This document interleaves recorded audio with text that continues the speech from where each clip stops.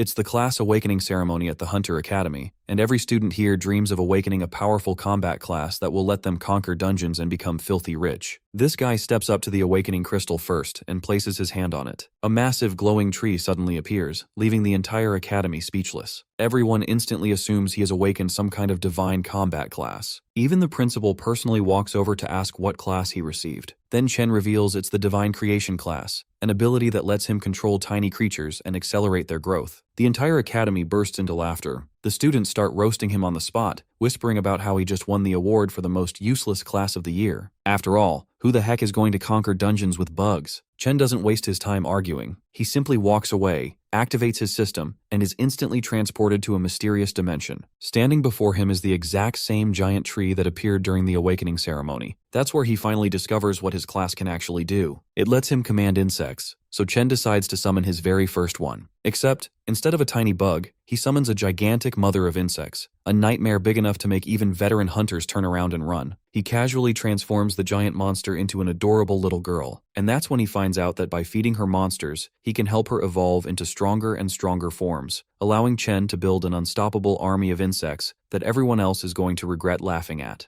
He becomes confident that after hitting such a jackpot, he has no need for any combat class at all. He begins planning to let her rapidly devour monsters so he can build an entire insect army under his command. As he considers the terrifying potential of the insect race, Chen realizes he cannot allow anyone to witness his true ability. He decides to use Nine's poisonous mist as a cover while she devours monsters, enabling him to grow stronger in secret even though he naturally enjoys standing out. At that moment, Nine warns him that she senses a threat nearby, prompting Chen to immediately withdraw back into his consciousness. He finds himself facing the leader of the Night Watch, a man who at the very least appears to be a master-level expert. The Night Watch leader directly asks Chen whether the massive commotion is caused by him. Even the people standing nearby can sense the immense aura radiating from the man. Chen notices the way he is being stared at and begins to wonder whether this is some kind of test. At that moment, he is alerted that Nine is losing control and has the urge to devour the target standing right in front of him. It seems that because her devouring value is still too low, she is going mad. Chen realizes he must quickly find monsters for her to consume. For now, he somehow manages to suppress her violent impulse. The leader of the Night Watch suddenly praises Chen for being able to endure his pressure, despite having just awakened. He adds that he can already sense a bright future waiting for him. Chen finally asks the man to identify himself. The leader formally introduces himself as Ji Gong.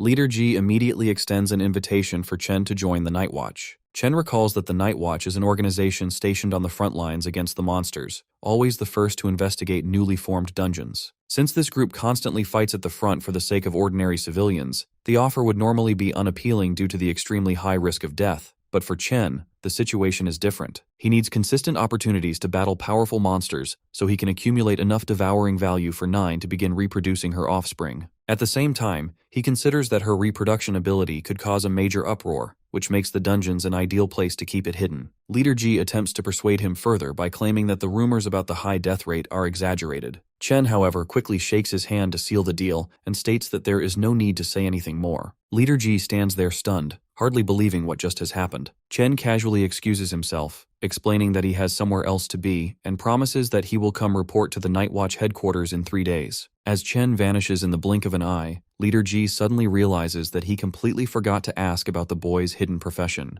At that moment, the 8th elder from the Martial Arts Academy arrives, only to be mocked by Leader Ji, who tells the old geezer that he is too late if he rushed all the way here to recruit Chen. The elder immediately questions him about the kid who awakened a divine rank creation class and asks whether Ji has already hired him, accusing him of planning to send the boy to die on the front lines. Since he belongs to the creation category, this would make him the worst possible fit for such a role. Leader Ji feels a chill run down his spine as he realizes he may have made a serious blunder. Meanwhile, Chen goes to visit his Uncle Wang and openly reveals that he has awakened a divine rank creation class. Uncle Wang assumes the boy must be disappointed and tries to lift his spirits by explaining how useful such abilities can be, adding that his parents would be proud of him if they were still alive. Uncle Wang then mentions that he is about to enter a beginner-level dungeon to gain some experience and invites Chen to join him. They form a team and step into the dungeon together. However, the situation takes an unexpected turn when they are matched with a C-rank dungeon instead of a beginner one, and undead soldiers are already standing, waiting for them. Uncle Wang grows uneasy as he points out that this dungeon clearly does not look like an easy challenge. Xiaoxi suggests that the celestial system might have adjusted the difficulty because Chen is a divine rank. Uncle Wang refuses to accept that explanation, insisting that Chen belongs to what is considered a useless creation category. Instead of backing down, Wang treats the situation as a stroke of luck, thinking this is their chance to obtain high-quality equipment, and he optimistically decides to push forward. He tells Chen to stay behind while he charges at the undead soldiers himself, warning him about how dangerous they can be. He calls for Xiaoxi to grant him a status enhancement as he cuts through the monsters one after another. Watching them fight, Chen begins to understand why Uncle Wang always comes home covered in injuries. He remembers how they have consistently supported him over the years, and he silently resolves to grow stronger so he can properly repay them. At that moment, Nine asks for permission to devour the surrounding monsters, and Chen takes this as the perfect opportunity to test her abilities. He starts by activating her corrosive poison mist and allows her to consume the fallen corpses. He follows along the path Uncle Wang has cleared, so that the mother insect can increase her devouring value. Without warning, a shadow lurker appears, with its name displayed in red. Chen speculates that the red marking might indicate that the level is higher than his own, yet he remains confident because he can share Nine's attributes through her united skill. He instructs Nine to transform into a spreading poison mist while he experiments with his own abilities. Chen proceeds to eliminate several monsters with ease, dispatching them as if they pose no threat at all. When more undead begin emerging from the distance, Nine alerts him that additional prey is approaching. Seeing the overwhelming number of monsters gathering, Chen grows concerned about Uncle Wang's safety and urges Nine to finish them quickly so they can rush over and check on him. Meanwhile, Uncle Wang is indeed at his wit's end. He urges Xiaoxi to retreat and take Chen out of the dungeon while he stays behind to distract the monsters. In the process of splitting his focus, a high-leveled undead seizes the opportunity to launch a sudden attack. Wang regrets letting his guard slip,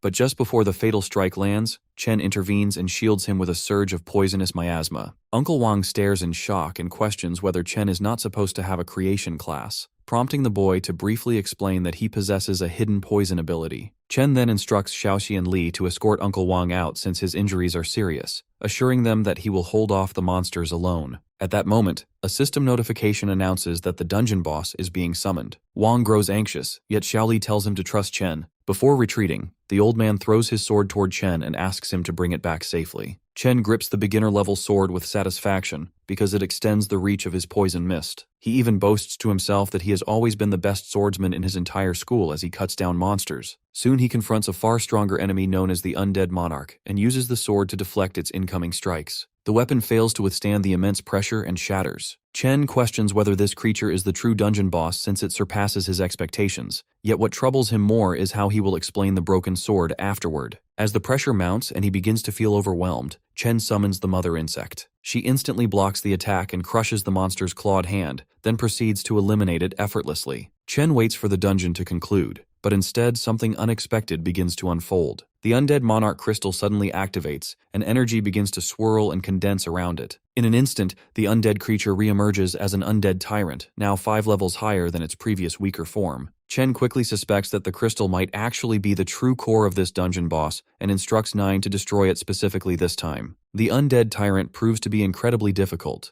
constantly dodging Nine's attacks despite its massive size. Chen thinks fast and hatches a plan. Since the boss is charging around like a complete psycho, he can finally make use of the roots spread under the ground. When the boss dives at him to finish him off for good, he finally activates his skill. Thick roots violently burst out of the floor. While they paralyze the boss mid-air, he quickly orders Nine to use her strongest attack. Their excellent teamwork makes him realize that he also has massive support potential in battle. His skill goes on cooldown for 8 whole hours, but the boss's core is now exposed. He calmly crushes it with his bare hand and receives the top reward for single-handedly clearing the dungeon. He gets a nifty dagger, but he decides to give it to Uncle Wang as a simple replacement. Then, he moves on to the next reward. The massive hammer he can barely lift has an overpowered effect that deals 5 times damage on a critical hit. But then, he gains experience and his level goes up. That raises his strength just enough for him to swing the hammer around like he is Thor. With that, Nine shyly asks him if she can eat the other weapons as her reward, but he tells her these are definitely not for eating. She pouts like a little kid,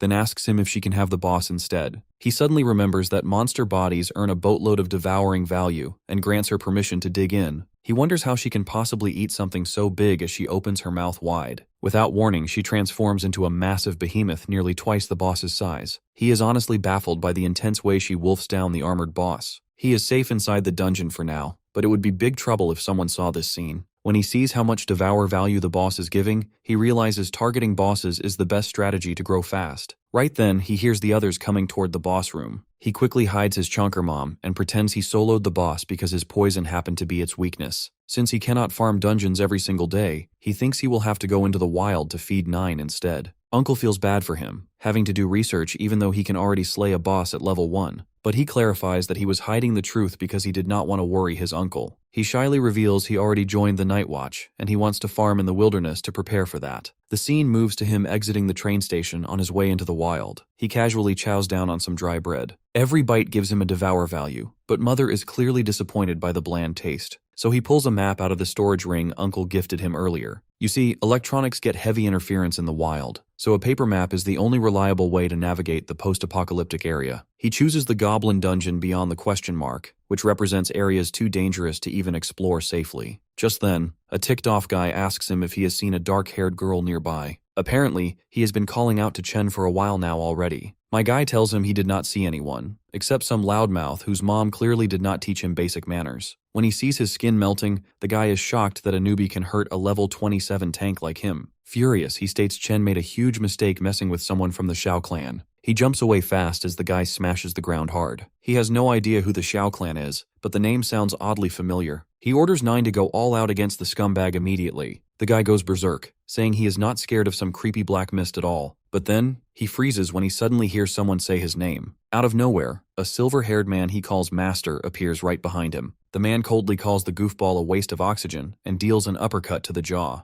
It is his punishment for daring to use the Xiao clan name as a mere errand boy. Our boy instantly clocks that this guy is leagues above the other fool. The man calmly apologizes for his little dog barking too much. He finds Chen interesting and casually asks if he wants to join his party. Our boy refuses the offer and leaves immediately. The man already knows about his class and orders his errand boy to keep searching for the dark-haired girl. He also tells the others to gather their forces, because there is no way she can leave this place alive. Later, Chen is deep in the wild and starts thinking he might actually be lost. It is getting late, and Mother grows tired of munching on rats that give almost nothing. Just then, he walks through a gate and it suddenly starts raining. He feels like he has entered some special area. Sure enough, there is a massive 8-legged monster ready to ambush him. Mother gets excited, but he tells her that the monster is only big in size and the level is pretty low. He effortlessly dodges its attack, then smashes it straight into the ground like a certain bald hero. That is not all, because Mother shows him this was just the beginning. The entire place is basically a massive nest full of these things. Seeing that, he tells her it is basically an all-you-can-eat spider leg buffet. Our boy tears through all the poor spideys and gathers up all the carcasses for his mother insect to devour. However, she senses something even more powerful and delicious waiting up ahead, so he orders her to find it and attack right away. But when he hears it say, "ouch," he pauses, confused whether the girl lying on the floor in a swimsuit is even a monster at all. When she gets up from the pain, she instantly withdraws when he asks if she is fine. He assures her he is just a hunter looking for monsters. She gets angry and argues that he literally sneak attacked her out of nowhere. He swears she looked like a monster. I mean, he is not wrong if he is talking about that monster dump truck. Anyway, it is honestly impressive that she is completely unhurt by his attack. Wasting no time, she turns and leaves while murmuring about someone chasing her. When he asks why she is so restless, she says she is scared of monsters. He clearly does not buy her weak excuse. But if she is right, then he can simply farm any monsters that come after her. At the same time, he figures there might be actual people hunting her too, since there are no police in the wild. Suddenly, 9 snaps him back to reality because a lot of prey is rushing straight toward them. But when he sees their sheer number, he realizes the girl might not be lying about monsters chasing her. Regardless, they are all free points for him, so he shifts into farming mode. He notices they are a lot faster than before, and one even ambushes him like it has intelligence. It does not take long for him to realize they are strangely coordinated for simple monsters. Right then it hits him that the boss might be controlling them like a hive mind. He figures it will be hard to take them all on alone. But then, 9 appears and says the boss is openly mocking him. Furious, she lets out a monstrous scream that throws the insects completely out of control. While they start attacking each other in confusion, he zips through the mindless herd straight toward the boss. He dives from the top and drives his poisoned dagger right into its skull. A few moments later, our boy stands over the boss's lifeless body and pulls up his stats, realizing he has reached level 14. Watching the fight turn into a complete one-sided massacre, the remaining monsters panic and try to flee. He doesn't let them get away and tells 9 to enjoy her mukbang. After a short while, his devouring bar hits its limit,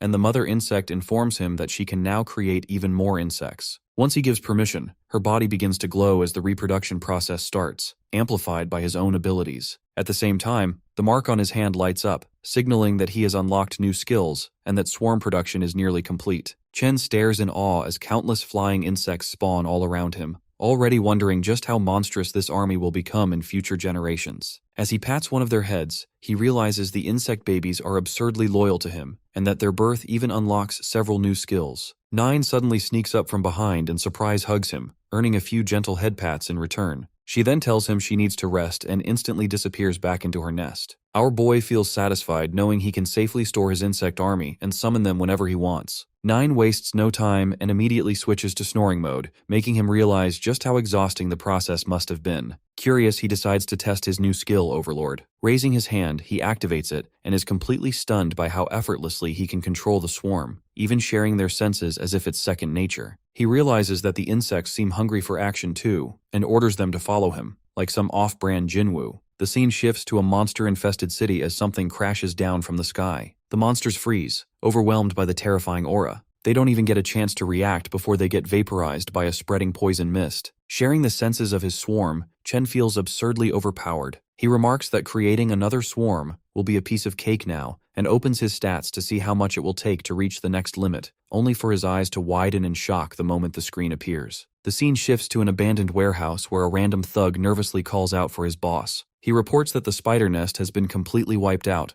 not a single one left behind. Panic sets in as he wonders if the Night Watch was responsible or if something else went wrong. Either way, he thinks that they will have to rob some unlucky people just to get their hands on spider venom. Before they can move, they notice someone slowly approaching. Our boy steps into view and casually asks if they are interested in trading some food. The thugs immediately relax, sizing him up as nothing more than a low-level adventurer. One thug tells him that the food can be really expensive. He plays along, claiming he has some quality goods they might like. Then, the crooks drop the act and start pulling out their weapons. In response, our boy calmly summons the corpses of every monster he wiped out earlier. The thugs realize this is the guy who slaughtered the spider nest and start sweating. Chen locks eyes with them, and they scramble away without a shred of dignity, running like the cowards they are. With the warehouse quiet again, he summons a few insects to act as guard dogs and sits down to enjoy a warm bowl of stew, as if nothing happened. While eating, he argues with himself that reaching the devouring limit feels borderline impossible now, as even taking down a high-level boss barely counts. The only real option left seems to be the secret realms controlled by the Night Watch. Just as he thinks 9 is still fast asleep, he senses something is off, as if multiple people are closing in on his location. He stands up and immediately bumps into someone, only to realize it is the girl from before. She recognizes him at once and desperately begs him not to sell her out. That is when it clicks that the other group has been chasing her this whole time. Moments later, the silver-haired guy walks in again with his retainers, clearly surprised to see Chen camping here so calmly. One of his lackeys starts barking threats, telling our boy to spill the beans, but the white-haired man shuts him up instantly. He then takes a seat and makes small talk about Chen's recent leveling. Then, without warning, he materializes a sword and asks about the girl again, making our boy aware of their power difference. Chen points outside at random and claims he saw someone pass by earlier. The noble decides to believe him but warns him that if he is lying, he will face the wrath of the Zhen Empire. That name makes our boy realize where the noble actually is from. Dropping into lore mode, the Zhen Empire families are infamous high-rank snobs who only show up when something big is about to happen. Some of them can even erase continents, and the thought that he got dragged into their mess makes him very irritated. He decides he needs to leave immediately, but before he can move, the girl reappears. He grabs her hand without hesitation and demands an explanation. She spills everything, explaining how her family was ambushed by that noble brat who wanted their wealth and refused to leave witnesses behind. Now that she is alive, that Xiao family guy wants her silenced too. She promises Chen compensation, but he is more focused on his survival. Suddenly, a suffocating aura presses down on them,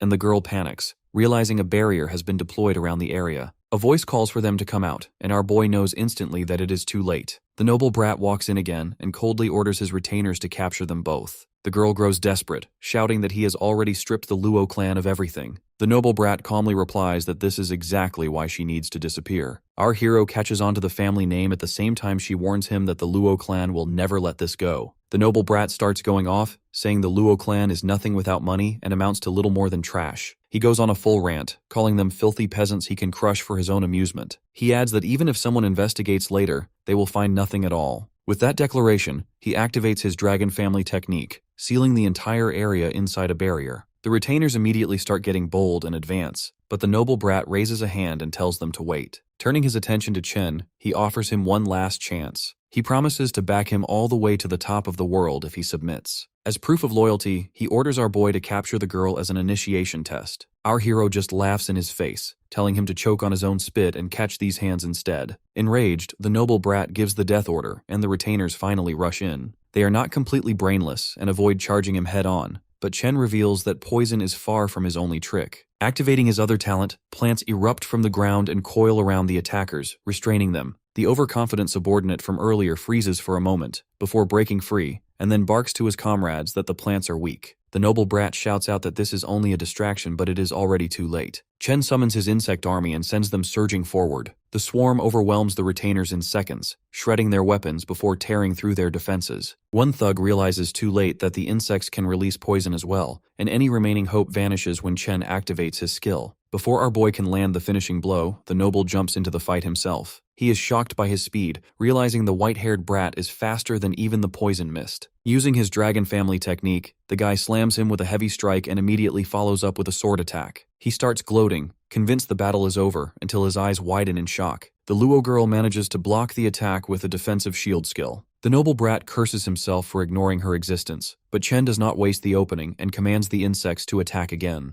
In a truly vile move, the noble brat grabs one of his own retainers and uses him as a human shield, letting the swarm tear the man apart instead. Chen calls him out for being a disgusting piece of trash. The noble brat ignores the dying retainer and simply says the man fulfilled his purpose. He then admits that Chen is stronger than expected, and swallows a strange pill without hesitation. Staring him down, the white-haired brat tells Chen to say his prayers, declaring that this next move will send him straight to the afterlife. He unleashes a flashy second form of the Kongning called the Dragon Subduing Slash, but the Luo girl barely wards it off using her enhanced Earth's eternal shield. She struggles to maintain the shield while the white-haired brat relentlessly continues using his second form. Chen realizes he must go all out and releases an ominous, immense aura that forces the Xiao family brat to question if Chen is actually a creation type. Our boy commands his insects to swarm him, but the brat still refuses to acknowledge the gravity of the situation. He considers the monsters mere insects, yet it takes him only a short while to notice that they keep regenerating endlessly. Chen's expression hardens as he challenges to see how long the Xiao family brat can keep up with his relentless swarm of insects. The white-haired brat continues using his second form, as if it is the only technique he can remember while panicking,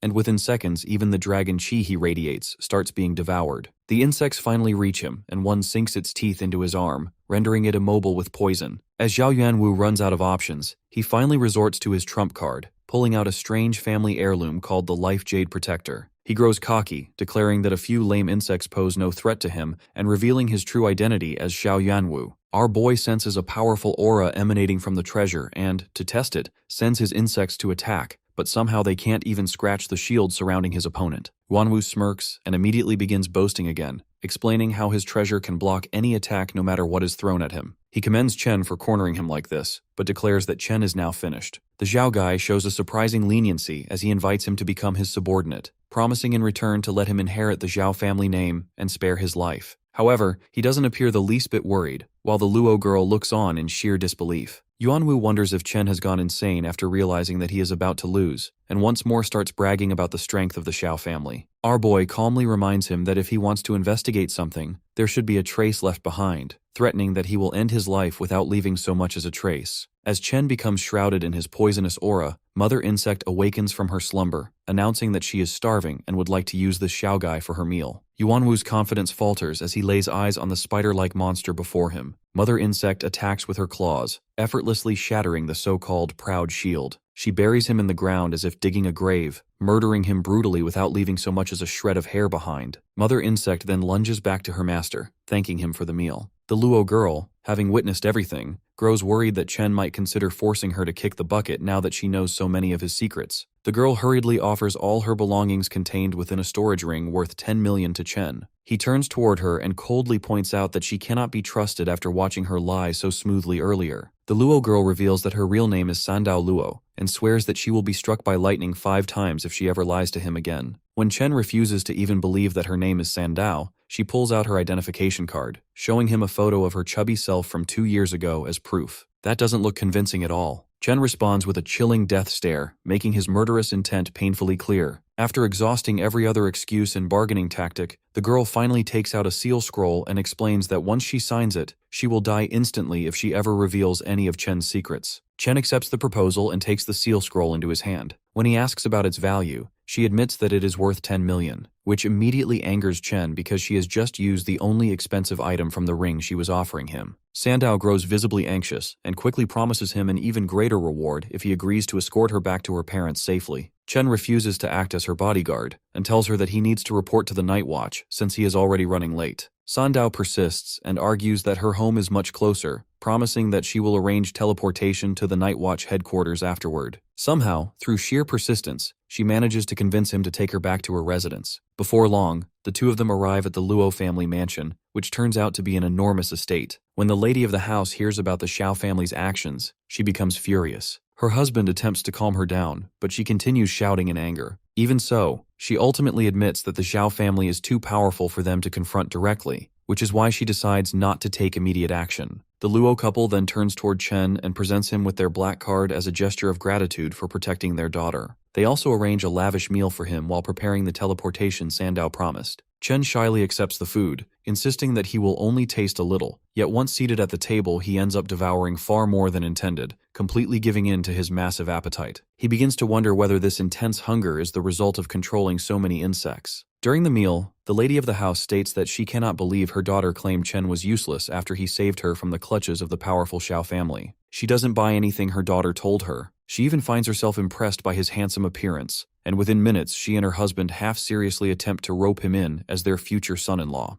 They assure him that their daughter is not engaged and proceed to praise her, explaining that she excels in business and works as a financial manager, which would make her a perfect wife for him. Sandow tries to stop her parents from being so straightforward, while Chen attempts to escape this unexpected predicament. The Luo couple then asks their daughter to personally see off their new son-in-law, leaving her sitting there in embarrassment. Even so, she cannot help but blush as she realizes just how handsome he truly is, almost forgetting how terrifying he seemed to her before. The scene shifts to the Zhao family, where Grandpa Xiao Yuanshan can hardly believe that the Life Jade Protector has been destroyed and that his grandson is dead. He immediately proposes launching an investigation, but Yuanwu's cousin Xiao Beihan argues that Yuanwu was as useless as they come and not worth wasting resources over. Beihan goes on to say that such a lowly death does not even deserve the old man's anger. Grandpa Xiao forces himself to stop mourning what he calls a worthless scumbag, yet he still insists on doing something for his former grandson and demands revenge. He declares that he wants to know who in all of Daxia dares to oppose him. Beihan calmly suggests that they should deal with the matter after he finishes participating in the Tianjiao camp. Meanwhile, Chen arrives at the Night Watch base and informs them that he is here to join and work for the organization.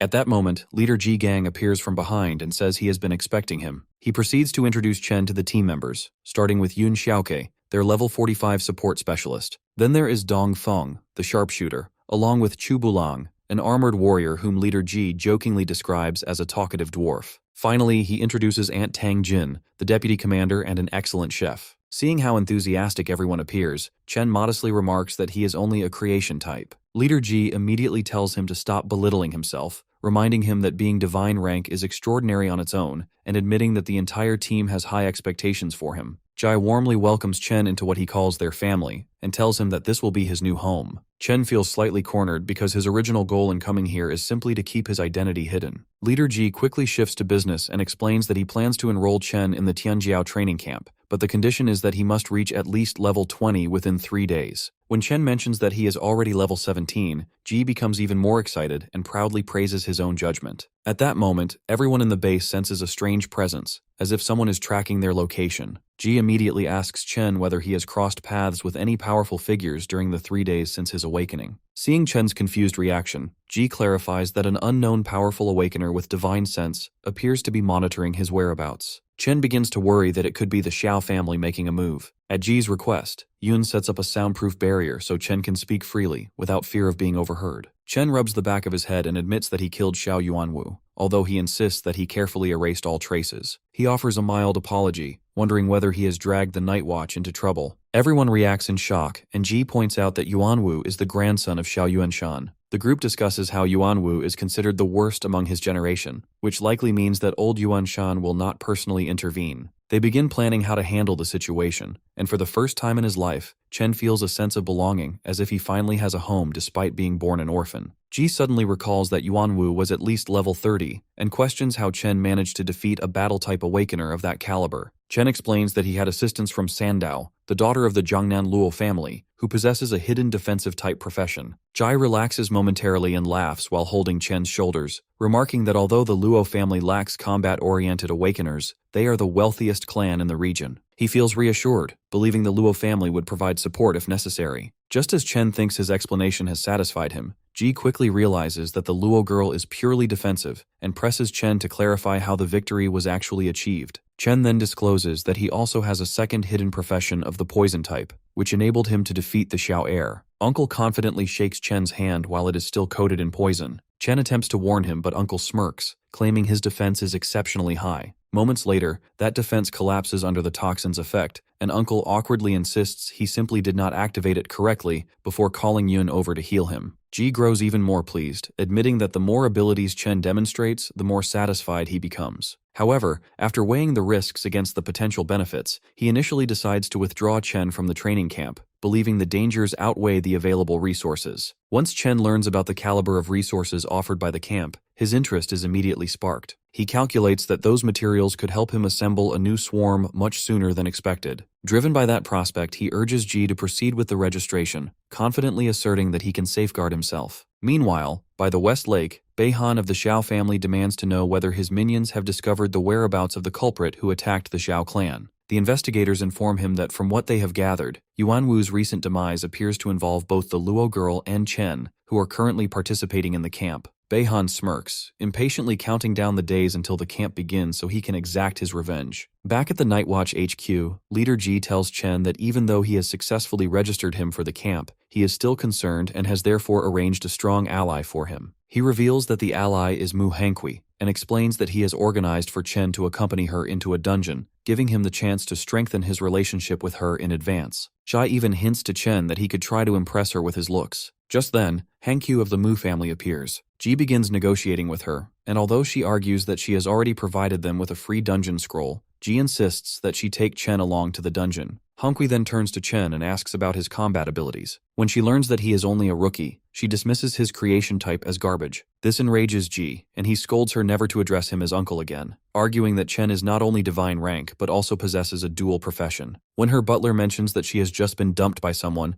Hankui blushes and reluctantly agrees to bring Chen along. As the scene shifts, the team heads toward the dungeon known as the Beautiful Village, where they must defeat the boss and destroy the altar in order to clear it. Don Feng takes charge of the dungeon exploration while warning everyone to head back to the teleportation stone if they end up separated. He explains that the chance of mutation is extremely low, while the Shorty Chu informs Chen that this scroll alone is worth at least 1 billion. Hankui glares at Chen with clear disdain, warning him not to slow them down, while Chu reassures him that he doesn't need to worry because he will make sure Chen stays safe. Chen, however, can't shake the uneasy feeling that something bad is about to happen. Suddenly, they find themselves inside the dungeon, standing in what appears to be a beautiful village. They plan to search the houses, hoping to uncover any lurking monsters. As they approach the village, Don points out something odd about the stone where the village's name is inscribed. Yun casts a cleansing buff on everyone, and Chen is surprised to feel that it not only boosts his agility and energy, but also clears his mind. Just then, the worst occurs as the mutation activates, and dark energy emanating from the stone surrounds them all. The dungeon transforms from the beautiful, charming village into the Dead Spirit Village, now called Nightmare. Unfortunately, what was previously an easy, ordinary-level dungeon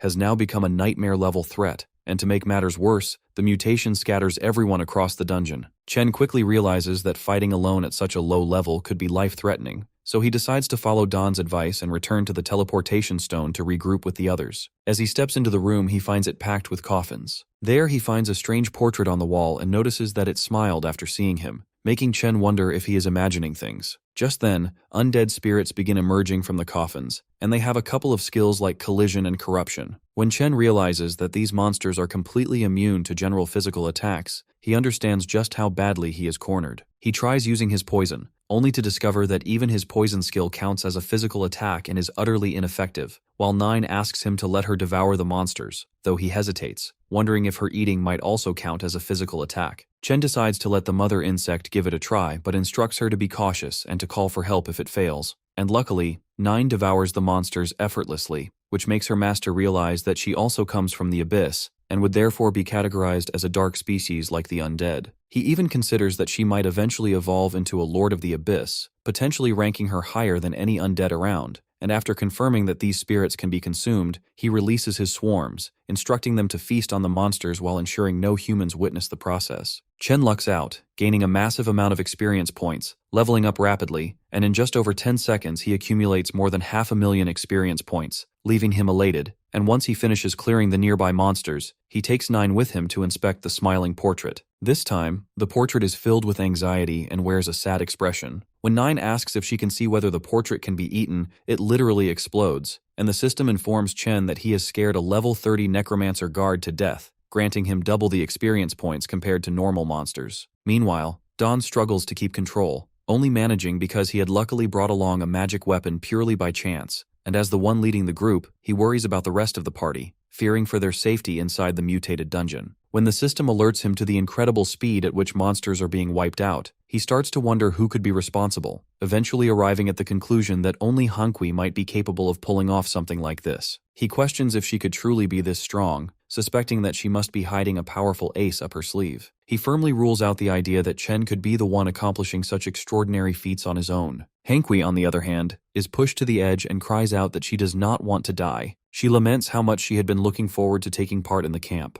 Just then, she notices a swarm of dead spirits running away from someone and wonders who it could be, hoping they might save her. To her utter disbelief, she realizes that it is Chen who has been systematically taking down all of these monsters. She literally begs for her life at this point. Chen quickly drags her out of the mess and tells her to run. When she sees his powers, she is completely stunned. Hanki cannot believe that what she is witnessing is the capability of a mere trash-type awakener. Meanwhile, the rest of the team has managed to regroup. Don wonders where the spirits went, as he cannot find a single one of them now. Yoon suggests that Hankwi must have defeated all of the dead spirits, and there is a chance she might be carrying a secret treasure. Don hopes that Chen is doing okay. Just then, the 3 notice signs of a battle a short distance away. They walk towards it and find Hanki sitting behind Chen, giving him a gentle massage like a waifu. Seeing her acting like Chen's servant, Don worries that they might actually be a transformed boss trying to fool them. When the 3 from the Night Watch try to interrogate them, Han Q of the Mu family steps up and declares that they would have to go through her first. Chen shoves her aside and reminds them that their boss is Ji and that Aunt Tang is a great cook, which convinces the Night Watch that they are truly allies. Everyone starts gossiping around while Chen's proposal to go and defeat the boss is completely ignored. When he can no longer hold back, he shouts and takes them to where the boss is. There, they come across a dead spirit leader at level 40. While the entire crew begins assigning roles and dividing responsibilities among themselves, the boss suddenly appears terrified and bows down submissively, seemingly unable to resist the overwhelming force Chen possesses. Chen calmly steps forward and tells everyone to take a proper rest, reminding them that they are all battered and injured from the battle. He then instructs 9 to finish the boss off without being noticed, and in an instant, 9 devours it completely, allowing Chen to gain an enormous amount of experience points, along with a significant increase in devouring value for his mother insect. Don finally realizes with shock and disbelief that it was Chen all along who had been defeating the monsters all along.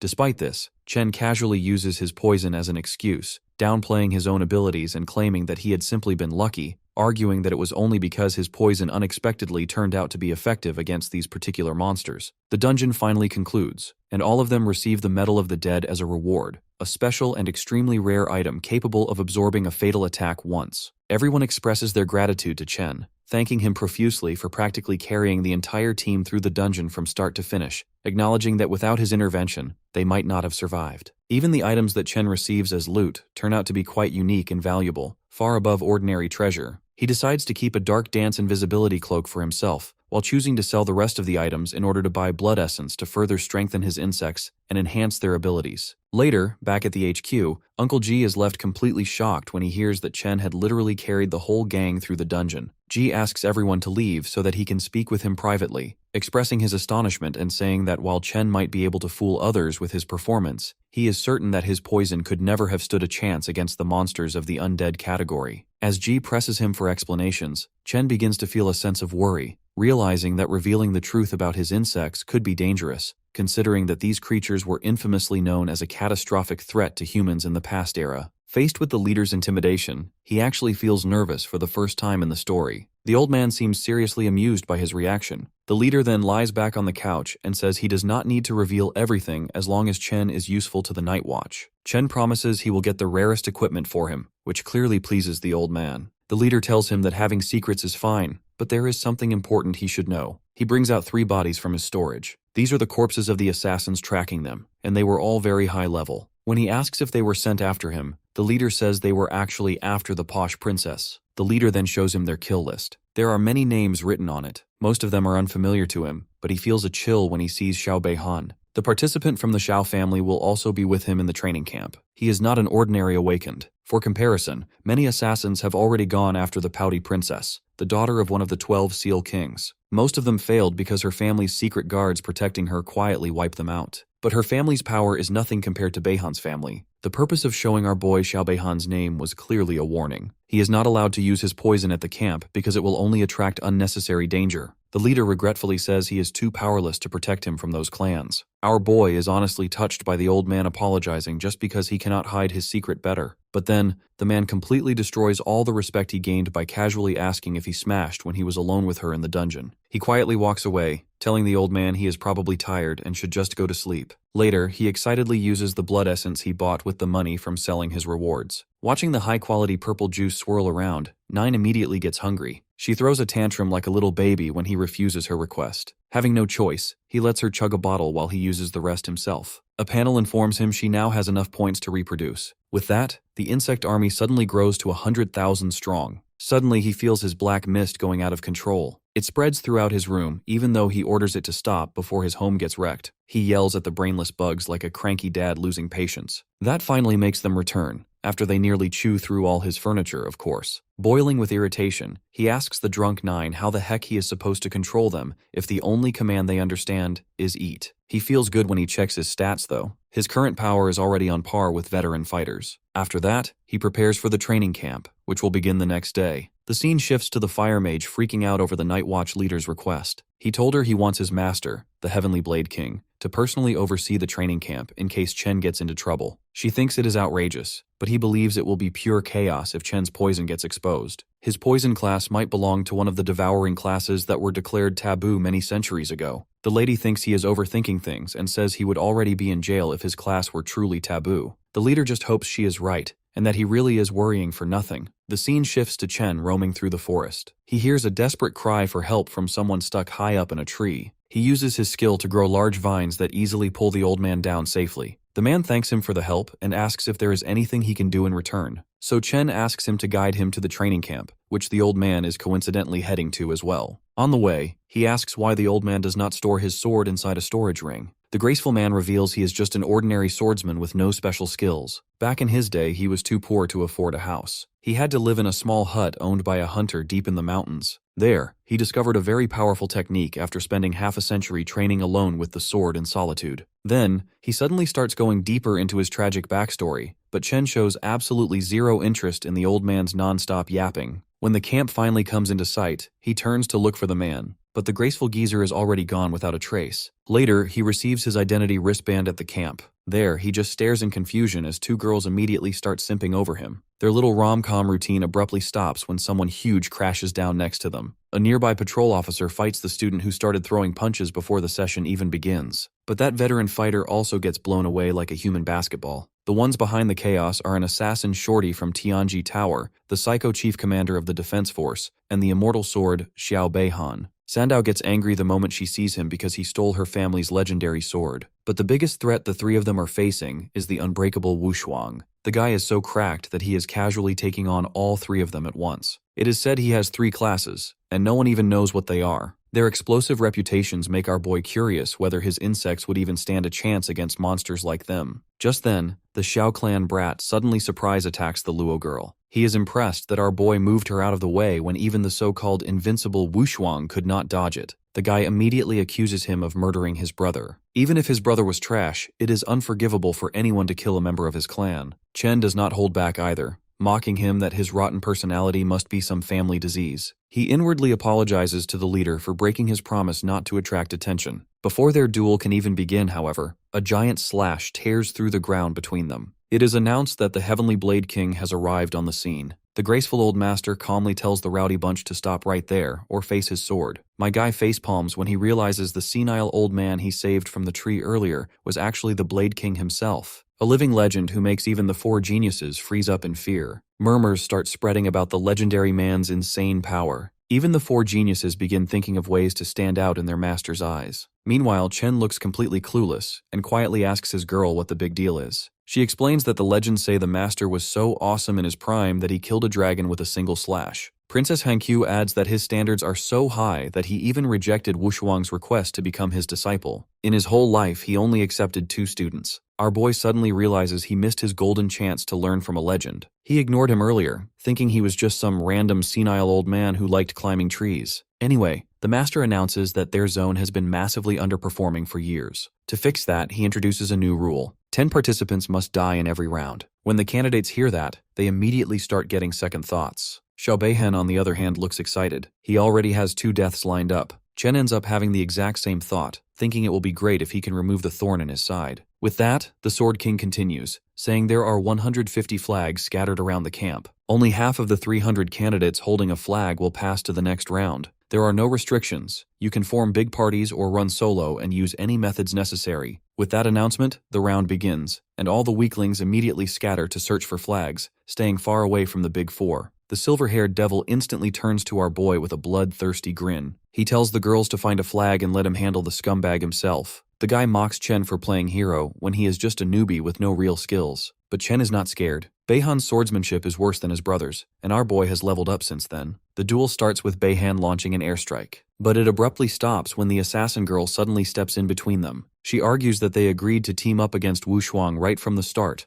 and she drags him away to honor their deal. Our boy gets the feeling she did that to help him. Sure enough, she secretly turns back and gives him a quick wink. Turns out her aunt is the fire mage lady, and she asked her to cover for him whenever possible. As the two leave, one of Beihan's lackeys offers up a flag to show loyalty to his boss. Instead, Beihan orders the goon to do him another favor to prove himself. In the meantime, our boy meets up with his girls, who already found 2 flags. Their little reunion is suddenly cut short when an explosive arrow blows apart the roof above them. It is Beihan's personal guard dog, famous as the Sunflame Archer for his ridiculously powerful fire arrows. Chen tells the girls to run so he can go all out and personally add another number to the Sword King's 10 death quota. The mid-air archer panics the second the poisonous mist swallows him whole. He screams for his teammates to come out and back him up. But the guys completely lose their minds and bolt when they see his slow, agonizing death. Watching through the security footage, the Sword King and his vice captain quietly nod at how fast and clean the kill was. The old man orders his subordinate to call in teleportation specialists for emergency extraction if things get rough. He also tells him to release 10 grade 3 monsters near different flags. That way, the geniuses will be forced to fight monsters instead of other candidates if they want those last 10 flags. Shifting back a few minutes earlier, Wushuang looks disappointed seeing the trio struggle just to scratch him. Right then, an announcement says our boy drew first blood. Beihan is baffled because defeating his loyal puppy is no small feat. It happened way too fast. The other 2 are just as stunned by the sudden news. Hearing that, Wushuang calmly asks if they should really be wasting time here instead of meeting this hidden genius. Then another announcement plays, talking about 10 special flags guarded by monsters and a massive cash prize for clearing them. All 3 of them instantly disappear, rushing off to secure those monster flags first. Shocked, Chen starts calculating all the leveling resources he could buy with that prize money. Before he can even finish thinking, one of the monsters suddenly appears right in front of him. Hankyu quickly warns him to be careful, saying it is at least level 90. When the Luo girl notices that the wolf looks strangely weakened, Chen immediately tells her to get as far away as possible. He nearly gets hit by a sudden sword slash. Riding the wolf like some Minecraft horse, Beihan coldly says he underestimated Chen for far too long. Chen fires back with a poison attack, but the swordsman easily slices through the dense mist with a sharp wind strike. The girls panic since he is clearly at a huge disadvantage. Not holding back anymore, Chen goes all out and summons a massive poison mist dragon. Beihan is not impressed. He responds with a forbidden wind technique that completely engulfs the giant poison dragon. Chen actually appreciates that because the flashy move lets 9 quietly swallow all the energy and stack devour values. When she is almost done, he sends out a concentrated burst of poison to punch straight through the wind lotus. Dumbfounded, Beihan cannot wrap his head around how his technique lost to what he calls a pathetic poison attack. He activates a jade barrier stone just like his brother did. The dude suddenly acts immortal and loudly declares his victory. Chen simply tells his girl to deploy her shield and seal the entire area. Beihan frowns and asks what he is trying to do. Our boy silently grins back, asking if he has a clue about how his brother got whooped. Beihan is completely certain that a second-rate poison user cannot do anything against his barrier at all. To everyone's surprise, the shield actually endures Little Nine's strike without breaking. The wolf beast under his control immediately rushes in to protect its master in panic. In response, Mother summons 2 poison dragons to take care of the beast, while she personally penetrates his barrier. Although Chen is surprised by the barrier's toughness, he remains confident it will eventually shatter. Watching through the screen,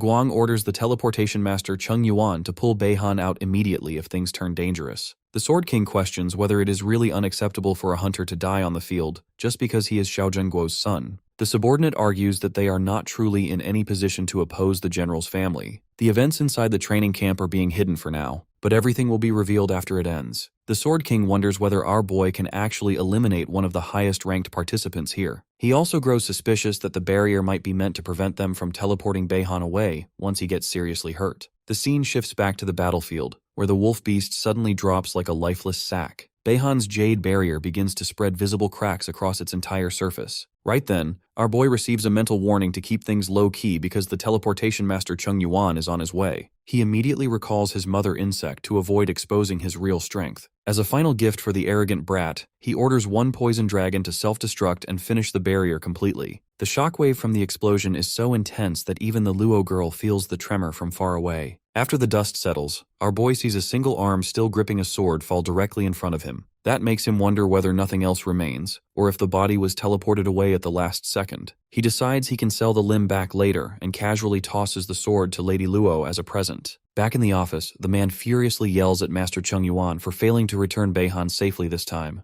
Cheng Yuan explains that the mental spirit had already been poisoned, even though he arrived in time and tried to extract him just before the explosion went off. Unable to believe that such a thing is even possible, the two immediately start arguing with each other. The Sword King grows tired of their endless yammering and orders both of them to shut their traps. He scolds Guang, saying that constantly flattering powerful families is exactly why he never improved or received a promotion. Back when he questioned whether he could confront the Xiao family, he didn't care enough to answer. Now he coldly states that great heroes die on a battlefield. Compared to that, Beihan's life is not worth all that much. He orders the men to quietly inform the other superiors in the camp and make sure no eliminated participant is allowed to leave afterward. Meanwhile, on the battlefield, everyone completely loses their minds in disbelief. They cannot accept that the infamous grandson of General Zhengguo was defeated by our hero. At the same time, the other top candidates, including Wu Shuang, are left stunned while staring at the underdog who actually defeated Beihan in combat. The scene shifts to Commander Duan, who asks Kaidian why he suddenly barged in. The old man responds by instantly setting up a silencing barrier, forcing Duan to drop his relaxed attitude and get serious. The Sword King cuts straight to the point and asks whether a poison skill can damage the mental spirit. Duan admits it is possible, but only if the poison is extremely powerful. He adds that even a 4th transfer poison king he once knew could not achieve such a thing. Duan then asks whether there is a genius in the camp capable of this, already imagining how dangerous such a kid could become. Kaidian does not deny it, and Duan presses further, questioning what the old man is really doing here. Instead of answering, the Sword King shifts the topic and asks whether the poison itself can be sentient. Duan laughs and says that it is impossible unless the poison is merely pretending to be poison. That answer shocks Kaidian. Duan pauses and recalls an old record he once encountered, one that mentioned a terrifying insect capable of producing poison mist. The creature is called 9 miasma wings, a being from the abyss that once caused a world-ending disaster. Kaidian grows serious, but the commander laughs it off, saying the ancient insect has long since vanished. The Sword King plays along with the joke and then decides to leave. Duan calls out again, asking about the genius with such potential. However, the Sword King does not have the answer, and instead vanishes into his pocket dimension deep in thought about the 9 miasma wings. He feels pity for the boy who sits at the top of the rankings yet carries a taboo power that would get him instantly murdered if exposed. He recalls the Night Watch leader's words, asking him to take care of the boy and even make him his disciple too. It hits Kaidian that Ji actually wanted him to take the kid under his protection.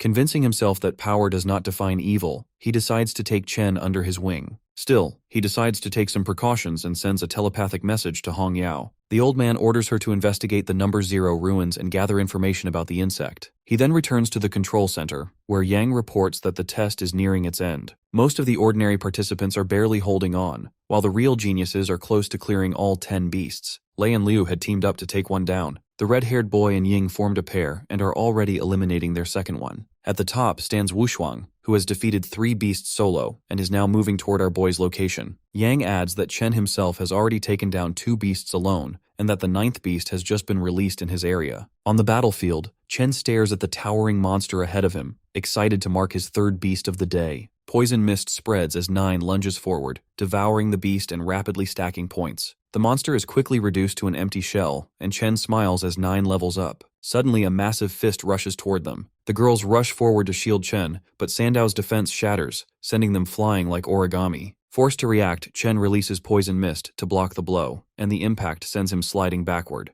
Wushuang watches with interest, impressed that the poison mist blocked his attack. Chen steadies himself and remarks that the third-ranked powerhouse is not bad either. He then asks if the blonde came here to steal his beast. The prodigy denies it, saying the beast is already finished. Instead, he lets his aura leak and makes it clear he is here for a fight. Chen asks if Wushuang is truly willing to put his life on the line. The guy smiles and replies that he would not have it any other way. The fight begins instantly as Chen releases a surge of poison mist, but the blonde counters at once with heaven-reaching cliff. The sheer force of the attack catches Chen off guard, forcing him to dodge on instinct. He curses his own slow attack speed as he regains balance. Turning inward, he asks 9 if she wants to level up by feasting on the guy. The mother insect calmly replies that she cannot defeat him, but she is willing to die for her master. Her answer shocks Chen, and he then wonders if self-destruction is the only option left now. He immediately shuts that thought down and orders 9 to hide, as losing her would shatter every future plan he has built. Wushuang steps closer menacingly, taunting Chen that he is far too weak to have defeated Beihan.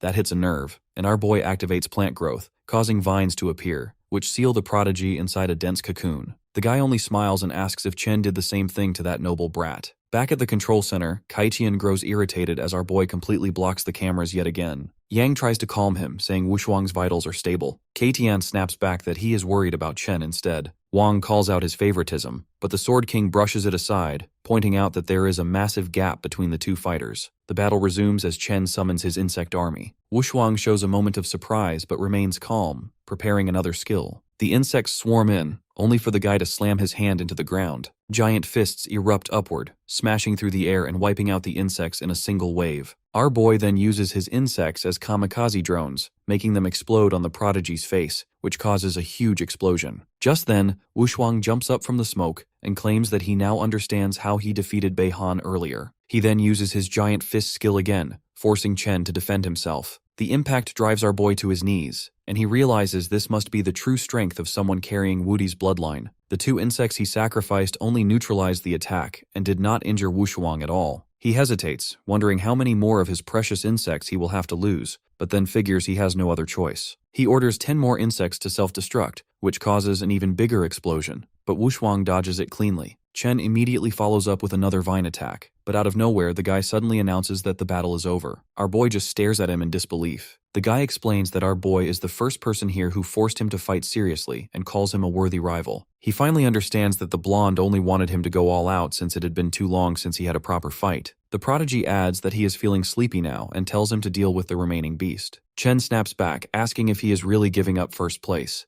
Wushuang shrugs it off, saying he is really tired, then walks away to find a place to sleep. That irritates our boy, who shouts that he will not let pride get in the way and will take the beast anyway. Wushuang smiles, satisfied that he has finally found a good rival. Back at the control center, Kaitian nods in approval at Wushuang's fighting spirit, while the teleporter collapses again from poison exposure. He then orders Yang to send the 10th beast toward Chen, so he can claim first place and win the entire event. The scene shifts to Hong Yao, first disciple of the Heavenly Sword King, as she explores the haunted ruins. She swiftly clears out the ghouls and approaches an ancient stone pillar emitting an ominous aura. On closer inspection, the pillar reveals a hidden database, causing multiple screens filled with ancient insect records to appear. Using her divine sensing skill, she searches through them and pulls out a document that confirms the 9-winged miasma caused a catastrophic disaster in Earth's history. Built like an emo hornet, the insect can release poison mist capable of damaging even mental energy. After gathering the info, she immediately retreats to report back to her master. Back with our hero, Chen has already defeated his 4th beast, and senses that he is close to reaching the next transfer limit. With surplus flags in hand, he casually hands the extras to the girls, who happily accept their effortless victory. Ying and Bai also manage to defeat their own beast not long after. As the redhead wonders if the prodigy secured first place, an announcement echoes across the camp declaring the exam over and ordering everyone back to the square. Chen sends his insect army to clean up any remaining beasts, while Beihan, still bitter from his defeat, silently swears revenge, even if it means relying on his grandfather. Once things settle, Kaitian calls all the successful participants to follow him to the Forbidden Zone trial. Panic spreads through the group due to the danger, but they decide to trust the Sword King's power. Recalling Hong Yao's confirmation of Chen's taboo power, the old man suddenly draws his sword and unleashes his heavenly blade technique. The entire camp rises into the sky as a single chunk. Flying away from the campsite, he orders his blade to carry them all the way to Yunmeng Marsh. The participants are left stunned by the sheer display of power. While others are in awe, Chen grows concerned about their destination and questions the girls. Hankyu explains that Yunmeng Marsh is one of the 8 forbidden areas, capable of bending space and time. Small fragments exist in that space that may be bigger than Earth and are drifting unpredictably through the domain. Time there does not align with the outside world,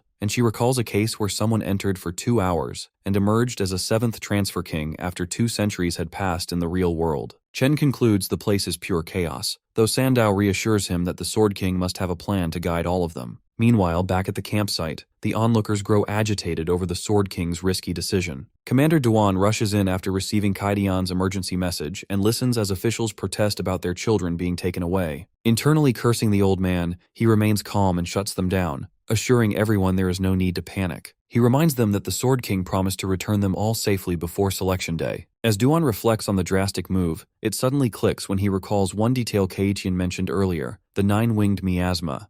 Sometime later, Ji receives a message from his master that Jiang has something taboo, and it's such a serious matter that he's taken him to the Forbidden Zone to lay low for a while. He also asks him to try and find some allies among the Sealed Kings, because they might face a fierce battle when he returns. Shortly after, Ji laments to Tang Jin about how it'll be to protect Jiang, who had killed the prodigy from the Huang family and cut off Beihan's arm, apart from the fact that he's holding onto a taboo. Regardless, Tang assures him that they'll get through it, since he has made up his mind to protect Jiang. She encourages him to focus on the future and mentions that she's spoken with her father, who is willing to stand with them. She reminds him that they have the Heavenly Blade King, senior sister Hong Yao, her father, and Commander Duan. With 4 Sealed King powerhouses, they can handle any storms that come their way, so Ji is encouraged to meet the Sealed King Mu family and the merchant Luo family to get more allies for Jiang. He prepares himself for anything and plans to use the same energy he used when he stormed into the Xiao family and go all out. Excited, Tang notes that she hasn't seen him so excited in years. Meanwhile, Senior Gu asks Hong Yao what she thinks they should do after they return. She comments that their junior brother's 9 miasma wings are so cool, and she wishes she could raise one herself, but Gu calls her silly and asks her to get serious. Surprised, she reminds him that Great Xia has 0 tolerance for taboos, and there's nothing she can do if he can't fix this. When she asks him if he can chop down Grand General Yuan Xuan with one strike, he lightly smacks her and tells her to watch her tone. From his perspective, he's ended up taking weirdos for disciples despite his great reputation. Hong Yao is always loud, rowdy, and never cares about anything, while Ji is stubborn and headstrong. Eventually, Hong Yao asks her master why he's so bent on protecting Jiang, and he recalls that he had randomly chosen her as a disciple because she wore red armor that he thought looked cheerful, and he chose Ji, who had mistaken him for an old customer outside a club. Back in the day, when the Xiao family heir went to forcefully marry Tang Jin, Ji Gang went to stop it, and Master Gu was ready to lay down his life to protect him. He wonders if he needs a reason for everything and states that he just does it because he cares. And it's the same for Jiang because he knew they'd get along the moment he met the boy. Jokingly, Hong Yao calls him the best teacher in the world because he acts so tough but is so protective, but he tells her to stop flattering him. Eventually, she mentions that the only way to protect Jiang is through Great Xia's high military commander, one of the 3 invincible supremes, and also Jiang Wushuang's grandfather, the martial god Jiang Xuanji, also known as Wudi. Meanwhile, at a place called the Pojin Cavern, Myriad Race's battlefield, Xuanji lands a punch on the ground that sends several men flying back. He's surprised that a group known as the Myriad Races dares to invade Great Xia, so he tells his men to kill them without mercy. He quickly tells his men to guard the entrance to the cavern, but he soon receives a telepathic message from Wushuang, who he knows should be busy at a prodigy camp right now. Soon after, Senior Gu appears, so Xuanji asks Gu if Wushuang got into trouble in the camp. However, Gu clarifies that his son is doing very well, but he wanted to make a deal with him, so Xuanji asks him to speak his mind. Gu immediately explains that he took in a disciple who is a divine-level creation type, but possesses the taboo 9 miasma wing, and he wants him to protect his life. Surprised, Xuanji reminds him that Great Xia has always believed in killing rather than letting those with taboos go free, and he asks him if he thinks he's all-powerful because he's the martial god. Surprised, Gu tells him he actually believes that, so Xuanji asks him to name his terms. Finally, Gu mentions the Hall of Taishu in Yunmeng Marsh, which only he knows the way to, and mentions that he can take Jiang Wushuang there to give him quite an eventful experience. The Hall of Taishu is the legendary treasure trove of the heavenly Tao, and Wu Shuang's cultivation will advance greatly if he can go there. Eventually, Xuanji says he'll agree on the condition that Jiang is not allowed to use the 9 miasma wing during the Prodigy tournament, and he will throw him to the myriad races battlefield to fend for himself if he can't take first place on Great Xia's overall Prodigy leaderboard. When Xuanji mentions that there's no other choice if Gu really wants to save his life, Senior Gu agrees, since sending him to the battlefield is still better than letting General Xiao and the rest kill him when they arrive. After Gu leaves, Xuanji reasons that it's impossible for the 9 miasma wing to reach a natural calamity scale in this era. Besides, Great Xia has produced other divine-level talents before Jiang that are not creation types. He's certain that he can't pass Wu Shuang in the test, or even take first place without using his taboo, but even if he ends up stirring trouble, he can wipe out any evil spirit in the world in seconds, since he's a martial god. Meanwhile, when the entire camp enters into a strange-looking place, Jiang asks the ladies if they've officially entered the Yunmeng Marsh. Hankyu is unsure because it's hard to know the way, but Senior Gu relies on Aura to lead the way. Apparently, the deeper they go into all the 10 layers of the marsh, the easier it is to get lost, and Hankyu mentions that her grandfather got lost in the 7th layer years ago. Since the path can't be remembered using eyes and the brain, Jiang suggests that they sit down to meditate so their spiritual sense can guide them, so they join him. While they meditate, Jiang notices the Tree of Origins drifting towards something even when there's no wind in his mind. He wonders if it's leading the way, or if there's something ahead that the tree is craving. Surprisingly, the tree suddenly bears fruit, and his system tells him that he's obtained the red function fruit, with the ability to copy one of the target's abilities and fuse it into himself. The copied ability has no class restrictions, and he has to complete the copy within 3 hours, or the card will expire. Shocked by the prospect of copying an ability with no class restrictions, he recalls that everyone in the camp is a top-tier prodigy, and he can pick anyone he wants. The most valuable targets would be Wushuang, Feng, and Tang Ying. However, since the copy ability is random, he worries that he might end up with some garbage skill. Having just 3 hours to make a decision, he wonders whether to just take a gamble. Suddenly, Gu announces to them that they've reached the 6th layer of Yunmeng Marsh, called the Taishu Realm, and the Hall of Taishu is up ahead. Suddenly, it occurs to our boy that he can copy one of the old master's characteristics, especially since he said he only knows one move. This way, he can copy the skill and consider it an early lesson. They soon reach Taishu Hall, and the kids are excited. Apparently, there was a legendary Sealed King in the Demon City who ascended to Sealed King in this hall, and one of the 3 invincibles of the Great Xia, called the Great Dreamer, attained enlightenment here. Gu informs them that there are 3 trials in Taishu Hall. The first is to climb 1,008 steps, with a chance to receive a reward of heavenly Tao on each step. The second is the Taishu Monument, and Gu admits that only the Great Dreamer has reached this point. As for the third trial, which is inside the Taishu Hall, no one has ever reached it. However, they will only be doing the first trial. From the 150 participants, the top 10, based on the number of steps climbed, will be selected to represent the Jiangnan Zone and enter the grand finals of the Great Xia's 8 War Zones Tianjiao competition. Immediately, Gu announces that they begin the trial, and the kids eagerly rush up the stairs. As Sandao rushes there, Jiang drags her back and asks her why she is rushing when the Taishu Hall is not running away. He shows them the top students, who are not rushing there but are preparing themselves. When they see that, they decide to meditate with him since they only have one shot to do this right. When Gu notices those who are meditating calmly, he is slightly impressed. In truth, Jiang is using the excuse of preparing himself to replicate the heaven-splitting blade move so that the card does not expire, and he hopes the old master did not lie about knowing only one move. When our boy selects Gu, the system reminds him that there is a chance that an ability will be downgraded or upgraded during the duplication process, and Jiang accepts the terms. He does not care if the ability is not upgraded, but he hopes it is not downgraded. When the duplication begins, he confirms that Gu was not lying. As the process continues, he sees a vision of himself training until he reaches a point where he has been training for 10 years, then 20 years, then 40, and then he finally achieves the heaven-splitting blade. When he finally gets it, he cleaves the ground with one strike of his blade. Apparently, man models himself after the earth models itself after heaven, but heaven models itself after Tao.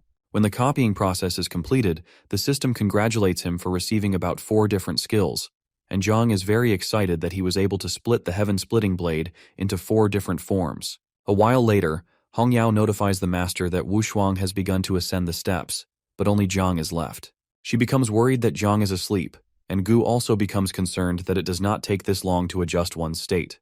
Suddenly, Hongyao notices that her sword heart is resonating, and it surprises Master Gu that even his sword heart is resonating. She immediately asks Gu if this could mean that Brother Jigang was successful in finally breaking down the heaven-splitting blade into 4 moves like he said. Apparently, Ji's stubbornness had kept him stuck at the 3rd transfer Grandmaster level for so many years, and Hong Yao wonders if he is finally enlightened. However, the master suspects that it might be from the brat, Jiang, because the aura that he experienced just now is familiar, but he soon convinces himself that it must be an illusion by the Taishu Hall. Suddenly, Jiang heads towards the steps, and Hong Yao becomes nervous to know how many steps he can ascend. Years ago, she could only go up to the 301st step, while Ji only made it to the 298th step. At this point, Wushuang is on his 289th step, Feng is on 250 steps, Ying is on her 248th step, Zhe is on his 211th step, Han Qiu is on 199 steps, and Sandao is on 170 steps. As Jiang makes his way up, some students lament about not having the chance to properly prepare for the Taishu Hall. The first 100 steps are illusion steps. Then it gets hard with gravity as each step feels like carrying several mountains. While they argue, Jiang walks past them to begin the illusion test, which he believes should not be a problem due to his good mental spirit. When he gets there, he is shocked to see Xiaoyan Xuan, who threatens to kill him for touching his grandson. As Yuan Xuan slashes with his sword to destroy him, Jiang quickly blocks with his poison mist, but he gets knocked backward and realizes his insects could not block it. Eventually, the folks from the Night Watch show up to help him block it and ask him to move forward, but Yuan Xuan slices them all with one move, which causes Jiang to scream in horror. In reality, Hong Yao is shocked to see Jiang stuck on the first step, with tears streaming down his eyes. Her master clarifies that the first phase of steps tests the mental spirit, physique, agility, and strength, but all the geniuses in the camp have been tempered with rare materials and treasures since they were young, except Jiang, who has always relied on himself. It seems that Jiang will suffer in this trial, and Hong Yao becomes afraid that he will get sent to the battlefield, just like the master agrees with the martial god. In Jiang's vision, he begs Yuan Xuan to kill him because he does not want to live anymore after causing everyone's death. When the Tree of Origins causes Yuan Xuan to fade away, Jiang is shocked to realize he is in an illusion. He is shocked because it felt so real, but he eventually comes back to his senses. Suddenly, the system congratulates our boy for receiving 5 Star Wish fragments. Apparently, 1,000 fragments can be combined to form 1 complete Star Origin. 10 Star Origins can increase a skill between levels 1 and 3, while 100 is required for skills between levels 4 and 6. Zheng is shocked because a single fragment is worth tens of millions in the market, and such rewards seem so generous at the start of the trial. It's also a good thing because he can sell each fragment to be able to feed his swarm for a while. While he climbs higher, he wonders why the illusion hasn't attacked him again in the second step. But when he sees the Tree of Origins, he excitedly realizes that the tree has blocked the illusion completely. When Zhang begins to laugh excitedly, the others wonder why his expression suddenly changed, and suppose that he's about to get kicked out of the stage. Zhang overhears them and promises to show them how he'll casually crush the entire trial. When he looks up, he realizes that Wushuang is almost at the 300th step already, and he needs to surpass him. When Zhang hesitates, Hong Yao supposes that her junior brother is stuck again, and may not be able to even surpass the 10th stage. Suddenly, Zhang begins to jump from step to step and starts singing happily. The others almost choke from the shock of watching him playfully sing till he reaches the 100th stage, and they wonder if he got stuck in the first stage intentionally because he liked those stages.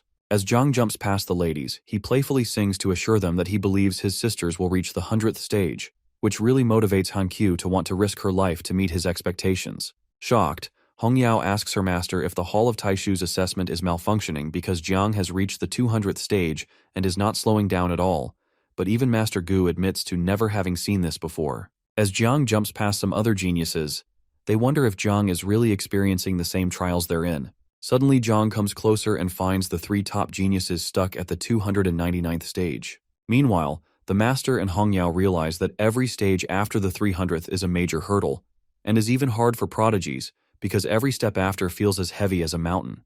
When the 3 top students notice Jiang behind them, Wushuang and Ying commend his ability to catch up, but Feng doesn't say anything. Eventually, Wushuang informs them he'll take the lead now. Suddenly, Jiang's divine rank spirit nurturer talent begins to resonate with Wushuang, so Jiang wonders if he's also divine rank. When some chains appear around Wushuang, Jiang wonders if the chains are to suppress his strength. Suddenly, the chains shatter and Wushuang takes his next step. When a purple aura develops around Wushuang, Feng wonders if this aura is the reward for reaching the 300th stage, and Ying seems pretty impressed. Eventually, Wushuang explains to them that the steps after the 300th are considered extreme. Although this new stage seems to be testing willpower, it's in truth testing the strength of one's soul. Wushuang tries to counsel Jiang to proceed with caution because he didn't come from a good background like this, and didn't have the luxury of being bathed in rare treasures and a good foundation. But while he's talking, Jiang casually steps onto the 300th stage. He soon turns to Wushuang and asks him if he was messing with him because this isn't that hard. For the first time, a look of shock develops on Wushuang's face. Suddenly, Jiang's system rewards him with an origin crystal for passing the 300th assessment stage. That's an insanely good reward. And Jiang reasons that he can give this to Uncle Ji since he heard he's been stuck in the Third Awakening for years. While Jiang is thinking, Little Nine excitedly tells him to keep climbing because they want to eat. When he looks up, he finds a slab on the top of the steps known as a stele, and realizes that Little Nine wants to eat that. He continues to climb, but eventually, Little Nine pushes him up forcefully across several stages, much to the shock of the three top prodigies. Their mouths open wide as they watch Jiang go up, and Wushuang begins to rush up the steps after changing his form, determined not to let Jiang surpass him. As Feng watches Wushuang, he realizes Wushuang has mastered his war god body, and anger wells up inside of him that makes him want to kill both guys that went before him. He activates his god demon blood power and goes hard after them while Ying watches them. Those behind the three prodigies wonder if the others have gone crazy and hope Ying isn't also some kind of freak. Ying assures them she's fine and just an assassin, but an odd air soon develops around her, and she turns into a snake, blasting across the stages and leaving the two guys confused. Shocked, the two guys comfort themselves about how hard the world is. Meanwhile, Hongyao is completely shocked by everything that's going on, but the master heartily laughs that it's expected of the disciple he picked. Jiang is just one stage away from the top and about to become the second person in history to do so. Seconds later, he successfully reaches the top and dispatches his swarm to take whatever they want. The swarm surrounds the Taishu stele, and Hongyao wonders what he's trying to do. She recalls that the Taishu stele is quite mysterious, and the invincible dreamer has used it for enlightenment. Right before her eyes, the Taishu stele disappears, and she wonders where it went. The master is equally shocked that he absorbed the stele for himself and wonders how he did that. Wushuang soon reaches the top and realizes he's lost but plans to go all out when they compete in the Great Xia Prodigy ranking.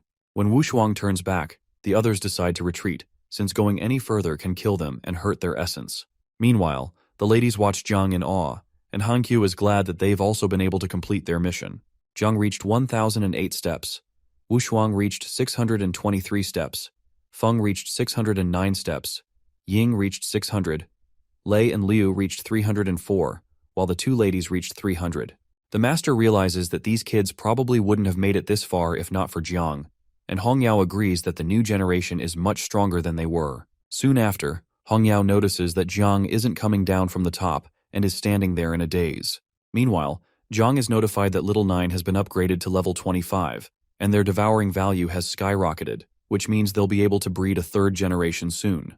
However, when he notices that Little Nine brought back the stele to the nest and is clinging to it, he wonders if the 9 miasma wing and the stele are connected in some way. Suddenly, his insect system informs him that the Taishu stele was originally an abyssal anchor stone, located at the bottom of the abyss, a companion artifact, and one of the abyss's core essences. It suddenly makes sense that Little Nine is clinging to it since she's the ruler of the abyss. While Jiang is thinking about it, his system informs him he's become the Taishu realm master. No matter where he is, with a single thought, he can teleport back to the Taishu realm at any time, and no one except the master can open the gates of the Taishu hall. It seems the stele is the key to the hall, and Jiang is absolutely stunned. But he decides not to enter the hall now since many eyes are watching and decides to check it out later. While Jiang jumps down, Master Gu and Hongyao apprehend him to speak privately. Some other students who notice that believe it serves Jiang right for acting so cocky. When they're alone, Master Gu mentions that one of the Great Xia's 3 invincible figures, the Dreamer, could only observe the Taishu stele for enlightenment, so he asks him how he used the 9 miasma wing to absorb the Taishu stele. Shocked that the master already knows about the 9 miasma wing, Jiang wonders if the master summoned him here to kill him. When they notice his silence, the master jokingly asks him if he really thought he could fool everyone by portraying the 9 miasma wing as poison, and Hongyao laughs at the look on his face. Eventually, Jiang realizes they don't want to kill him, so he explains that the 9 miasma and the Taishu stele both come from the abyss, and the Taishu stele originally belonged to the 9 miasma wing. Immediately, the master informs him he only has 2 options because of the stance of Great Xia on taboo. Either he stays in the Yunming swamp forever and lives as an exile, or he comes back to fight for his survival, even though those of the general level or invincible level will want him dead. Suddenly, Jiang confirms his suspicions that the master brought him here to give him a way out. While he wonders why the master is treating him this way, Hong Yao tells him to answer the questions. So Jiang replies that he's only killed bad people with his power, and he's done nothing wrong. He explains that he won't run since he has a clear conscience, and the master laughs heartily that this is expected of the disciple he's chosen.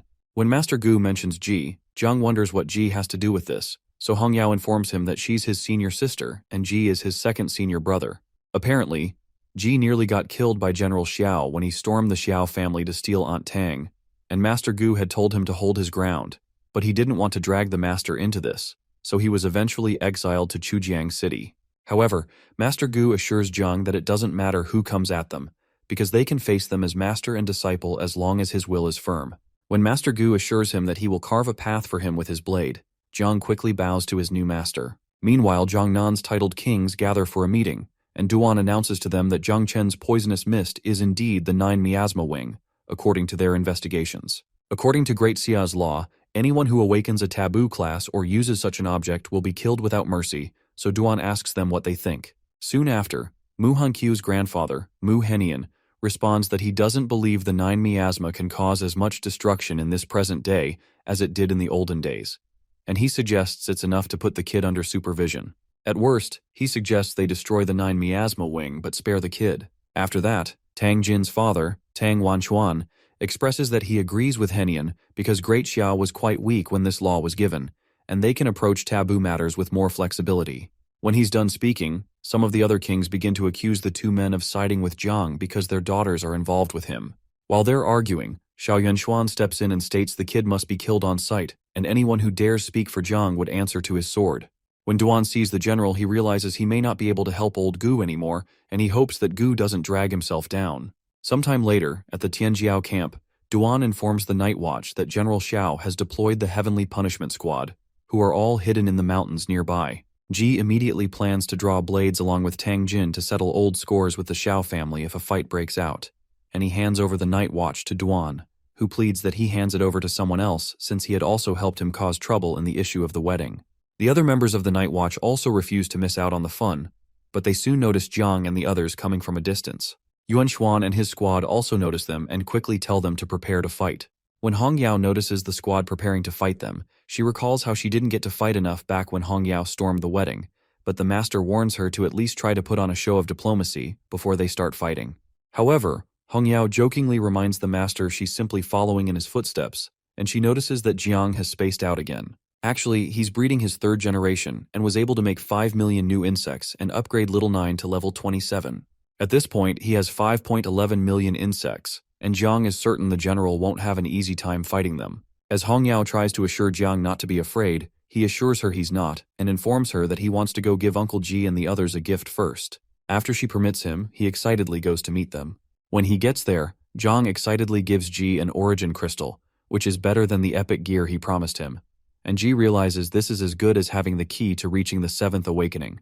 Jiang also gives Aunt Tang a scarf that he thought would match her style and gives Brother Duan a Sun Chaser bow he took from Yang Chao. He also gives Bulang a dark gold grade weapon for him and gives Xiaoqi a platinum grade set that looks like a bikini. Meanwhile, Yuan Xuan spots Jiang and tells the squad to await his orders. Suddenly, Duan notifies the general that there are more than 100 prodigies from the camp still with Gu, and they can't afford any mishaps. Yuan Xuan agrees but states that he'll kill Gu too if he doesn't know what's good for him. Eventually, Commander Duan has to step forward to ask old Gu to hand over Jiang to him. Although Duan doesn't want to be in such a position, he realizes that their Jiangnan zone will suffer heavy losses if they let this develop into a fight. However, Gu assures him that he has brought back all 150 prodigies from the Jiangnan war zone and even took them through the Hall of Taishu. When the titled kings hear that, they're glad that their children will be able to make them proud for enjoying the experience of going to the Hall of Taishu. With such a great favor, they decide to repay by not siding with the Xiao family either, even though they may not be able to protect Jiang Chen. Duan agrees with them, but while they're chatting, General Yuan Xuan splits the nearby river into 2 halves and tells everyone to shut up. He states that Jiang must die for possessing a taboo by Great Xia law, and states that Gu is going against the law by protecting him and by sealing off all the prodigy camp examiners by gambling their lives and taking them into danger. Meanwhile, the titled kings fearfully watch as the general walks on the sea and reverses the power of the heavens, and they decide to stay neutral. Immediately, Gu tells Jiang to return back to him and orders Hong Yao to handle the prodigy camp's flight. Jiang immediately leaves his friends and sets up a barrier around them, which they didn't notice he had even set up, and asks them to only enjoy the show. He proposes that they can only save him if he really can't handle the fight. When Master Gu draws his sword, Xiao Yuanxuan asks him if he really plans to draw his blade on him, but Gu points out that the general is an 8th awakening powerhouse with dozens of water element forbidden spells, and he has nothing to be afraid of with a man with just one blade. The general quickly creates an ice barrier, but Duan asks the both of them to calm down because the prodigy camp and the Jiangnan base next to it will be destroyed. While he pleads with them to consider the people, Xiao Beihan comes out of nowhere and suggests that they settle this with a 1 versus 1 life and death duel, and he plans to end Jiang today for taking his arm back then. Immediately, Jiang proposes to the men that they let the young ones settle their grudges and not interfere. However, Jiang senses that there's a catch in Beihan's proposal, and Beihan gladly states that the condition is that he's not allowed to use the 9 miasma wing. Excited, Yuanxuan agrees with him and says no one should object, but Gu calls it nonsense, stating that they can't do what they want just because they stand on moral high ground. He angrily calls Yuanxuan a bastard and states that he's wanted to cut him down for a long time, so he proposes that they face each other and leave the kids if he has the guts. Surprised, Jiang is the one that has to hold back the master this time to retain sanity. He assures Master Gu that he has a way of dealing with Beihan without using taboo, and Master Gu wonders what he's talking about. Zhang reminds the master that he had said he'd teach him the heaven-splitting blade, so he proposes he teach him now, but Gu thinks he's out of his mind. Hong Yao is more furious, as she states that it took her 10 years to get the hang of it and Ji is still at the basics. When Beihan laughs that he can't wait 10 years, Jiang assures him he'll only need to wait 5 minutes. Shocked by his statement, Master Gu calls Jiang a brat and asks him if he thinks the heaven-splitting blade is a low-level technique. However, Jiang grabs the master's blade and asks him to trust him. To Gu's shock, the blade begins to resonate, and he seems to realize that the blade had also resonated back in the hall of Taishu.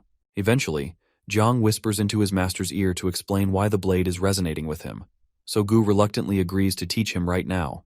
Immediately, Commander Duan proceeds to construct a battle arena since it's a life-and-death duel to prevent others from interfering. Amused, Beihan asks Jiang to learn quickly and assures him that he'll make sure everyone sees how he kills him without the help of his taboo. Angered, Ji tells Beihan to go screw himself and asks the master why he even agreed to all this. He blames himself for letting Jiang join the camp, but Jin assures him that the old master wouldn't make a reckless decision. Meanwhile, Master Gu explains to Jiang that he needs to know that the heaven-splitting blade is a blade of willpower. He has to break his attachments, overcome life and death, understand his true self, and act without hesitation. After asking him to watch closely, he gives a demonstration of a strike, and Yuanxuan, who is unsure if this strike is aimed at him, activates all his defenses. Duan also worries why Gu is breaking the rules and interfering in the 1 versus 1, but when the strike goes past General Yuanxuan, they realize it's not aimed at him. The strike tears through a barrier of space and hits a nearby dragon, slicing off its tail. As the barrier closes, the popularly known black dragon that was hiding nearby threatens to come back to kill Gu. It seemed that everyone's attention was on the duel and only Gu noticed, but Gu supposes that the dragon must have been after the 9 miasma wing. Shocked by the demonstration, Yuanxuan realizes Gu has some skills. Meanwhile, Gu asks Jiang if the first time seeing his master use his blade was cool, and our boy excitedly agrees. When Gu asks him if he was able to learn the skill, Jiang uses the Tree of Origins to reach for Ji's sword. When he retrieves the blade, Master Gu asks him why he doesn't just use his own blade, but Jiang assures him he'll understand in a moment. Jiang doesn't give a demonstration and quickly goes to meet Beihan, but he assures his master that his own demonstration of the sword will also be cool. Shocked, Hong Yao is certain the master is sending Jiang off to his death, so she proceeds to get her junior brother out of there, especially since martial god Xuanji didn't show up to help them like he said. However, she's unable to enter the battlefield, so the master tells her that only the 2 fighters can enter the life and death arena due to the barrier. He also informs her that Xuanji, the martial god, has arrived and is in the void, but is not revealing himself yet. When she hears that, she freezes out of fear because she had just spoken ill of him. On the battlefield, Beihan enjoys a hearty laugh and asks Jiang if his entire group is crazy, especially because Jiang must think the heaven-splitting blade is a garbage skill that can be mastered by looking once. However, Jiang assures him he'll find out soon. Annoyed by our boy's pretentious crap, the young master gets ready and hopes to see how he intends to fight him without the 9 miasma wing. Meanwhile, Feng asks Wu Shuang who he thinks will win, and he responds that Jiang can win if he uses his 9 miasma wing but will certainly die if he doesn't, especially because Beihan has rebuilt his martial heart after setbacks and is even stronger than before. More so, the sword in Beihan's hand, called the Moon Soul, is ranked 20th on Great Sia's divine weapon list. On the battlefield, Beihan allows Jiang to have the first move, to watch his broken blade fall under the Moon Soul's power. However, Jiang tells him to stop with the nonsense and raises his sword, signaling to Master Gu to watch his disciple's blade and to correct him if he's wrong. He immediately uses the heaven-splitting blade strike, employing the Blade of Humanity form, and a blinding purple light fills the whole place. The light is so piercing that the other students have to cover their eyes because it hurts, and Hong Yao immediately comes to warn those with weaker souls to cover their eyes. She and the master are equally shocked that the little brat was able to learn it after all, even though this particular strike only targets the soul and consciousness.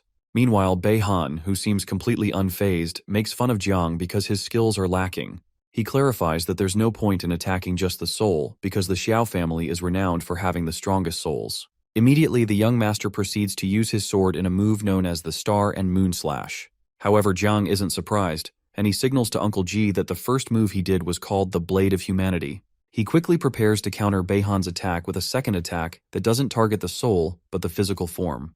The attack is known as the Blade of Earth, and it easily shatters the energy from Beihan's Star and Moon Slash, knocking him backward as he dazingly wonders how Jiang is able to do that. The strike knocks Beihan backwards by a few feet, but he manages to stabilize himself. Meanwhile, Commander Duan becomes tense when he notices the life and death arena is about to explode, and he wonders how a second awakening cultivator can do that. While he reinforces it with ice, Beihan realizes he must block the onslaught of the Blade of Earth. Otherwise, he'd die. In the tumult, he uses a forbidden spell called the Ultimate Arcane Art that pulls the sword out of the hands of the other prodigies standing nearby, and he directs them all at Jiang. Tense, Commander Duan realizes these two brats have gone insane, so he orders someone to get a few ice cultivators here so the arena doesn't collapse. In a frenzy, Beihan laughs at Jiang because he's lost and reminds him that he's nothing without the taboo, even though he's divine rank. As he hopes that his forbidden spell will tear our boy to pieces, Jiang asks him how he knows he doesn't have a backup plan. As the swords are about to hit Jiang, he uses the third form, known as the Heaven's Blade Slash of Karma, and lets out such a destructive energy that tears Beihan limb from limb while he screams that this should not be possible. In a moment, Beihan is eradicated, and his grandfather watches in absolute shock. Meanwhile, Ji watches all of Jiang's display, and he realizes the boy is achieving the dream he left unfinished years ago. Hong Yao, on the other hand, can't wrap her head around how her junior brother learned it in 5 minutes. The master is intrigued that Jiang is able to learn it even though his energy wasn't enough, and that he upgraded it the way Ji wanted to but couldn't. Meanwhile, the 3 top prodigies watch in absolute shock, and they realize this may be the strongest person they encountered among their peers. Sandao and Hankyu also cry tears of joy that Jiang won. While this is happening, the invincible sword god, Ji Lingqiu, mentions that Gu's disciple is quite interesting, so he suggests they don't kill him yet, so he can help sharpen the other prodigies. Xuanji agrees that he wasn't planning on killing him at this time anyway, but Lingqiu reminds him that Yuanshuan won't let this slide easily, even if they want to let him go. When Yuanshuan senses Xuanji's pressuring aura, he asks him to retract his pressure and to not interfere because he must seek justice for his grandson, who just died a horrible death. However, Xuanji reminds him he's old enough to know that those who gamble must accept the consequences. Eventually, Yuanshuan calms down, but Jiang rushes towards him to demonstrate his 4th slash and impress Master Gu. Gu immediately tries to stop him from drawing his sword at the general, and Xuanji eventually admits that the child is foolish, and they have no chance of saving him. Yuanshuan is surprised that a mere second awakening that's as insignificant as an ant dares to draw his blade at him, but Jiang uses the method called the Blade of the Great Way that upholds justice and eradicates evil. The 3 top prodigies watch in abject shock since the strike is way too powerful and is comparable to a full-force blow from a 5 awakening Mountain Sea realm expert. But they figure it's a pity that he's throwing it away in a death wish. Meanwhile, General Yuanshuan tells the boy that even his master doesn't faze him, but a fresh-faced brat like him dares to challenge him. As Jiang's attack closes in on him, he easily blocks it with a flick of his finger, considering it a puny thing. However, when he looks around, he sees a myriad of 9 miasma wing around him. Jiang explains that he knows that the slash couldn't kill him, and they hadn't said he couldn't use taboo in this fight, so he surrounds the general with 100,000 9 miasma wing and commands them to explode. They all explode around the master, but he appears completely unaffected, so Jiang keeps causing more explosions until he's affected. As the explosions continue, Commander Duan and his men make a run for it. Meanwhile, Yuan Xuan decides that this child must be eliminated, lest he becomes a disaster in the future. He immediately activates a curse of water skill called Blood Explosion. Jiang's blood suddenly starts to seep out of his body as it is controlled by Yuan Xuan. Yuan Xuan immediately commands his veins to contract, and blood begins to spew out of every hole in his body. Ji, who is watching the horrific scene, tries to smash through the barrier, while Hong Yao and Master Gu swing into action to save Jiang. Han Qiu and Sun Dao also jump in to save Jiang, but Han Qiu is pulled back by her grandfather, while Sun Dao is pulled back by her dad, and they ask the ladies if they have a death wish. The ladies quickly ask their wards if they can't do anything to save Jiang, but Sun Dao's dad apologizes that they don't have anything, while Grandpa Henian explains that anyone cursed with blood explosion is as good as dead. They point out that Gu and his disciples have gone to save him, and they can only hope for the best. Meanwhile, Gu rushes at Yuan Xuan and commands him to stop, and Hong Yao asks the old rascal to let go of her junior. However, Yuan Xuan asks them to sit back and enjoy the show as Jiang explodes soon. As they both attack him with the heavenly blade, Yuan Xuan blocks it with water shields, and he asks Gu if he really thinks he can strike him. Regardless, Gu keeps going to see how many strikes he can take, and Hong Yao joins him. Meanwhile, Jiang screams in pain as he rapidly loses blood, but Yuan Xuan laughs and asks the others to say goodbye. Eventually, he crushes him completely, and Jiang explodes in the air. As tears fall from his eyes, Ji screams in horror, and Hong Yao begins to cry too, as her master also watches nearby in shock. Dazed, the ladies believe this can't be happening and Jiang is messing with them, but Yuan Xuan's hearty laugh causes the situation to sink in. As Yuan Xuan rejoices that he got revenge for Beihan, Gu rushes towards him and determines to kill him even if it costs him his life. When Commander Duan realizes there will be more deaths today, he signals to the warrior god and pleads that he acts before these two cause more casualties. Immediately, Xuanji freezes Hong Yao and Gu in the air, and they consider changing the venue for this battle. However, a 9 miasma mist appears, and Jiang speaks out of it, stating that he and Yuan Xuan can fight here and now. Yuan Xuan is shocked, and everyone else is more shocked as Jiang manifests again out of the mist. When he reappears, he asks Yuan Xuan if he really thought he'd die that easily, and assures him he has more trump cards than he thinks. Yuan Xuan is certain that this is impossible because he saw the boy die with his own eyes, and the three top prodigies wonder if Jiang reincarnated. Meanwhile, the ladies hug each other and cry joyfully that Jiang was messing with them. Nearby, Bulong notices the scent of a dead spirit on Jiang, and realizes he must have used the Reaper's Order, the thing they got in the spirit village, to prevent death and danger of any magnitude. In the air, Jiang states that it's his turn since the general couldn't kill him. He releases all 5 million of his swarm, and Yuan Xuan realizes this is calamity level. Lingqiu realizes this number is absurd, and Xuanji wonders how someone who awakened recently got so many bugs. Meanwhile, Jiang declares to the general that he will destroy him today, even if it takes risking all of his 9 miasma wing. So he directs them all to tear him into pieces. As the general proceeds to activate another curse, he notices he can't move, which means the warrior god has locked his movements, but he doesn't know why. Even Han Qiu wonders why the warrior god is helping Jiang, but Mr. Luo clarifies that it's the same way we can kill people who owe us little money but treat well those who owe us a ridiculously large amount of money. Great Xia will kill normal taboo users, but for one that also knows the divine blade, and in such little time, it's normal for him to receive special treatment. It would seem that Jiang's decision to reveal his trump card wasn't cockiness, but an intentional gamble. While the 9 miasma explode around the general, he spitefully declares that they will all go to hell and won't be able to kill him so easily because he has a trump card. As the explosion continues, Yuan Xuan decides that he can break through Xuanji's hold if he gives it his all. He uses a hidden curse called Divine Might and breaks through to Jiang, whom he tries to immediately kill. Our boy is shocked that he was able to break through the warrior god's seal and his explosions. But before Yuan Xuan can reach Jiang, Yuan Xuan is pierced in the back with an arrow from Lingqiu, who tells him it's already over. Lingqiu warns that he'll chop his head off if he dares move an inch, and Jiang uses the opportunity to trigger his explosions again. As Yuan Xuan is caught in the explosions, he protests that they can't treat him like this because he's risked his life for this nation, killed beasts, stopped revolts, and defeated the ancient god church. As he declares that he's the pillar that supports Great Xia, the 9 swarm surrounds him and begins to eat up his flesh. With half of his body gone, Yuan Xuan asks Jiang if he'll really kill him, but Jiang tells him to stop asking stupid questions. Eventually, Yuan Xuan admits he was wrong and offers to compensate him if he spares his life. But when Jiang turns to the others for their opinion, they don't utter a word. Eventually, Yuan Xuan calls out to Xuanji to save him and even offers to go fight in the dungeons if that's what it takes. But Xuanji asks him if he pleads guilty to his crimes of corrupting forces and oppressing people as a major general. Yuan Xuan eagerly pleads guilty, and Xuanji states that he'll take away his property considering how he's indeed benefited the country and will cast him with a curse, then send him to the dungeons to fight as a vanguard until he dies. When asked if he accepts, Yuan Xuan accepts that over death, so Xuanji casts the curse on him. Zhang watches as Xuanji casts the curse that will make Yuan Xuan explode if he ever tries to escape, and he's shocked at the power of the three great gods of Great Xia. Soon after, Xuanji approaches Jiang and asks him if this judgment calms the rage within him. Quickly, Jiang agrees with the god's choice and states that he wasn't that mad. Xuanji commends his talent and humility, which gladdens Jiang's heart. Suddenly, Commander Duan notifies the warrior god that the poison Duan released will spread and cause pollution to the abyss, so Xuanji just snaps his hands and the entire atmosphere is purified in a moment. While that happens, Jiang watches the display of strength in shock. When that's done, Xuanji shows them all that they know he can control everything, so he gives them regulations to spread abroad.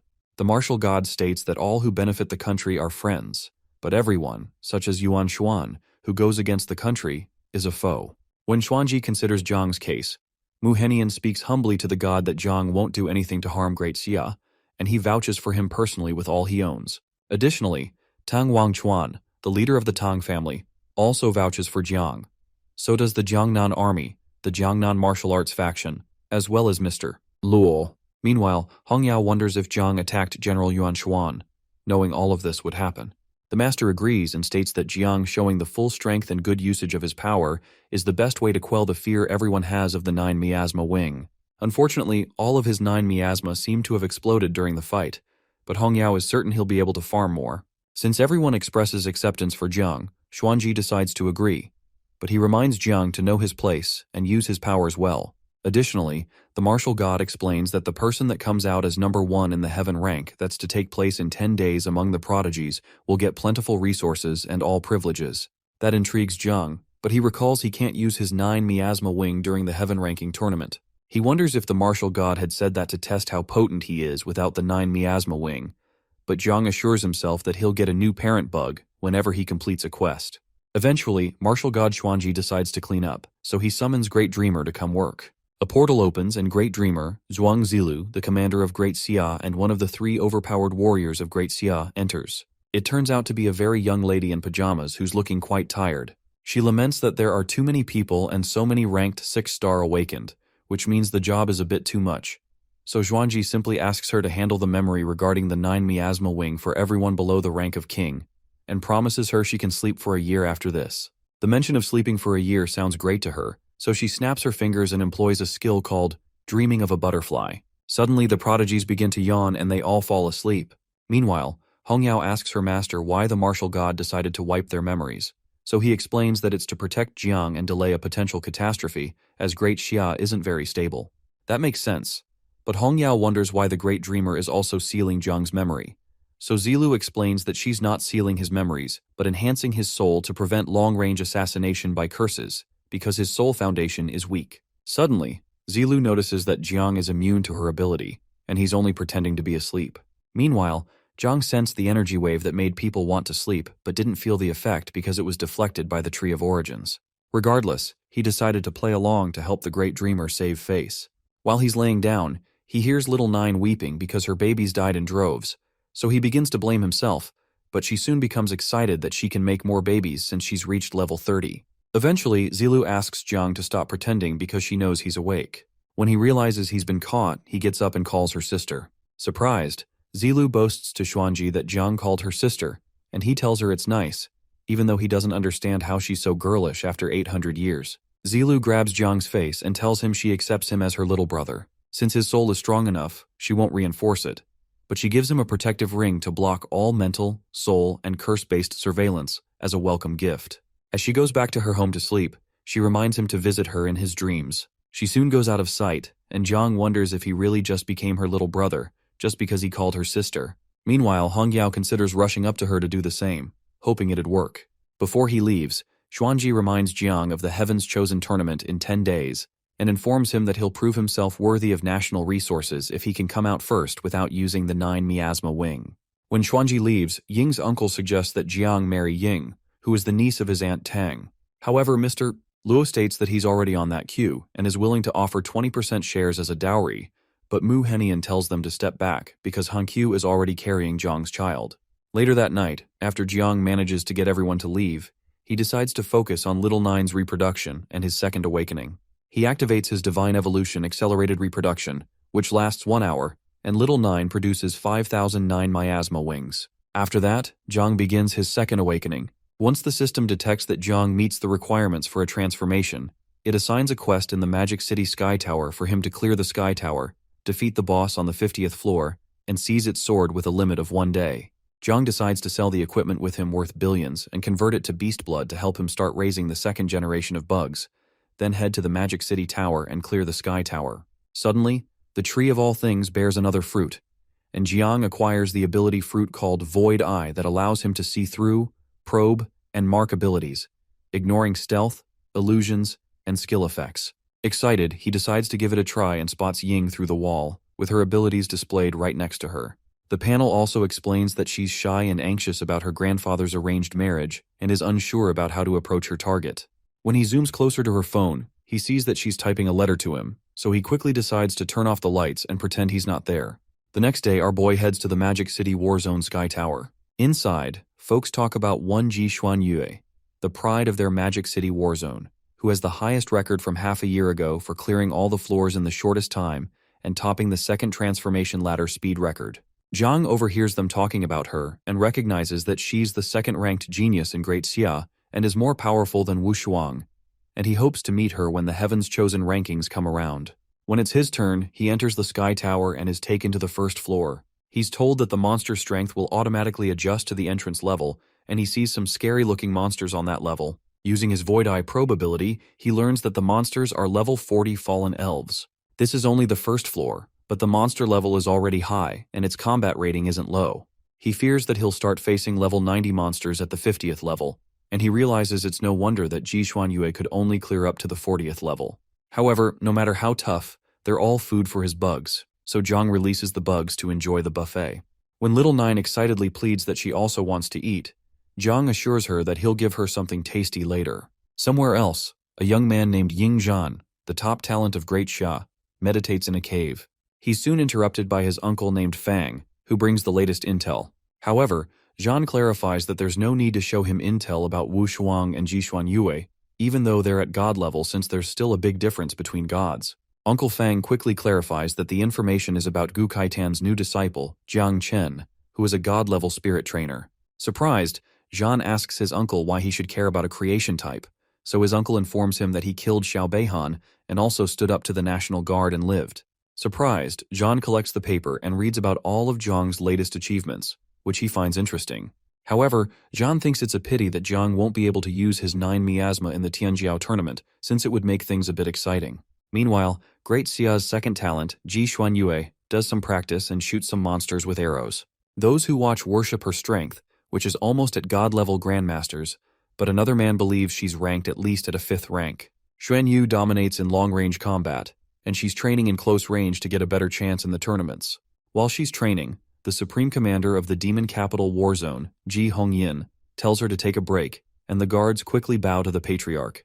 Xuan Yu excitedly greets her dad and tells him she's made more progress today. However, he jokingly tells her not to push herself so hard and to take it easy whenever she can, just like he does. Intrigued, she asks him if taking it easy made him the Supreme Commander of the Demon Capital Warzone, the 4th titled King of Great Xia. Soon after, he hands her the information she requested about the top talent and tells her to consider a new talent called Jiang Chen carefully. While she goes through it, he asks her if she thinks she has a shot, so she mentions that this Jiang seems strong and too strange, which means he might even be stronger than Ying Zhan. Hongyin also adds that her great-grandfather, the sword god Jiling Qiu, who's still practically young even though over 100, sent her a message to warn her to be cautious around Jiang in the tournament. Challenged, Xuan Yu informs her dad that she's willing to go to the Tongtian Tower to see if she can clear the 50th level and increase her chance of taking first place. However, Hongyin asks her if being so competitive isn't too exhausting. But a guard soon enters to inform the miss that her record for the first 10 levels of the Tongtian Tower was just broken by Jiang. She recalls that her time back then was 1 minute and 13 seconds, so she asks if he did it in just a few seconds less, but she's told Jiang did it in 37 seconds. Shocked, she protests that someone at her level should need at least a minute to clear it. While she's lamenting, she's also told that Jiang has also broken her record for the first 20 levels. Annoyed, she takes on Jiang's challenge to mess with her confidence and heads to the Tongtian Tower to take him down. While she rushes off, Hongyan wonders how he got such a competitive daughter since he's such an easygoing guy. Meanwhile, Jiang is told that he's broken the record for level 20, and he's given several rewards that include a spirit arrow and a fragment of the 9 Li Gods treasure map, with which he can use to unlock a special realm once he gets all 16 fragments. Most of the rewards don't seem so useful to him, so he continues to level 21. While he's working on the levels, those outside talk about how the monstrous Jiang Chen has beaten Xuanyue's records by so much. At Sandao's home, she runs into the news of Jiang's records on social media. While she checks out the records, she sees several hate comments about Jiang and the Jiangchan battle zone for trying to mess with their princess, Xuanyue. Annoyed that the Magic City brats dare insult their benefactor, she quickly calls Han Q to help her war against those talking trash on the livestream, and even plans to take a trip to Magic City. Meanwhile, at the Tongtian Tower, several people protest about an outsider from Jiangnan dominating their ladder rankings, and they urge Princess Xuanyue of the Ji family to defeat Jiang. When she steps in, she promises them she will reclaim the position in the ladder ranking of the Second Awakening. She soon enters the first level. She recalls that she had just completed the Second Awakening and was far weaker than she is now. With all her upgraded gear and skills, she's certain she'll be getting her ranking back. 2 minutes later, she reaches level 10, and she's told that she successfully cleared the 10 levels in 59 seconds. Shocked, she wonders how it took so long even after giving it everything she's got, and she wonders how Jiang was able to do it in about 37 seconds. Eventually, she concludes that it must be because of her profession, which may be god level, but is at a disadvantage at the first 10 levels where there are a ton of smaller monsters that require short-range attacks. She decides to immediately jump to level 40 and start off from level 41, where she left off last time, since it'll be high-level solo bosses, which will give her the extra edge. As long as she can clear all 50 levels and claim the leaderboard, it won't matter if she was slower in the earlier levels. 5 minutes later, she's caught by an octopus-like monster and fires a golden crow firestorm arrow at it. When she defeats the monster, the system announces that she cleared it in 5 minutes and 29 seconds, which is the new record for level 50. Tired, she rejoices for finally completing the record in half the time she completed the level 40 record, and she's sure Jiang will never be able to beat her record no matter how hard he tries. She counts this as his first defeat and plans to defeat him in the Heavenly Talent Leaderboard too. Meanwhile, Jiang, who is also at level 50, checks out the system and learns that the beast has high-grade meat, which means that the larvae will be able to reproduce 3 more generations once they eat it. Clearing level 50 will help him obtain a side sword and complete his second awakening, and that means he can finally get his second breeding mother. When Princess Xuanyu steps out, she wonders why people aren't cheering after she just set a new record for level 50, but have a sour look on their faces. When she looks up, she notices that Jiang cleared the 50th level in 4 minutes and 9 seconds, which means he was a whole minute faster than her. Annoyed, she decides that she has to clear it again, even if she has to push herself to the wall so he doesn't win. She quickly brings out a boosting potion that may burn up a bit of her essence, but it seems like a good price to pay for success. Meanwhile, Jiang's larvae have begun reproducing, and our boy gets an epic armor instead of the sword he was expecting. Annoyed, he realizes he has no choice but to go through levels 41 to 50 again. During her own trial, Xuanyu uses the flowing gold and blazing heat method to destroy the final boss. Her clearance time is 3 minutes and 7 seconds, and she breaks Jiang's record and reclaims the leaderboard. She's over a minute ahead of Jiang, so she's certain there's no way he can beat her. Meanwhile, Jiang reaches the 50th floor again, and Little Nine plays with the monster because she considers it fun. However, Jiang asks her to stop playing and finish eating so Daddy can give her a sibling. When Little Nine hears of a sibling, she protests and asks if she isn't enough, but Jiang asks her to relax because she's still the boss and can smack her sister around since she's strong and already has many offspring. The thought of a sibling that she can bully intrigues Little Nine, so she destroys the monster with one hit and begins to devour it, causing her to level up to level 37. When those outside hear of Xuanyu's new record, one of them, Hua Yunfei, the second-ranked genius in Magic City and also Xuanyu's bootlicker, makes fun of Jiang and tells the ladies who came from Jiangnan to get lost. Annoyed, the ladies tell him to shut the heck up because Jiang isn't even taking this seriously. While they're arguing, Jiang's new record of 2 minutes and 58 seconds comes in, and Yunfei watches speechless as the ladies rejoice. When Xuanyu comes out, she collapses when she realizes that Jiang surpassed her again. Although she doesn't feel so good anymore, she refuses and takes another potion so she can do another run. Before she can do that, more notifications of Jiang beating his own record over and over keep coming in until Xuanyu breaks down in public and begins to weep. As she begins to cry, Hongyin immediately arrives on the scene and asks who made his little princess cry. When she mentions Jiang's name, he assures her that he'll destroy him when he comes out. He watches as Jiang continues grinding the leaderboard scores, and he wonders if this is necessary to awaken second class, or if he's doing this because he discovered the hidden quest in the Tower of Heaven and is aiming for the Julie treasure. The Julie Divine Emperor's treasure consists of 12 pieces, and his Ji family has been sweeping the floor for years and has only gotten 4 pieces of the treasure. Hongyin is certain that there's no way Jiang can get a full piece in such a short time. Meanwhile, Jiang begins to combine all 8 parts of the Julie treasure map he got. To gather them all, he had to complete hidden quests with specific time limits depending on his class tier. After he successfully combines the treasure map, the system informs him that the Julie clan is a powerful tribe from ancient times that later split into humans and self-proclaimed as Julie and were ranked 53rd among all tribes. The treasure map contains the Julie Divine Emperor's weapon, the Tiger Soul Blade, but it's hidden in an extremely dangerous location. The Julie Divine Emperor's Tiger Soul Blade would suit Jiang, who is also a divine rank, but he chooses not to rush in blindly since it's so dangerous. Since he's farmed the materials needed for the second-tier class awakening, the system scans it and announces that his Divine Spirit Trainer class advancement is successful. His status is upgraded, and the Tree of Origins is enhanced and able to bear opportunity fruits. Since he's completed his second awakening, he extracts the Queen Bug and obtains a catastrophe-level Queen Bug called Crimson Armored Elephant Beetle. Dwelling in eternal hell, the beetle absorbs the grudges, defiance, and lingering wills of divine and demonic remnants to nurture itself.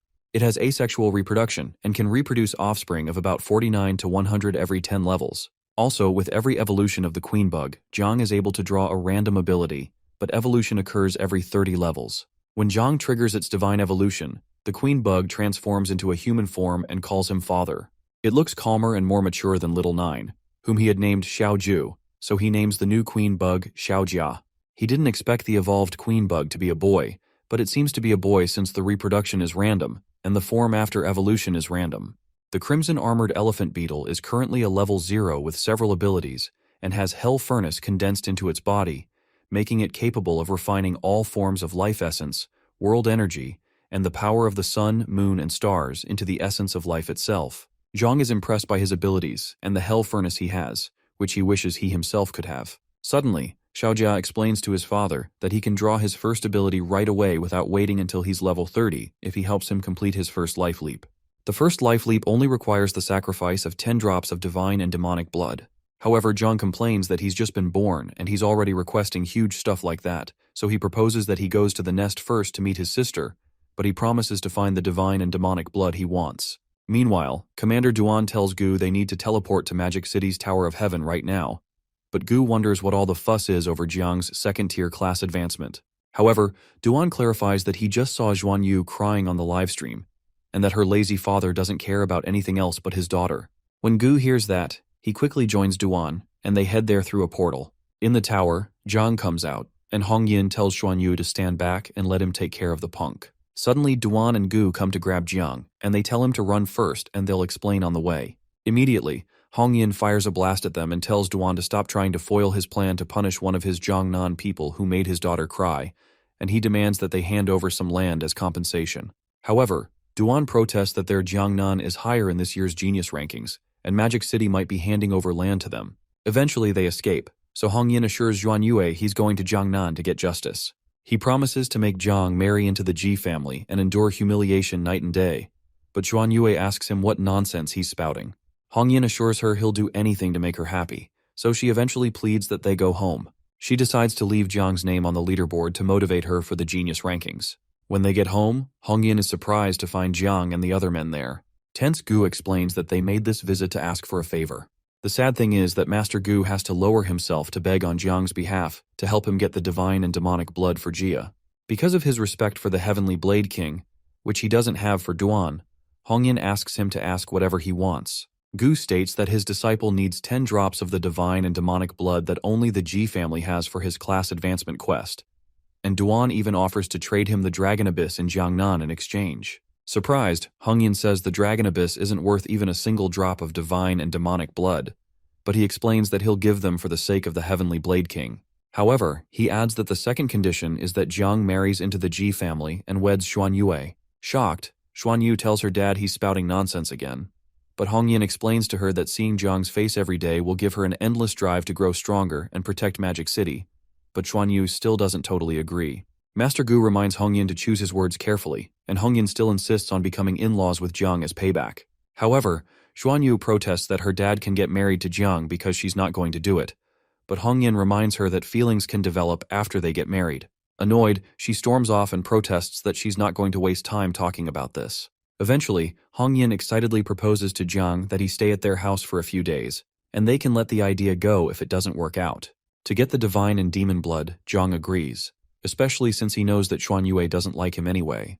When it's nightfall, Jiang gets the 10 drops of divine demon blood, which is known to let ordinary people instantly reach king-level strength after drinking it. The cost, however, is bursting into pieces and completely obliterating your soul. When he's alone, Jiang calls out little Jia, and he appears looking quite unhappy. When Jiang asks what the problem is, Jia explains that Xiaoju, who is also Little Nine, doesn't like him and wants to kick him out of the hive. Jiang asks him if she hit him, but little Jia says she didn't, and he'd never even fight a female insect, which amuses Jiang because he's acting like he could win if he tried. Eventually, Jiang gives him the divine demon blood, and he consumes them instantly, allowing him to complete his life tier transition. His ability extraction begins, and Jiang hopes to get the Infernal Furnace ability. Eventually, when the ability extraction is completed, the ability that is given is called the Divine Elephant Suppression Body. Apparently, the human body consists of 840 million particles, each containing the strength of a giant elephant. When fully awakened, it rivals a divine elephant, and you can stir the seas, roar down stars, and swallow the moon and sun, all with a single thought. This skill allows little Jia to transform into a particle source and merge with the host's body. This shocks Jiang because the Divine Elephant Suppression Body is basically an upgraded version of the Infernal Furnace. The physical strength is insane, and Jiang is fairly sure that he may be able to spar with Wu Shuang if he can spawn 2 more generations in the next few days. Suddenly Jia shows up again and asks his dad if he can have some divine demon meat, and Jiang notices that he's starting to talk like Little Nine. Meanwhile, the ancient god cult gathers in the Jiangnan temple, and their leader asks them if there's any news from the Arbiter. One of the cult members reports to the one sitting on the 7th seat that news about Jiang Chen mastering the heaven-opening blade just arrived. Apparently, Jiang has developed it into 4 moves, and the final one might be at the divine ability level. Apart from that, they've tried to get some information about his involvement with General Xiaoyuan Xuan, but it seems to be covered up, and those who have tried to get information were killed by backlash. The leader immediately assumes that this is the work of the Great Dreamer, and as such, gives an order that the 3 people at the top of the hunter rankings remain, but Jiang be moved to the 4th position in the ranking. The leader also instructs that they raise the bounty on these 4 individuals to state that anyone who kills one of them will receive the ancient god's blessing and ascend directly to 6-star level. Ever since the 2nd, 3rd, and 5th seats were killed by Ji Lingqiu, their ancient god cult has been dormant for too long. By the grace of the ancient god who hasn't abandoned them and has sent divine revelations, they decide that it's time to start doing something for the ancient god. Sometime later, the leader goes to meet with a being known as the Spider Emperor to discuss an alliance with it. However, the Spider Emperor blatantly states that he doesn't trust humans. In response, the 7th leader explains that they may possess filthy human bodies, but their souls already belong to the ancient god, and supposes that the Spider Emperor must have received directives to collaborate with them since his faction ranks among the top 100 in the abyssal race and their goals align. Eventually, the Spider Emperor tells him to cut the crap and state his purpose, so the 7th leader states that Jiangnan is vulnerable. So, he invites him to unleash a beast tide on Jiangnan City during the Great Xia Genius Rankings competition. He also adds that they'd use the sacrifice to summon an ancient god, and the Spider Emperor can name his price once that is accomplished. The next day, Xuan Yu goes to Jiang's room to check if he's up. He happily comes out and says they can go now, but when she wonders where he's going, he mentions that he thought they were going on a date, but he's not ready if she had planned to take him to her room because that's fast. Flustered, Xuan Yu tells him to get lost and asks him to follow her because her dad has something planned. At the Ji Clan training grounds, Jiang finds Hong Yin already lying down first thing in the morning, which suits his reputation as the king of doing nothing.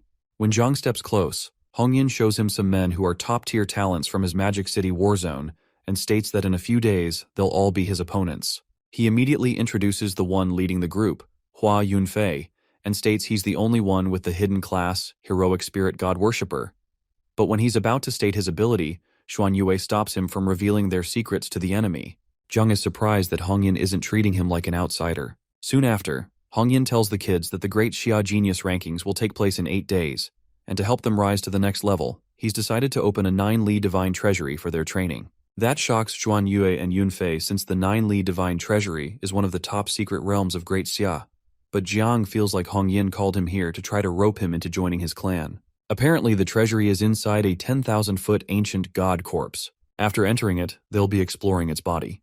Even though 80% of it has already been explored, it's still incredibly dangerous, and he warns them not to go near the head to avoid certain death. Suddenly, little Jia pops out again and says that he's hungry for an ancient god corpse.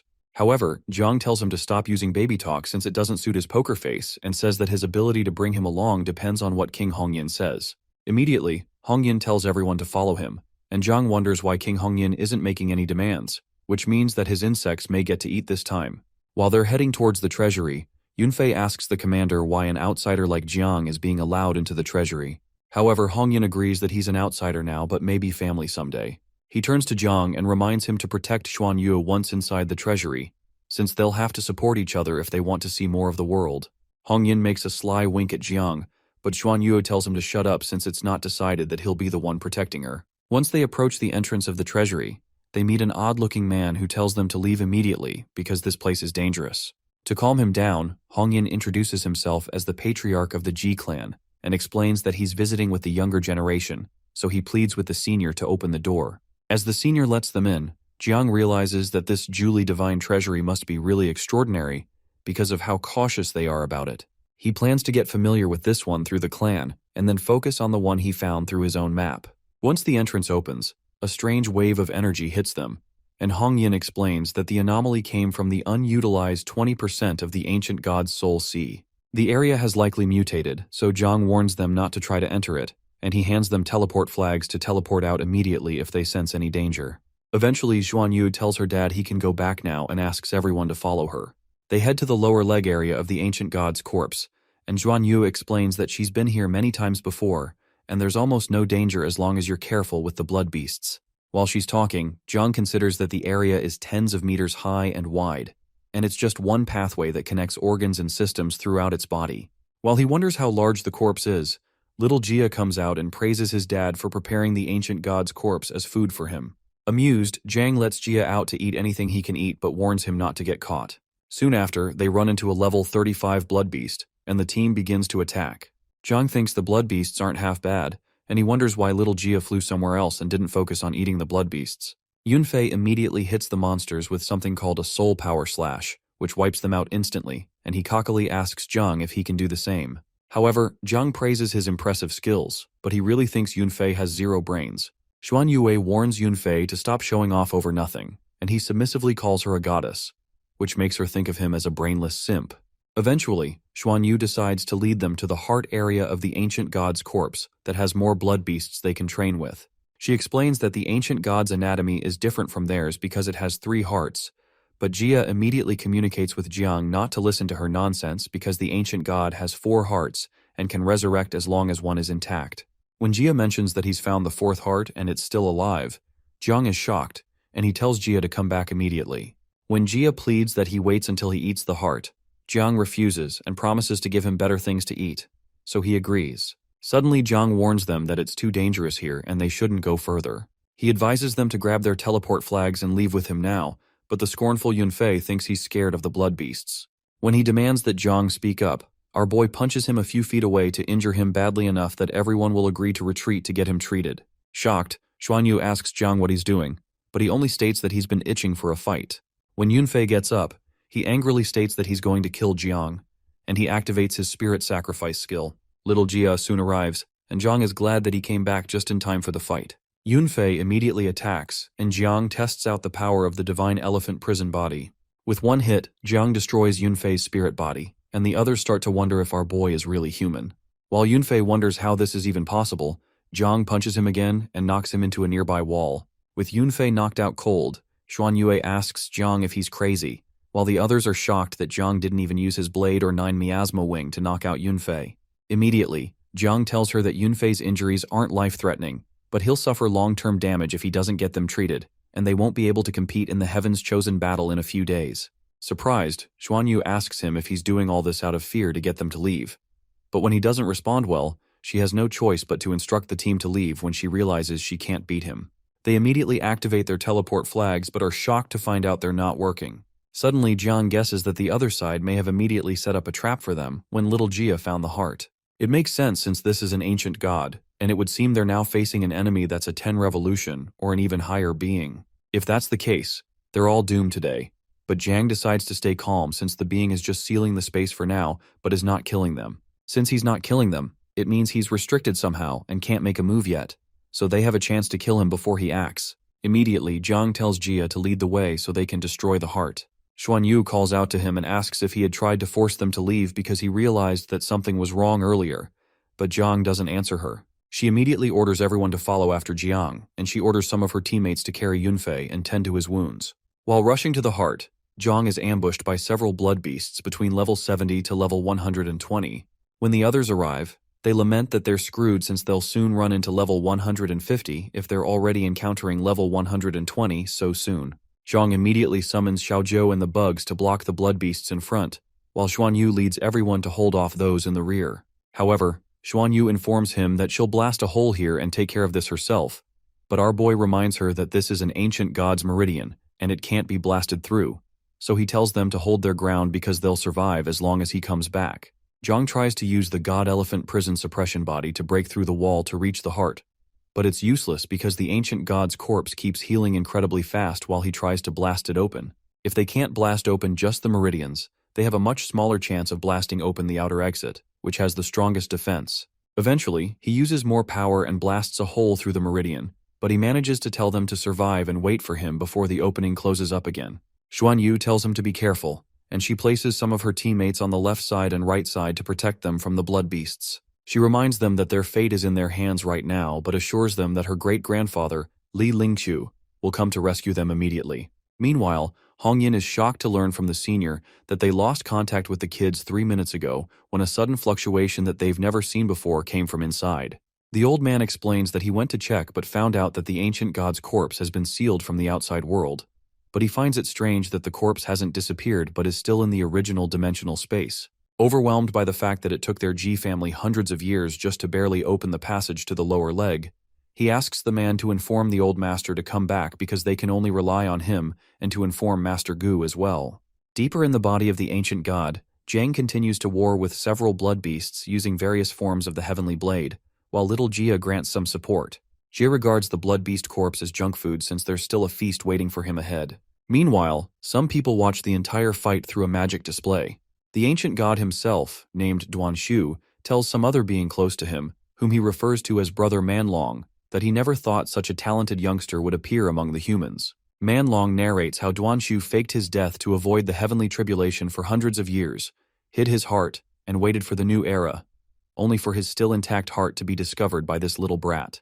Duanshu reasons that this intruder is no ordinary brat because the bugs he released are those of the 9-winged plague of heaven's wrath, and his moves show he's no ordinary fighter. Brother Manlong protests that the kid is still doomed since the space has been sealed, but Duanshu mentions that the kid has many unusual powers, and he's worried he may actually reach his heart. No matter the number of blood beasts he creates, they seem not to be able to stop the boy, and Duanshu explains to Manlong that he won't be able to protect him anymore, and they'll both be gone if the boy manages to destroy his heart. When Manlong hears that, he assures Duanshu that he'll crush the kid to death easily, even though he doesn't have much of his essence anymore. Meanwhile, Jiang begins to pant when he realizes the blood beasts are getting stronger and even notices those in level 150 coming up, which means things are not probably going well for Xuan Yue, and he'll have to hurry so that something really bad doesn't happen. They keep fighting their way through, and Jia assures Jiang that the heart is not far from the next intersection from where they are. Jiang is shocked that the ancient god has decided to hide his fourth heart in his wrist. Suddenly, the blood beasts in front of them run away, and Jiang worries that something strange is going on. As if that's not enough, our boy's sea of consciousness suddenly goes out, and he can't see the tree of origin anymore. When he turns back, he sees a huge dragon with its crushing talons coming towards him, and it turns out to be Manlong. Before he can react, the monster grabs him, and our boy wonders what the heck this is. Manlong controls the dragon monster from where he is, and as Jiang winces in pain, he's certain that the kid is done for. As the monster crushes Jiang, he wonders why he is unable to resist and why he's suddenly feeling a great need to sleep. Immediately, Jia comes to check on him to know what is wrong, but Jiang communicates with him through his mind that he can't say anything. Suddenly, the ring that the great dreamer gave Jiang shines bright and blasts away the monster's hand. The system informs Jiang that he's been attacked by a curse from an unknown entity, and it has been blocked by the heart of the star god, which has become damaged. Jiang is shocked that a curse could bypass the ancestral tree of origins, and he's glad that Dreamer gave him this ring. The strength of the opponent intrigues Jiang, but he decides to take his turn to attack since they couldn't kill him. While Manlong attends to his wounded arm, Duanshu urges him to quickly attack the kid again because he doesn't believe he can take a curse for the second time. However, Manlong protests that the difficulty of the last curse was beyond his imagination, and he's already depleted his soul essence and would fall into eternal slumber if he uses that curse again. Seeing that Manlong is no longer useful to him, Duanshu decides to kill him, even though he pleads to help him control the monsters with him. However, Duanshu plans to use Manlong's last bit of essence to plant a bewitchment in Jiang's soul, and lure him there to make Jiang just like himself and foil his plan to destroy the heart. Eventually, Jiang and Jia reach the fourth heart. Jiang asks little Jia how long it'll take to break the restriction around the heart, but little Jia launches several attacks at the heart and assures him it's quite easy. Jia is biting the blood vessels to shreds to break the restriction. Suddenly, Jiang notices that his heartbeat feels like it's synced with the ancient god's heart, and he wonders if it's an illusion. As Jia is about to break through the restriction and stop the heart from beating, Jiang has a strange feeling that his heart is going to stop too. After Jia starts feeding on the heart, he starts to feel a strange desire to go to the cerebral domain for a great opportunity, and he wonders if this is a sign from the heavens. Eventually, he reminds himself that the cerebral domain is the most dangerous part, and he needs to figure out a way to get Xuan Yu and the others out first. Shortly after, Jia comes back completely full and explains that he can't eat any more of the heart, but he's refined the leftovers into essence blood that's ready to take away. Just by consuming the heart, Jia has already reached level 30 so quickly, and he can reproduce 3 times in a row. Unfortunately, time is tight now, and our boy has to reunite with Xuan Yu and the others first. Regardless, Duanxia is certain that the curse of karma has already been planted, and there's no way this kid will be able to escape from here. He decides to play house for a little longer because he's certain that Jiang will come to the cerebral domain to find him. Meanwhile, several of Xuan Yu's team members who are holding the left line become injured, so Xuan Yu and the rest turn their attention to holding that line. She's very tired and is uncertain she can hold on for much longer because it seems that even seriously injuring the blood beasts of this level is nearly impossible. It seems that little Nine is also struggling now, so she figures that there's no way she can come over to save them. Suddenly, a huge blood beast appears from above, and Xuan Yu braces for impact, worried that their magic city is truly going to face annihilation this time. However, Jiang shows up out of nowhere and punches the blood beast in the face using his elephant skin. The punch launches the monster backward onto its back, and Xuan Yu is surprised to see that he's alive. Jiang apologizes for being late and uses the star god's blessing ring's healing function, even though it's damaged. Immediately, the injured team members notice the pain in their bodies begin to subside. Suddenly, little Nine jumps on Jiang's back and protests that he took her stinky little brother out to play and didn't take her. She adds that she ate till she threw up, fought till exhaustion, and got injured. She laments that some of her babies even died and she needs a hug. So Jiang assures her that Daddy is here to pick her up now and asks her to go to the Tai Shu monument to heal. Before she leaves, she assures little Jia that she'll beat him up one day, and Jia hides behind Jiang because of how scary she is. When Jiang notices that the blood beasts are about to attack again, he tells the team that he'll break open a pathway in the meridian and asks everyone to follow him inside, urging the defensive-type magic users to hold back the monsters for a while. Immediately, Jiang asks Jia to activate the divine elephant-suppressing prison body, and that allows him to create an opening for the others to pass through.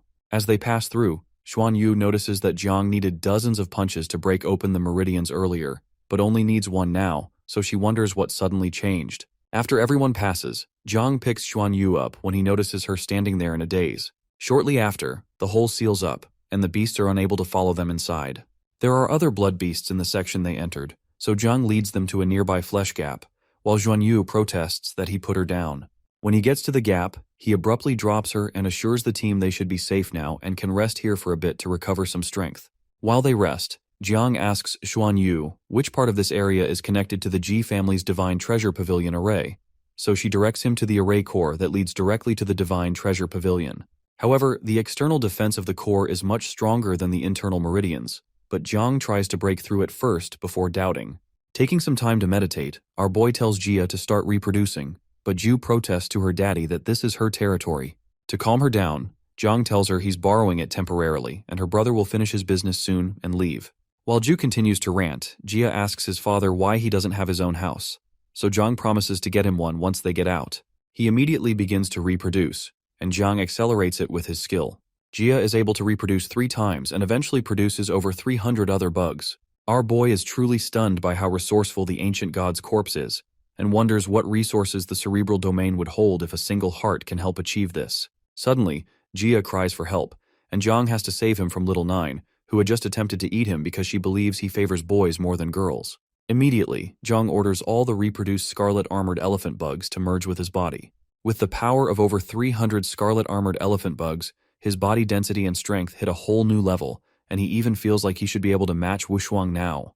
With the new power, he immediately tries to break through into the array core and tells the team to be ready. Meanwhile, Master Ji Lingqiu, who has arrived, explains that breaking into the divine corpse from the outside in a short time is virtually impossible since the passage has been sealed, except if the little ones can shatter it from within, which is unlikely. The likely solution seems to be to prepare for the worst. If there's an anomaly, they have to destroy the divine treasure pavilion and banish the dimension housing the ancient god's corpse into eternal chaos. That doesn't sit well with Hong Yin, and he reminds Lingqiu that his great-granddaughter, Xuan Yue, is still inside. But Lingqiu asks him if Xuan Yue's life is worth more than countless citizens of Great Xia, which will be lost if something inside the ancient god's corpse escapes. Despite all this, Gu refuses to subscribe to that, and he promises to fight to the death whoever tries to touch his disciple. When Lingqiu advises him not to act recklessly, Gu still insists that he'll be a good master to his disciple. Suddenly, all 3 men hear a loud thud nearby, and they wonder how it's possible for something inside to make such an impact. Immediately, they decide to attack the wall from outside to assist the kids inside.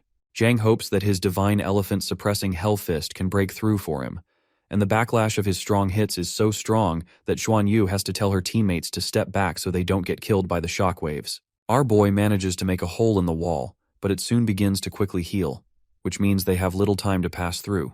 Determined, Zhang sets up a batch of bugs to serve as a self-destruct bomb for the spot and launches them. After the explosion, they attempt to pass through, but the wounds heal instantly, and the healing speed increases. However, a sudden gash appears in the wall, and it turns out to be Master Gu and Master Lingqiu's work.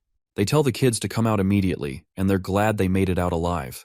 With Xuan Yue and Zhang left inside, Zhang urges Xuan Yu to pass through, and she tries to bring him with her, but the passage becomes too narrow for both of them. She refuses to leave without him, so he has to generate a vine to pull her out against her will as the wall closes in on him again. When the vine finally drops her, she informs the masters that Jiang is still inside.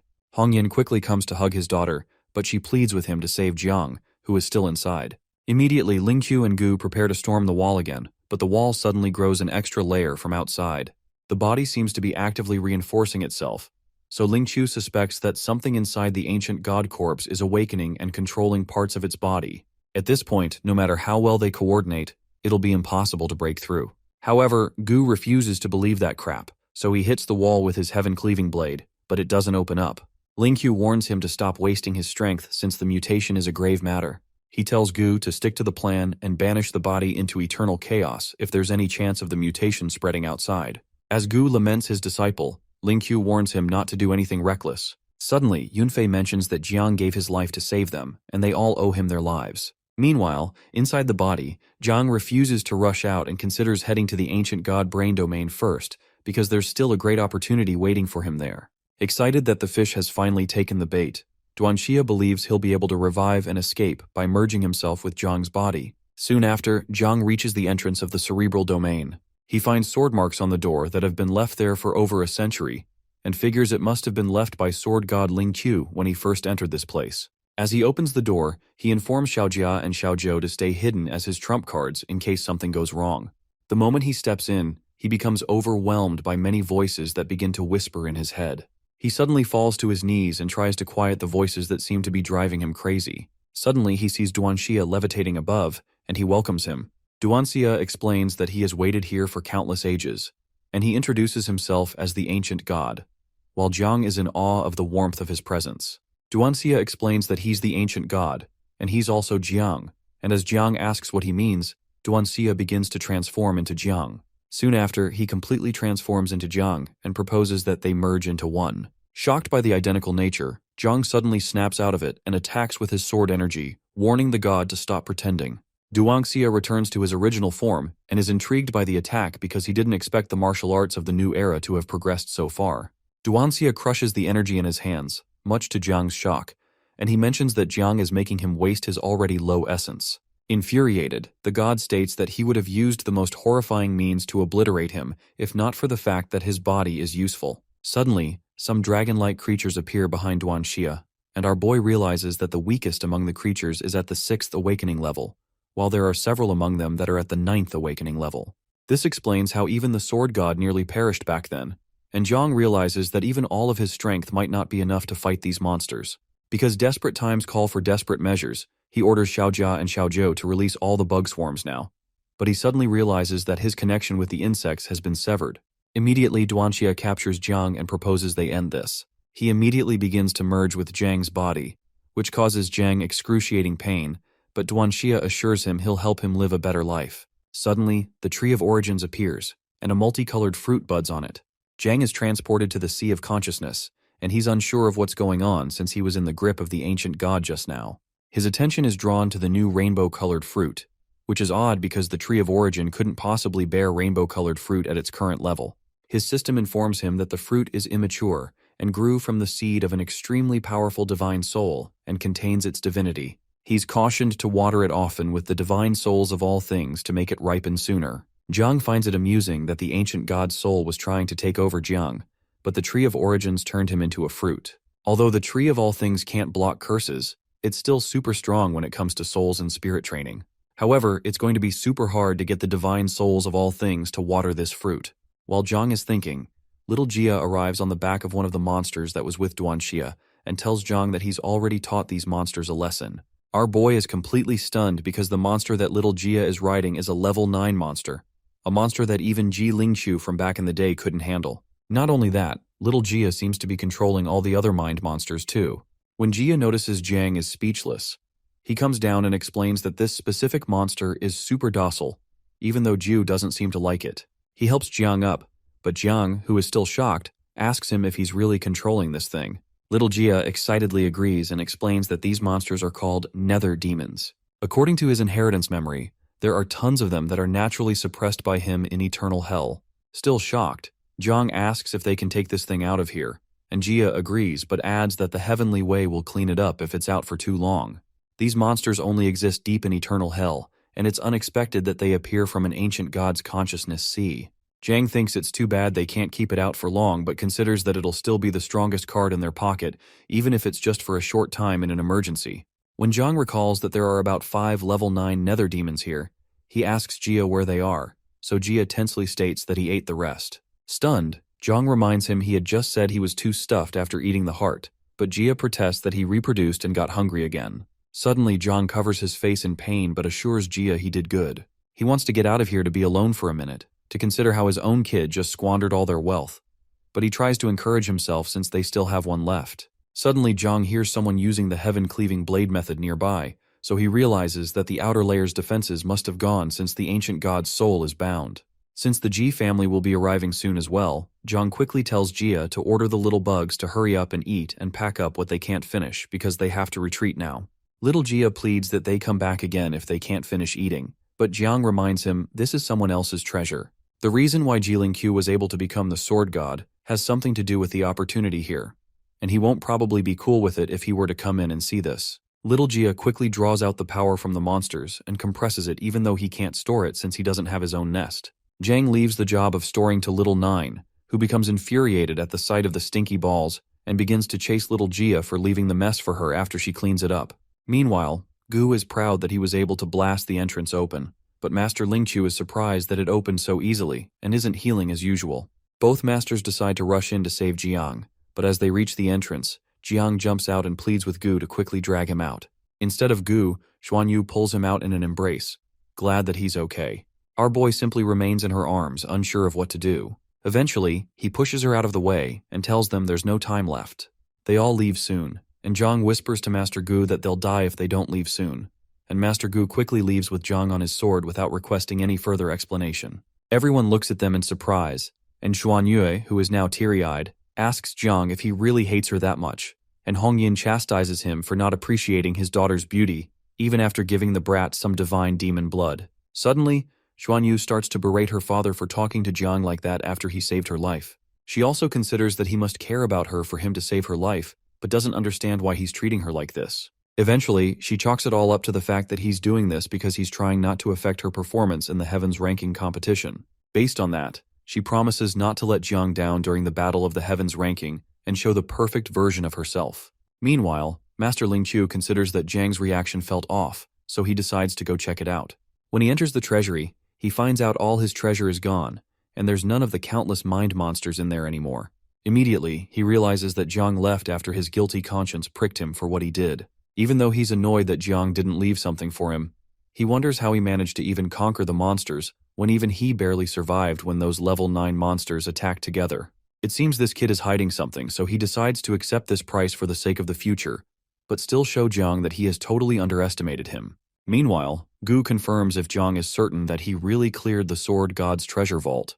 Master Gu wonders how he, a law-abiding and good citizen, got to be saddled with such dog students. Back in the day, his eldest proclaimed himself the Blood Fiend Saber King and caused chaos throughout the Qinglan war zone.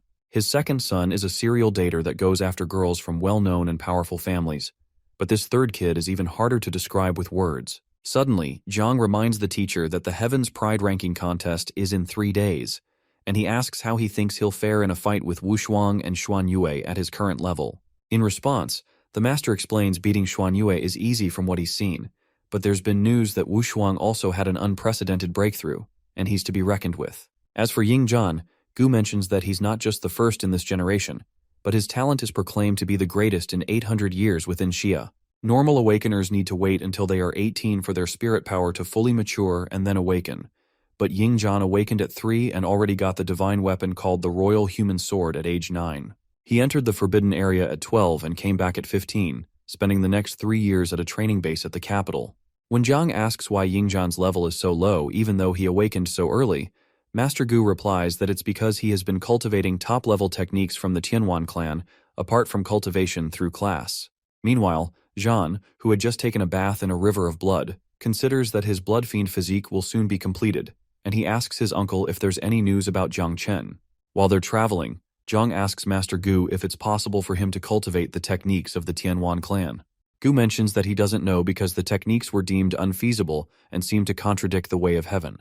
However, Ying Zhan succeeded, and he seems to be the only one who has in the hundreds of years of Great Xia's history. Apart from that, even if Jiang is an exception, Master Gu mentions that he doesn't have the means to acquire the elusive Tianwan clan's techniques. The reason Jiang was able to get it is because he's the descendant of the Great Xia Emperor, the same emperor who led his troops to counterattack the Tianwan clan and seized their techniques. Gu proposes that Jiang may be able to use his authority to obtain a few manuals from the capital if he gets first place in the Tianjiao ranking, so he agrees. Later that evening, Jiang finally returns home, and he considers how fruitful the trip to the ancient god's corpse was. Tonight, the offspring of Little Nine and Little Jia can reproduce again. Suddenly, he notices that the Tree of Origins has borne fruit again, and he wonders if it's because of the number of bugs growing exponentially. This time, it's a green opportunity fruit called the Thunder Fruit, which awakens a hidden job class called Thundermaster. The obtainable class talents are a level 1 red lightning flash that transforms the user into an electric current, allowing them to teleport freely in an electric field. The second is Thunder Assimilation, which allows the user to absorb any lightning energy and store it for release and offensive purposes. The third is a level purple Divine Judgment that transforms the user's palm into a lightning source, unleashing ultra-high voltage lightning current. Shocked by the fact that he has a second job class plus his divine level soul cultivator, he's proud that he's now a true dual job class holder. Soon after, Little Jia's offspring complete reproduction, and he gets 30,000 out. While he's at it, Little Nine tells him to get out once he's done reproducing, and she also completes her own reproduction and creates 12 million. The strength of 30,000 bugs merged with Jiang's body invigorates him, and his combat power soars quickly. Due to the properties of the crimson armored elephant beetle, his attributes have almost doubled compared to before. Although he may be unable to use the 9-winged miasma during the Tianjiao competition, with this lightning-filled fist as well as his swordplay, he can achieve a clean sweep. If push comes to shove, he'll expose Little Jia and 9 awakening nether demon with him. Sometime later, deep within the Qinling Mountains, in the Qinluo war zone, a guy named Yun Jiantian, a guardian of the Guanghai war zone, arrives to have a meeting with the guardians of the 5 other major war zones. He's surprised that they're already here so early, and they tease him for his flashy appearance on a dragon, but Jiantian claims that Guanghai people care too much about appearances. The Qinglan Guardian suddenly stops them from chatting so they can get right to business. The meeting is regarding the Tianjiao competition for the year, especially because the situation has changed compared to last year, as Magic City and Jiangnan have also surfaced aside from the strongest, which is the capital.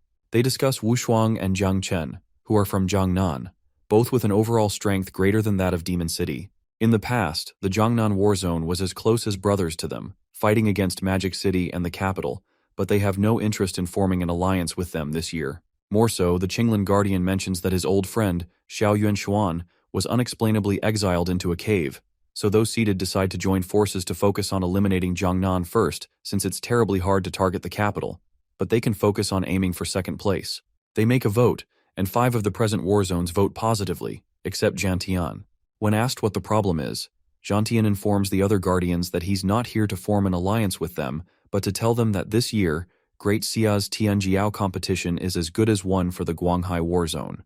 They're shocked by his speech, but he insists that the first position belongs to his war zone and proceeds to leave. Even though he won't join them, he promises not to tell anyone about their plans either. Some of the Guardians wonder if Jiantian got kicked in the head, or if he has a newfound trump card that they don't know about. However, the Qinglan Guardian tells the others to leave him be, because it doesn't matter as long as their 4 major war zones formulate a perfect plan in advance to defeat Jiangnan. Meanwhile, at Chujiang City's Wushan Peak, the 7th leader of the ancient god cult asks the others how the progress is over at the side of the great Son of God, and they assure him that the Son of God is doing well. Apparently, he has successfully positioned himself in the Guanghai war zone as their #1 genius, and is deeply trusted by Guanghai Guardian Yun Zhantian. With the strength of the Royal Highness, the Son of God, they're certain he will take first place in this year's Tianjiao ranking list. Amused, the 7th leader hopes to see the expression on the face of the Guardians when the time comes to take away the honor of Great Xia. Now that all their plans have been put in motion, they just need to wait for the Tianjiao competition to occupy the attention of the entirety of Great Xia, so that the beast tide will sweep across the entire Chujiang city and offer a sacrifice to cause the return of the ancient god. Sometime later, at the Jiangnan War Zone Central Square, it's announced that the Tianjiao competition will begin the next day. Commander Duan repeats the rules to all the competitors in case they've forgotten them. The Tianjiao competition consists of the 8 major war zones and 80 participants. The competition is divided into 2 rounds, with the first round being a team competition. The 8 war zone teams will enter a permanent secret realm in the Qinluo war zone and attack each other to determine the 4 war zones with the least number of survivors to be eliminated. The first round tests their unity and cooperation, since failure to protect one's teammate spells failure no matter how strong an individual is. More so, the area of the secret realm will shrink every hour, and anyone outside the area will be immediately struck to death by a lightning strike and eliminated. The death will feel real, but that player will be resurrected after leaving the secret realm. Excited by the mention of lightning, Zhang wonders if his Thundermaster class can utilize the lightning strikes to charge up. The second round takes place in the capital, in the form of individual ranking battles. There will be around 30 people left at the beginning of this round, and they will undergo a free-for-all round tournament where the winners move forward and the losers are eliminated. Commander Duan immediately tells those in his war zone to pick their team leader, and Jiang immediately feels everyone's gaze focus on him. Sandao and Hankyu excitedly chant Jiang's name, and the others agree with them. Meanwhile, Jiang is unsettled by the choice and doesn't know whether to be happy or not. Meanwhile, Baifeng and Tang Ying choose Jiang because he's more stable, even though Jiang is strong. Suddenly, a nearby lady votes for Jiang because he's handsome, and a male friend of hers agrees. When Jiang asks what their names are, the lady introduces herself as Li Bing, a nurse, and the guy says his name is Prince. Eventually, Wushuang tells Jiang that he'll vote for him as well for the fun of it, and Jiang laments that he doesn't want to be a team leader. When Jiang laments that he has a weak mentality and can't take too much pressure, Commander Duan shuts him up and declares that a little rascal like him is 800 years too young to pretend in front of his elders. Eventually, Duan awards him the position. He also informs the team that Jiangnan has been bullied by others for many years, and it will depend on them to see if they can flip the script this year.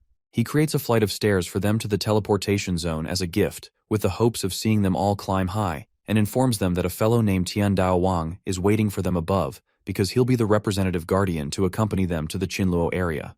The next day, at the Qinluo war zone entrance in the permanent secret realm, a crowd gathers to watch the proceedings of the competition. Tian watches the kids from the frontmost row, but the kids are surprised that Hong Yin, king of the Magic City, is also sitting in the war zone guardian area. Suddenly, Zhuanyu stammeringly informs Jiang that Magic City doesn't have a war zone at the moment, and that's why her father is standing in.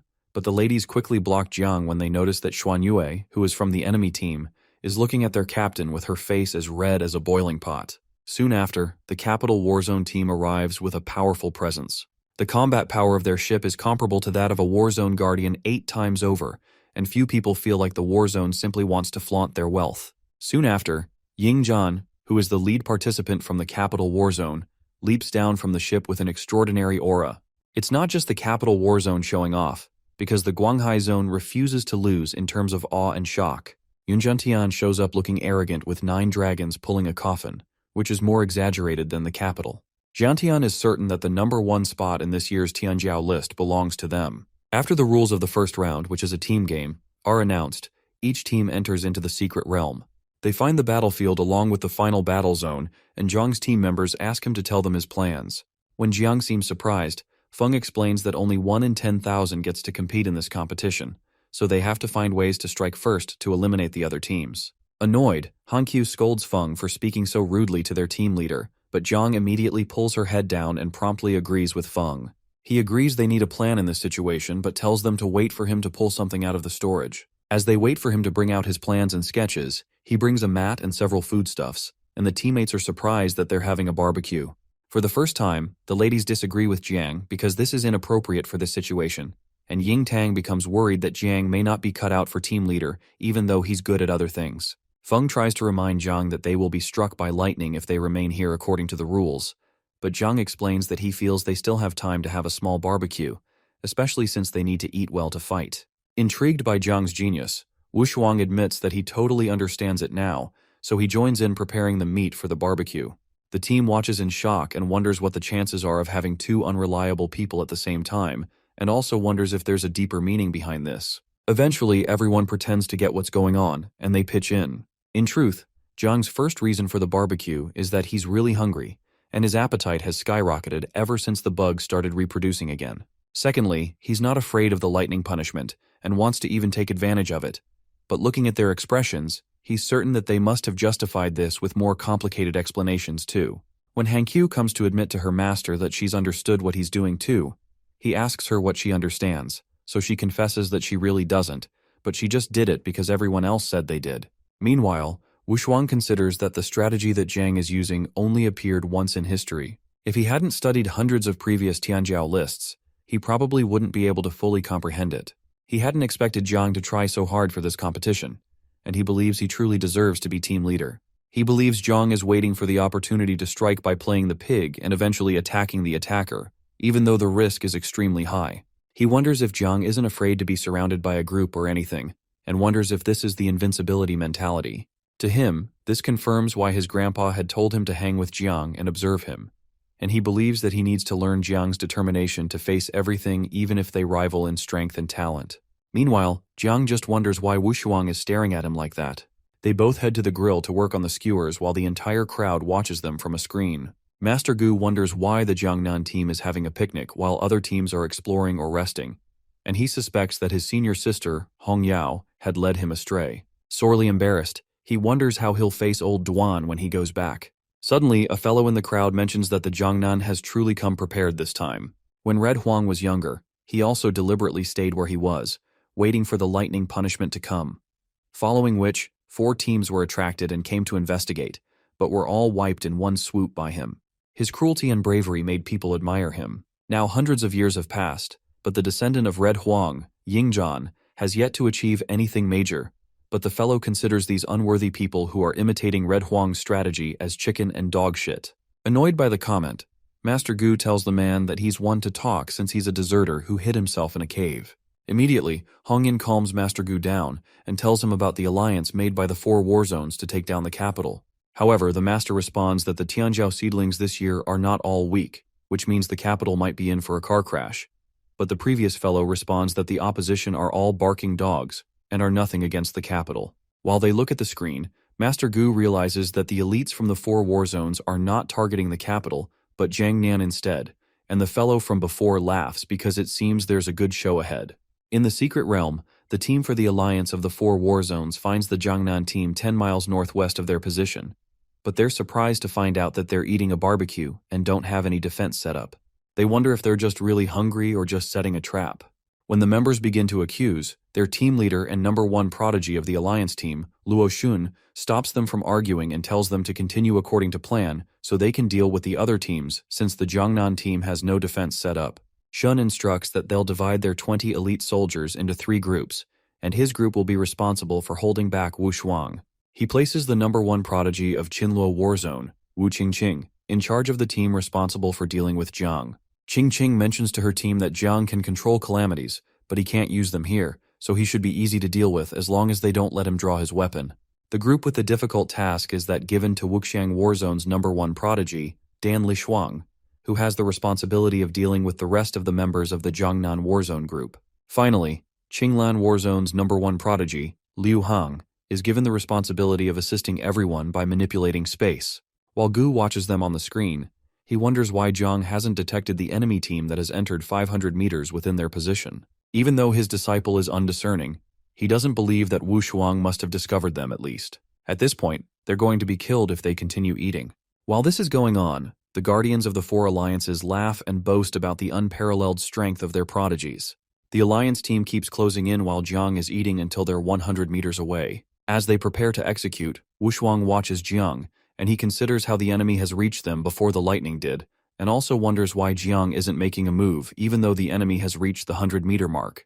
He wonders if Jiang hasn't discovered the enemy, but he doubts that. When the enemy gets within 10 meters, they prepare to give Jiang Chen his death. Meanwhile, Jiang, who is still eating, throws the beast claw he was eating because it's not properly cooked, but somehow he manages to throw it right at Shun's face. Confused, Shun wonders if they were detected. Considering the toss of the meat as a signal to fight, Wu Shuang excitedly jumps to attack the men, now certain that Jiang had been aware all along and had been masking his thoughts, even though Jiang doesn't know what he's talking about. Wu Shuang quickly rushes to the illusion the other team set up and breaks it with a punch, informing them that they've fallen into Jiang's trap. Surprised, Shun wonders why they didn't make a move since if they had detected them, and since they can't retreat now, they decide to fight for their lives. The other team members begin to praise Jiang's strategic behavior, so Jiang decides to play along with the lucky coincidence. He quickly swings into action and asks the ladies to help Li Bing and Prince and prevent anyone from defeating them. Although looking at Wu Shuang's momentum, it seems that no one else needs to do anything at this point, because he's destroying the other team with the full power of the 8-armed god of war. When Shun realizes that Wu Shuang is too strong, he quickly signals Liu Hang to bring the other teams to support them. Immediately, Hang opens a portal for Dan Lishuang's team to come over and tells them nothing is going according to plan. When Jiang notices the space-based ability user providing remote support, he quickly ambushes him and tries to strike him down, but Hang quickly avoids his attack and hides in a void to protect himself. He wonders why Wu Qingqing's team hasn't dealt with Jiang yet, but it turns out that Qingqing is temporarily held back by Tang Ying. Dan Lishuang, on the other hand, is being stopped by Feng while the other team members face each other. Sandao creates an eternal earth shield and asks Li Bing to follow her in the protective shield while providing remote support with her frost arrows. Meanwhile, Hankyu asks Prince to debuff the enemy with curses and cover her while she fights, so he puts a curse of frustration on one of them, allowing Hankyu to slash the guy from behind.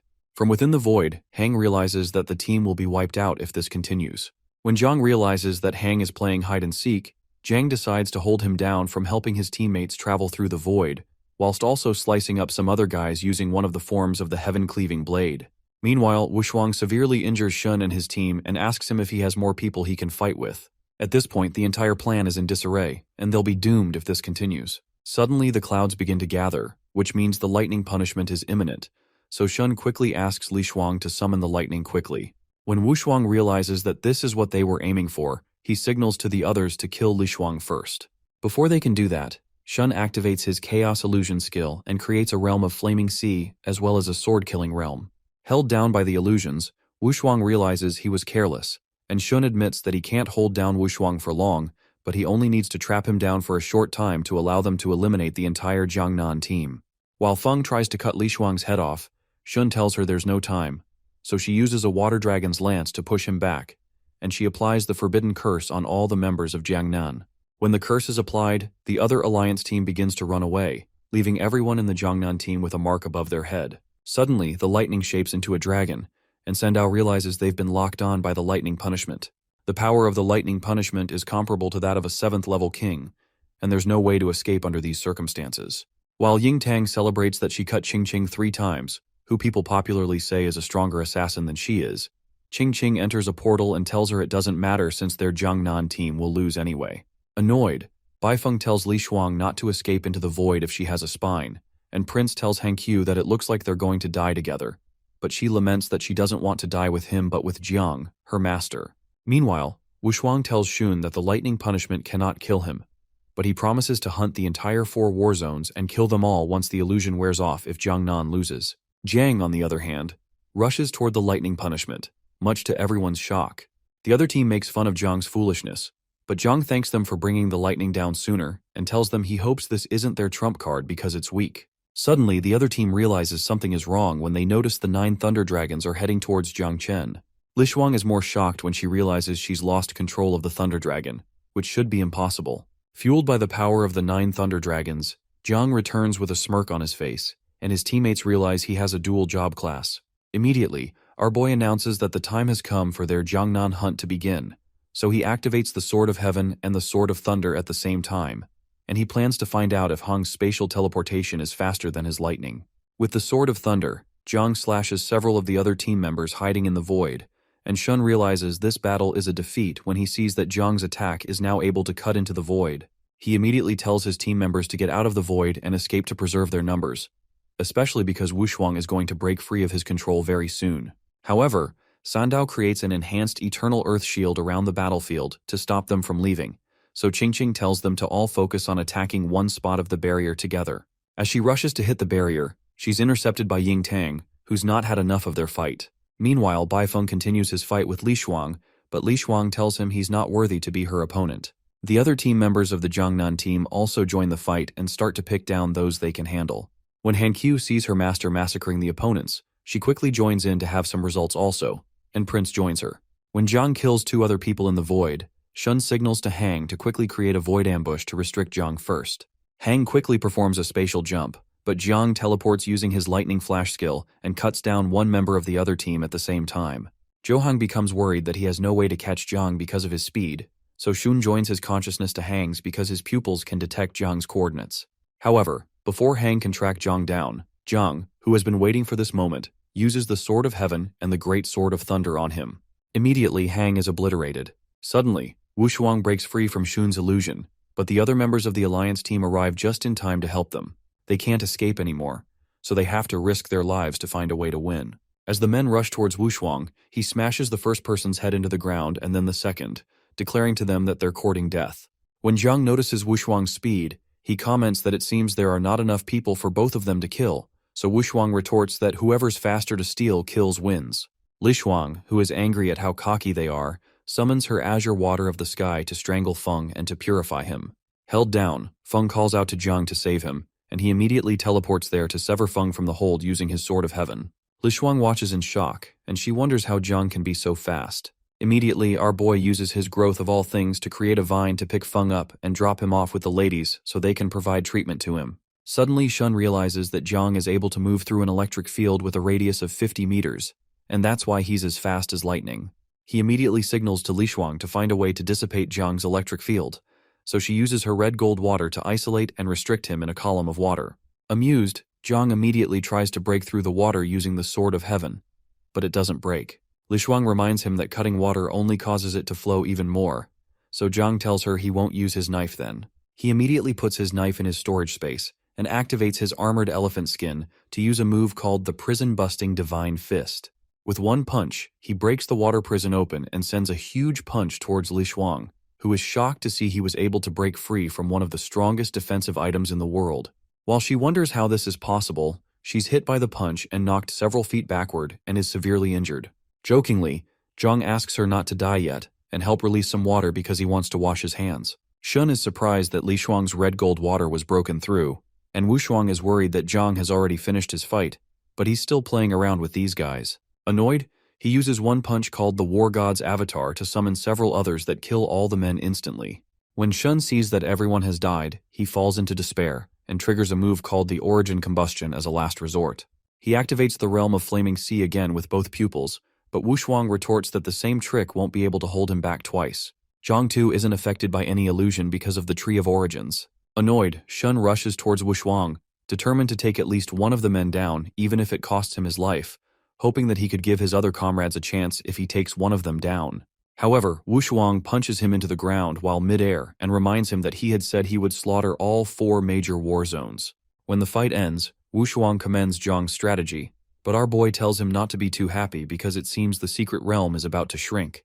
They all have to leave the area as quickly as possible to avoid getting eliminated. Meanwhile, martial god Xuanji is intrigued by the fact that Jiang also had a hidden lightning attribute and considers how the boy makes others look forward to his progress more and more. Xuanji believes that he may be able to make it to the golden list of all clans in the future with his potential and the 9-winged miasma. Nearby, sword god Ling Qiu commends Xuanji's family, Wu Shuang, as well as Xun and Li Shuang, who are unlike his Xuan Yue, who is still leading her team through the battlefield with no clue as to where they are. However, Xuanji assures him that many geniuses are challenged directionally, and he does not have to worry about it. While this is happening, Hongyin scolds Tian Dao Wang, the Jiangnan representative, for hiding the fact that Zhang has a hidden lightning attribute from him. Meanwhile, Gu also pretends to be unfazed, but inwardly he is completely shocked that his disciple had hidden this from him too. Soon after, Hongyin compliments Master Gu's ability to pick disciples because the lightning attribute's jobs are number 1 in terms of offensive power. But Gu just laughs uncomfortably at what his little brat disciple has done. An update on the number of those remaining is displayed, and it is shown that Capital, Jiangnan, Magic City, and Guanghai Warzone still have 10 people left, but the Alliance seems to have only 5 people remaining for each of their war zones. The Alliance is surprised that half of their teams have been eliminated so quickly even though they are elites, and they hope the others can lay low until the remaining 2 hours run out, because it seems they are not as good as the other war zones. While they compliment Jiangnan Warzone's strategy, they comment that it seems Jiangnan is really aiming for first place this time, and even the capital may be overturned. However, the loudmouth guardian of the capital from before informs them that the capital is not a trash war zone like theirs. Suddenly, Yun Jiantian tells the allied war zones to stop raising pointless arguments and focus on their crumbling war zone that his Guanghai war zone is approaching.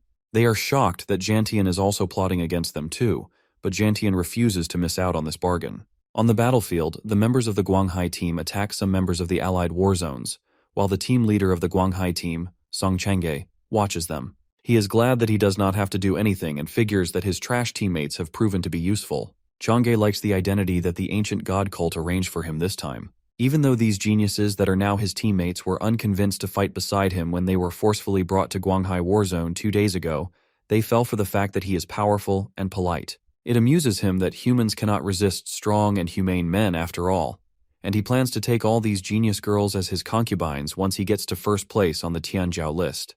To him, their bloodlines and souls are pathetically inferior, but it is better than nothing. Once they are done, the ladies ask Changge where to go next. He asks them what they think about dealing with Magic City next, since it is a safe choice, and they agree to follow him as long as he says the word. Meanwhile, Yingzhan, the leader of the capital war zone, leads his team to the abandoned city that is the final center of the shrinking circle. The city is surrounded by mountains on 3 sides, which form a natural barrier, and the only entry point to the city is the bridge under their feet. Zhan proposes they wait there for others to walk into their trap, and he asks his team to destroy the other 7 teams because he wants the top 10 positions of Great Sia's Tianjiao ranking to be theirs. At this point, all the folks in the allied teams have been eliminated, leaving only the capital, Jiangnan, Magic City, and Guanghai Warzone.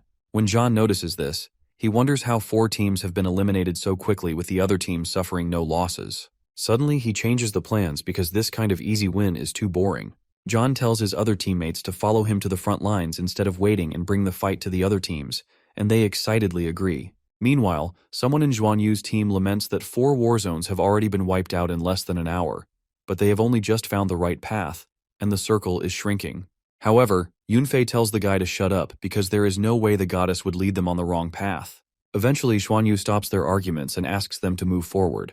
She recalls that she had promised to put up a good show for Jiang Chen, but things are not going so well. Since all the 4 war zones usually unite against the capital, she considers that they must have been wiped out by the capital, and also considers that it is possible that Zhang's team has not yet engaged in battle like hers too. While they are moving, she notices something is wrong and warns her team to stop and stay alert because she senses killing intent. When she asks the person to show himself, it turns out to be the Guanghai team, led by Changge, who praises their perception. Changge mentions that he would have shown some sympathy for Xuan Yue under different circumstances, but they are in the Tianjiao ranking competition. As Changge asks if they have prepared themselves for their deaths, Yunfei tells him to screw off since they have defeated the Guanghai war zone for many years. Xuanyu tells Chang'e to cut the crap and fires a fiery meteor arrow at him. The fire from the arrow is so strong that Chang'e's team members are affected by the oppressive aura from the god-level class. As the arrow heads right for Chang'e, he commends Xuanyu's attempt because it has some power behind it, but he immediately entangles the arrow with a thin thread, and Xuanyue wonders how that is possible. Out of courtesy, Chang'e declares that he will let them die, knowing why he is a dual god-level class holder. His first class is the Skyweaver, which he just used, and the second is called the Divine Shadow of the Great Jutian. Although these two god-level classes are not as good as Zhuan Yu's God Yi's Sun Destroyer on their own, they can be scary when put together. When Chang'e multiplies into various forms, the team begins to panic, but Xuanyue tells one of her teammates, Xiao Song, who has a sensory attribute, to try to detect the real body. However, Song explains that all the clones are anchor points, and the real body can be transferred to any anchor point at any time. It seems like things are not going well for Magic City, but Xuanyue tells them to follow the previous plan and fight if they can, or find a chance to escape if they cannot, but they must ensure she is protected. Surrounded by the team, Xuanyu fires another arrow with Scorching Sun of the Sky that develops into a golden crow fiery rain. Chang'e finds the technique beautiful but useless since he can create as many clones as he wants, and there is no way for them to break through. When he is bored, he activates something called 1,000-strand silk to form a dragnet to restrain the crow fiery rain, which should be impossible. More than just restraining it, Chang'e tightens the net and crushes the bird. While this is happening, Xuanyu watches as the golden crow fiery rain, which she upgraded with great difficulty, was just destroyed like that. When they realize that Chang'e is trying to encircle and trap them, Xuanyue tells them to hold the fort and activates an extreme protection of flame. Nearby, Jiang detects Xuanyu's golden crow fiery rain, and he figures out that they are in deep trouble. When his teammates ask him what is wrong, he asks them to follow him up ahead to save Magic City. As the crowd watches on the screen, the idea of a dual god-level class is considered an unprecedented legend in the history of Great Xia, and even the human emperor Yingji didn't have such talent. The allied war zones finally realize why he didn't consider their invitation to form an alliance, but Jiantian boasts that he rejected everyone else too, and he claims that Jiang, Zhan, or Wushuang are all trash in front of Chang'e. Hongyan realizes that their Magic City war zone is in peril, and he's aware that victory and defeat are common in the military, but he's worried about how Xuanyue will handle this. While Jiantian laughs, Gu assures Hongyan that Jiang is going to help Magic City, and their peril isn't certain yet. Meanwhile, the pressure on the battlefield grows as the glow of the extreme flame bow that Xuanyu set gets dimmer, and some of her teammates struggle to hold their fort. Xuanyu wonders if their Magic City war zone is going to be eliminated like this, and she remembers how long she had prepared for this and how she wanted to impress Jiang. Suddenly, Yunfei activates his heroic spiritual sacrifice, and he swears to protect his goddess, Xuanyue, until his death. As he attempts to break out of the 1,000-strand silk, Chang'e snickers that his talent isn't worth his attention. However, Yunfei's power suddenly grows stronger, as it seems he's burning himself in exchange for explosive power, which means he's trying to commit suicide. Yunfei explodes and declares that he'll sacrifice his blood and body, but tears fill up Xuanyu's eyes as she watches him explode. The explosion breaks a single point on the strand silk, which pleases Yunfei, but unfortunately, Chang'e creates another net above the one he broke and calls him naive. When Chang'e gets tired of playing with them, he decides to kill them all by constricting their walls with his strands, and several of them are taken out. On her knees, Xuanyue apologizes to Jiang in her mind because she knows she's going to disappoint him. Chang'e's teammate praises his awesome strength, but they suddenly notice a being flying towards them with streaks of lightning around it and are soon all struck by lightning. Chang'e is shocked that his useless team members have been wiped out, and he realizes the lightning punishment shouldn't happen yet since they've not been immobile. When he looks closer, he sees Jiang on the back of the bird calling out to Xuanyu to hang in there. Xuanyu immediately hears his voice, and when she realizes that Jiang has come to save her, she receives strength to burn the extreme flame bow much longer. Immediately, Jiang strikes all of Chang'e's clones with the lightning punishment. Intrigued by Jiang's pure lightning attribute, he considers that the heavenly way is too kind to him, because he's been able to obtain a class that the myriad races of the cave only obtain after hundreds of years of practice. Annoyed, he creates golden silks above Jiang, and Jiang orders the lightning bird to conquer all of Chang'e's clones while he deals with the net. As the net comes down to hold down our boy, he immediately breaks through with the divine elephant armor. Suddenly, the net regenerates, and Jiang keeps punching through, hoping to see if he can tear it apart faster than it can weave itself back. Finally, he tells Chang'e that his net is too slow, but Xuanyue suddenly calls out to tell him she can't hold the extreme flame shield up much longer, so he goes to help her. Amused, Chang'e admits that he's impressed by Jiang's skill, but he assures him he'll be making a serious mistake if he doesn't take him seriously. He immediately creates 1,000-strand silk to encircle the sky to destroy the annoying fly, Jiang. But Jiang summons little Jia to help him swallow the net while keeping a low profile. Glowing spots appear around Chang'e's silk and begin to corrode it, but he doesn't know about little Jia.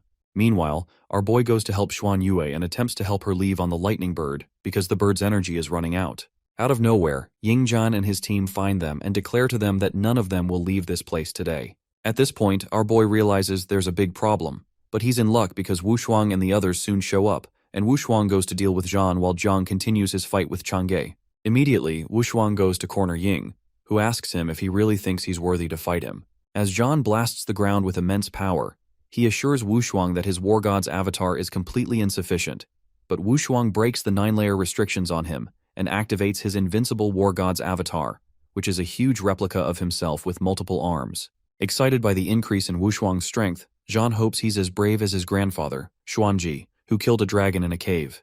Zhan activates his blood dragon armor, and both of their avatars begin to war. Meanwhile, the ladies go pick up Xuan Yu to help them deal with the other folks from the capital and not hinder their Jiang from fighting.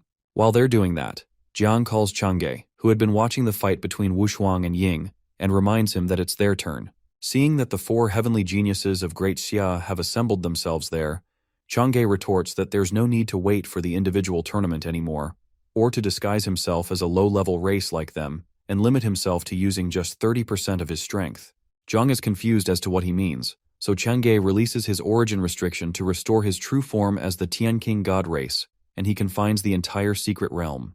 The Tianqing god race is from the myriad races of the caves, and when Zhan hears that, he quickly signals to everyone to self-destruct and leave the secret realm immediately.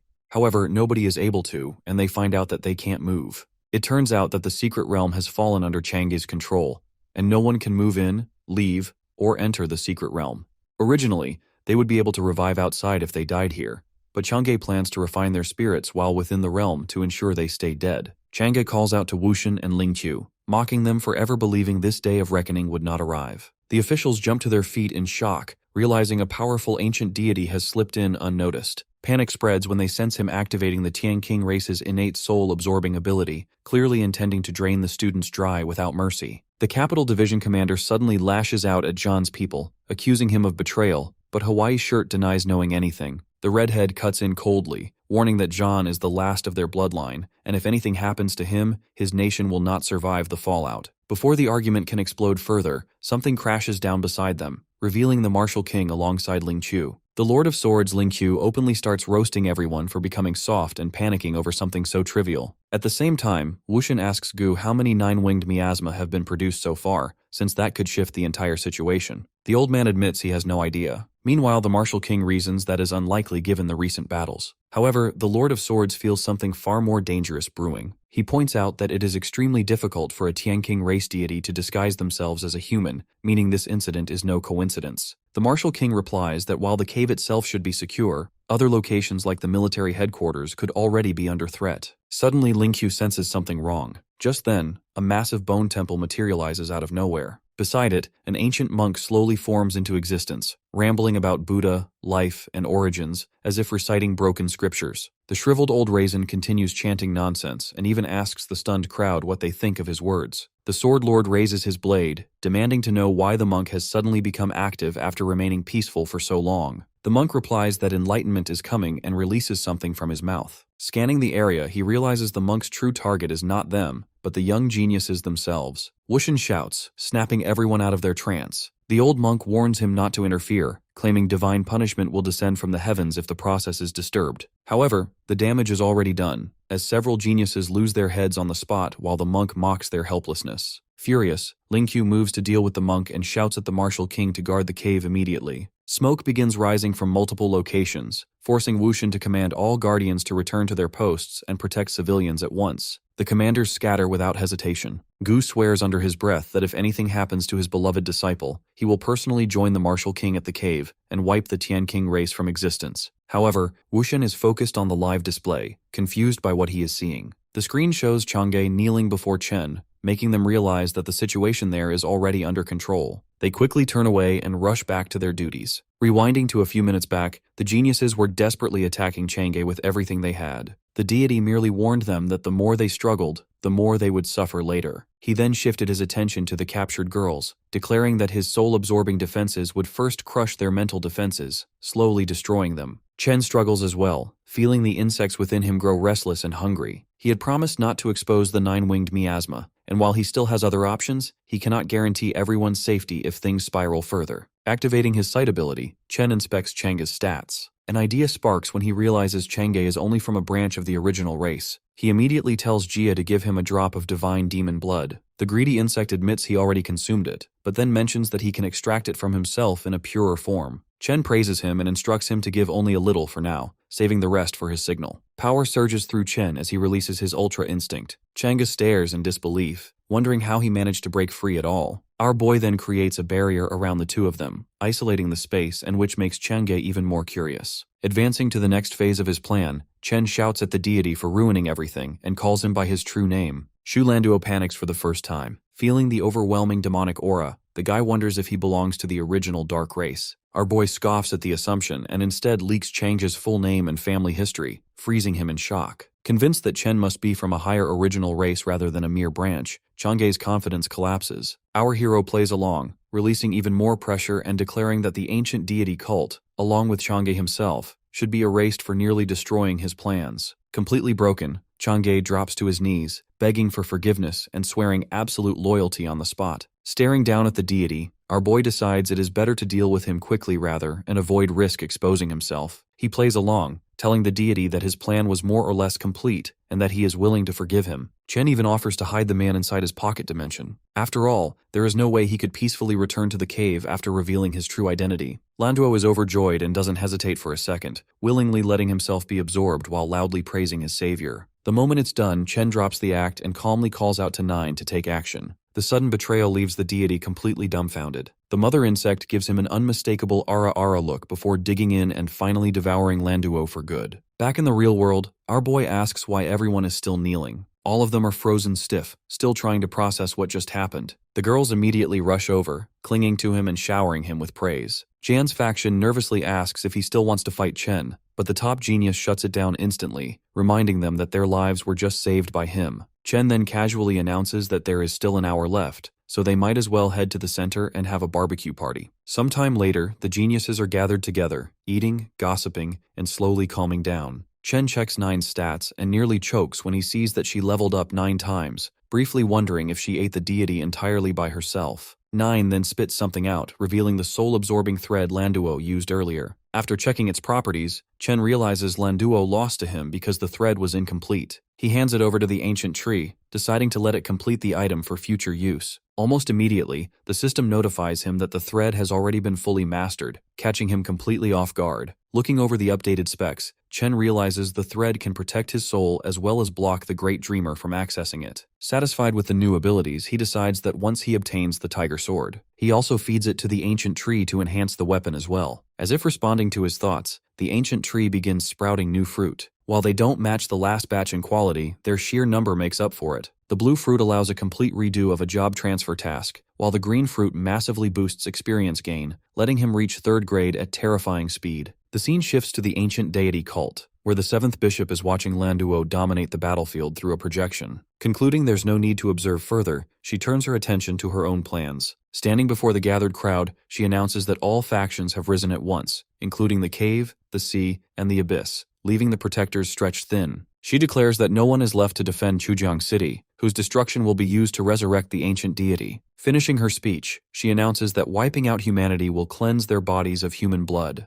The crowd erupts in cheers, fully embracing her madness. Meanwhile, the Night Watch commander and Tang Jin stand overlooking Chujiang City, discussing the situation. She remarks that even though the city is small, they cannot afford to lower their guard. She reassures him that the defenses will be complete in a few hours. He then wonders aloud how the young geniuses are doing. The fire mage calmly replies that with both Wu Shuang and Chen there, nothing should go wrong. That calm shatters as explosions erupt across the city. The rest of the Night Watch arrives, reporting that defenses and communications have been destroyed. A massive army of beasts is approaching, making it painfully clear that Chujiang City was the real target all along. Ji immediately takes command, issuing rapid orders. Don is sent to stabilize the defenses and prepare the nuclear weapons. The healer is tasked with finding someone capable of restoring communications. Bu Lang is ordered to gather every available fighter and establish a defensive line. With that, Ji leaps off the wall, declaring that he will lead the charge himself. Returning to our hero, the geniuses finally exit the realm, only to find the surrounding area completely empty. A projection of Wushin appears out of nowhere, briefing them that all regions in the Empire are under attack and everyone is busy defending their own zones. He then announces that Chujiang City is under siege. The color drains from Chen's face as he demands to know where his master and sister are. The Martial King explains they are tied up fighting the Sea Clan along the coast, and that no one was sent to Chujiang. Chen barely restrains his anger, stating that this is exactly what the enemy wanted. Wushin admits they considered that possibility, but there was no way to confirm it in time. He then asks Chen what he plans to do with this knowledge. Chen answers without hesitation that to the commanders and lords, this country is their home. However, to him, Chujiang City is everything, and he will never abandon it. His teammates declare that they will follow their leader wherever he goes, which makes him a bit relieved. However, Wushin warns them bluntly that the enemy is overwhelmingly strong and that death is a very real possibility. That warning makes some of the weaker fighters hesitate, and a few decide it simply isn't worth the risk and step back. The rest immediately call them out as spineless cowards, though they admit it's probably better this way.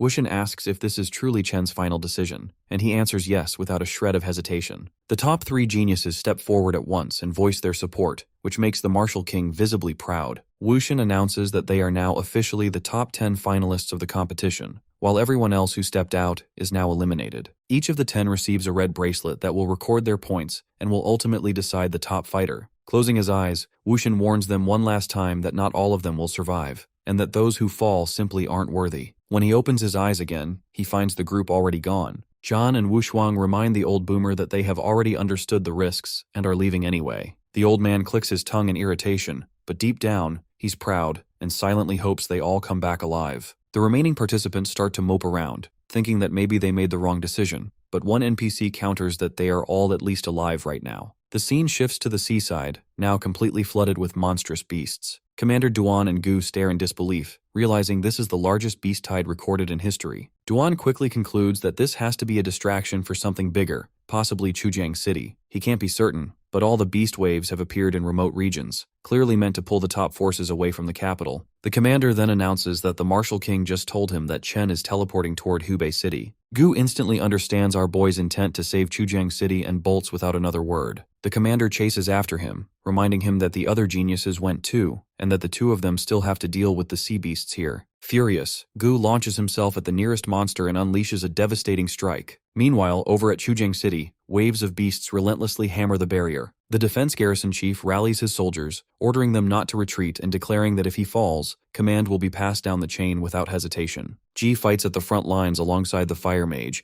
tearing through beasts non-stop. The healer stays busy reinforcing everyone with buffs. Suddenly, the tank is restrained by tentacles as a flying beast dives in, but Don snipes it out of the sky just in time. Ji catches his breath and warns Don to keep a sharp eye on the situation, or they are all dead. Scanning the battlefield, Don realizes the beasts have abandoned the barrier and shifted their focus to the defenders themselves. He announces that a failsafe is already in place. If the barrier falls, nuclear weapons will be deployed to take everything down with them. Approving of his fighting spirit, Ji raises his sword and starts chanting the Night Watch oath. The entire squad repeats it after him and charges forward. Just as they start gaining ground, the healer suddenly goes pale and screams for everyone to fall back. A massive ape-like beast storms in, and they barely manage to block its opening strike. Exhausted and overpowered, the impact sends them flying back. The giant beast lifts its foot, and Ji and the fire mage silently wonder if this is the end. Frozen in fear, regrets start flowing through their minds, however. Just then, the ape abruptly loses the privilege of having a head. Chen drops in fashionably late at the last possible second and announces that he is here to take over. He immediately throws up a shield barrier and orders everyone else to retreat and recover. Ji is overjoyed but then demands to know why Chen is here. He starts ranting that everyone in the Night Watch will now die, but our boy calmly tells him not to worry since he has a hidden ace. Chen explains that their memories regarding the 9-winged miasma were erased, and if they want to judge his true strength, they should just watch. Ji is more fixated on the 9-winged miasma, but our boy just promises to explain it all later. Leader Ji and Tang Jin are completely flabbergasted when they see Chen has effortlessly taken down a 6th grade beast. When questioned, he calmly explains that this time he isn't fighting alone. The assassin and the redhead immediately start complaining that it's unfair for Chen to kill such a powerful monster so easily, only to realize moments later that he only received a tenth of the merit. The other NPCs refuse to be left behind and start hammering monsters one after another. Sandow and Hankyu work together flawlessly, determined to prove themselves worthy in front of their master. Xuan Yu relentlessly fires her bow, raining down powerful shots and striking beasts out of the sky. Wu Shuang and Zhan also go all out, unleashing their full strength and absolutely tearing through the enemy ranks. From the sidelines, the Night Watch can only watch in silence.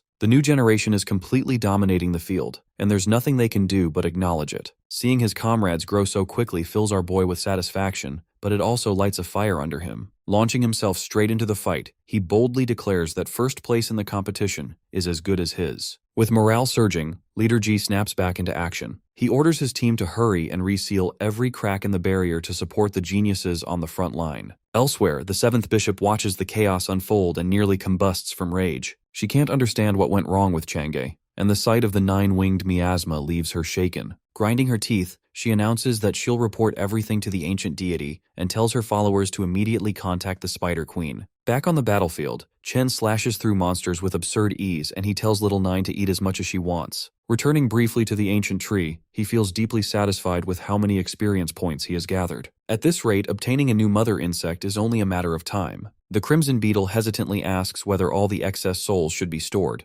leaving our boy momentarily confused. Jia explains that he doesn't want to eat these disgusting low-level souls anyway, since Chen promised him a proper feast later. Realizing the ancient tree could use the extra energy, he gives the green light but warns Jia to be careful. As the fighting continues, John grows increasingly irritated that Chen has already broken into the top 300 rankings while he is far behind. Turning that frustration into fuel, he doubles his efforts, determined to locate and destroy the teleportation circle to rack up points as quickly as possible. The scene shifts back to Leader G, who gets worried as he notices Chen pushing deeper into enemy territory. He then announces that Chen is about to reach level 3, stunning everyone present. The tank immediately voices his worry that while the 3rd level provides a massive boost, clearing the job quest requirement is very difficult. Dropping into lore mode, the 3rd, 6th, and 9th levels function like brutal boss walls. Very few people manage to pass them smoothly. Compared to the other geniuses who are already approaching level 4, Chen is technically far behind. Just then, a massive white flash erupts, blinding everyone. When their vision clears, they realize with shock that Chen has completed all the requirements for level 3 without clearing the quest at all. The only explanation is that he used a class promotion skip item. However, the process leaves him extremely vulnerable till it completes. Leader G immediately orders his squad to protect him. The other geniuses catch on just as fast and rush toward Chen, forming a defensive perimeter around him. Meanwhile, Zhan finally tracks down the teleportation circle, discovering it's linked to 2 yin and yang monsters. He steels himself to face a 7th grade beast and even prepares several overpowered scrolls, determined to claim first place no matter the cost. Just then, he notices something is wrong, and before he can react, an 8th grade giant spider queen appears out of nowhere and locks onto him instantly. Facing her down, Zhan knows the scrolls won't be enough, and Chen is in the middle of leveling up. Dodging her attacks by a hair's breadth, he decides he has to warn the others and immediately turns to retreat. The Spider Queen refuses to let him go, firing webs that bind his arm and begin draining him on contact. Without hesitation, John slices off his own arm. Not stopping there, he detonates both legs to gain an explosive burst of speed. Using his own blood like jet fuel, he rockets toward everyone at full speed. Reverting time to a few minutes ago, the ancient cult members informed the Spider Queen that Chen is in the middle of his breakthrough. This makes this the perfect moment to slaughter them all, to which the Monster Queen smiles and agrees. The scene shifts to the coastline, where the Heavenly Blade King and the Commander are calmly carving through massive sea beasts. Duan then reports the good news to Gu, explaining that the 9-winged miasma has successfully contained the beast invasion in Chujiang City. On top of that, Chen has officially entered the top 300 rankings. Just then, the sky suddenly tears apart with a violent red flash of lightning. The warning system left behind by the Emperor activates, signaling the appearance of an 8th level or higher threat. A projection forms in the air, revealing the Spider Queen, which immediately puts them on edge. Before they can react further, another colossal sea beast surfaces nearby, forcing them to make a quick decision. Gu orders Duan to take Hong Yao's place and let her rush to Chujiang as fast as possible while they hold the line here. Meanwhile, deep within the abyss, thousands of armored human soldiers stand in formation. An order spreads through the ranks that if even a single demon takes one step forward, they are to be slaughtered without hesitation. The Martial King stands at the front, having a face-off with the 9th-level demon Tai Yung. The demon mocks him openly, questioning how he could allow the 9-winged miasma to live in the first place. Tai Yung keeps up with taunts and asks if Wushan is not afraid that all races might unite because of those insects. The Martial King claps back, calling the demons so weak that they would only unite out of fear from a swarm. His aura surges as he summons his towering avatar, demanding to know who Taeyong thinks he is to speak so boldly. At that moment, the red warning signal appears here as well. The demon finally loses his patience and claims he could easily wipe out the insects and the so-called young geniuses. That statement instantly ignites Wushin's rage, and the two clash head-on in close combat. Even as they exchange devastating blows, Wushin orders his captain to head for Chujiang immediately and rescue everyone there.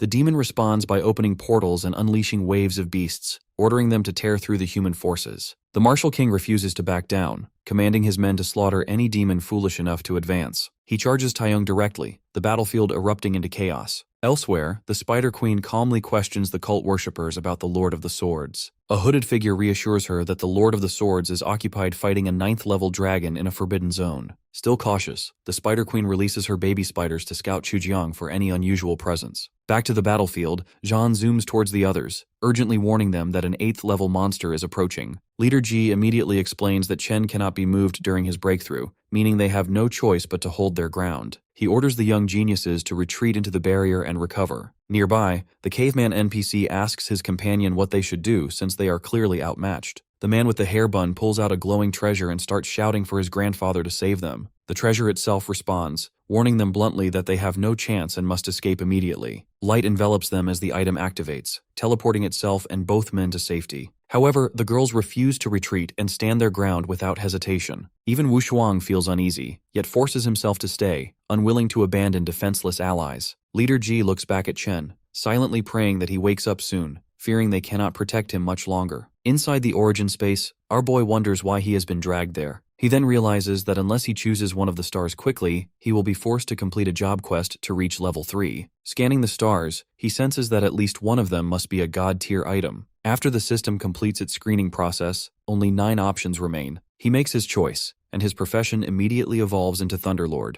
unlocking a set of terrifying abilities. As he feels a domain forming under his control, Chen wonders how it compares to his master's or his sister's. Just then, the discarded stars begin glowing again. The system informs him that his innate ability, Soul Cultivator, has upgraded to the highest tier, granting him an entirely new skill set, which makes him excited. With these abilities, he realizes he could potentially learn the skills of every race in existence. Combined with the insects he breeds, their numbers could easily reach the billions. A woman suddenly appears before him and introduces herself as Chan, which catches him off guard that the third mother insect already has a human form. Back in the real world, the Spider Queen's babies engage with the 9-winged miasma, canceling each other out as 2 disaster-class forces clash. Everyone prepares to deal with the baby spiders, and Sandao erects a defensive barrier around Chen, pouring everything she has into protecting him. The Spider Queen gets irritated and annihilates their resistance with a single overwhelming attack. 9 desperately begs Chen to wake up and stop the monster that has slaughtered so many of her children. At that critical moment, Chen's eyes snap open, and he announces that he successfully reached level 3. He begins by using his newly evolved growth skill, pulling back everyone who was protecting him. They warn him that it is not possible for him to fight solo without them. But he orders the fools to get as far away as possible, because he cannot go all out if they are in the way. Hearing that, the Spider Queen is amused that a mere human thinks he can defeat her. Little Nine asks if he plans on bombing the enemy with her babies again,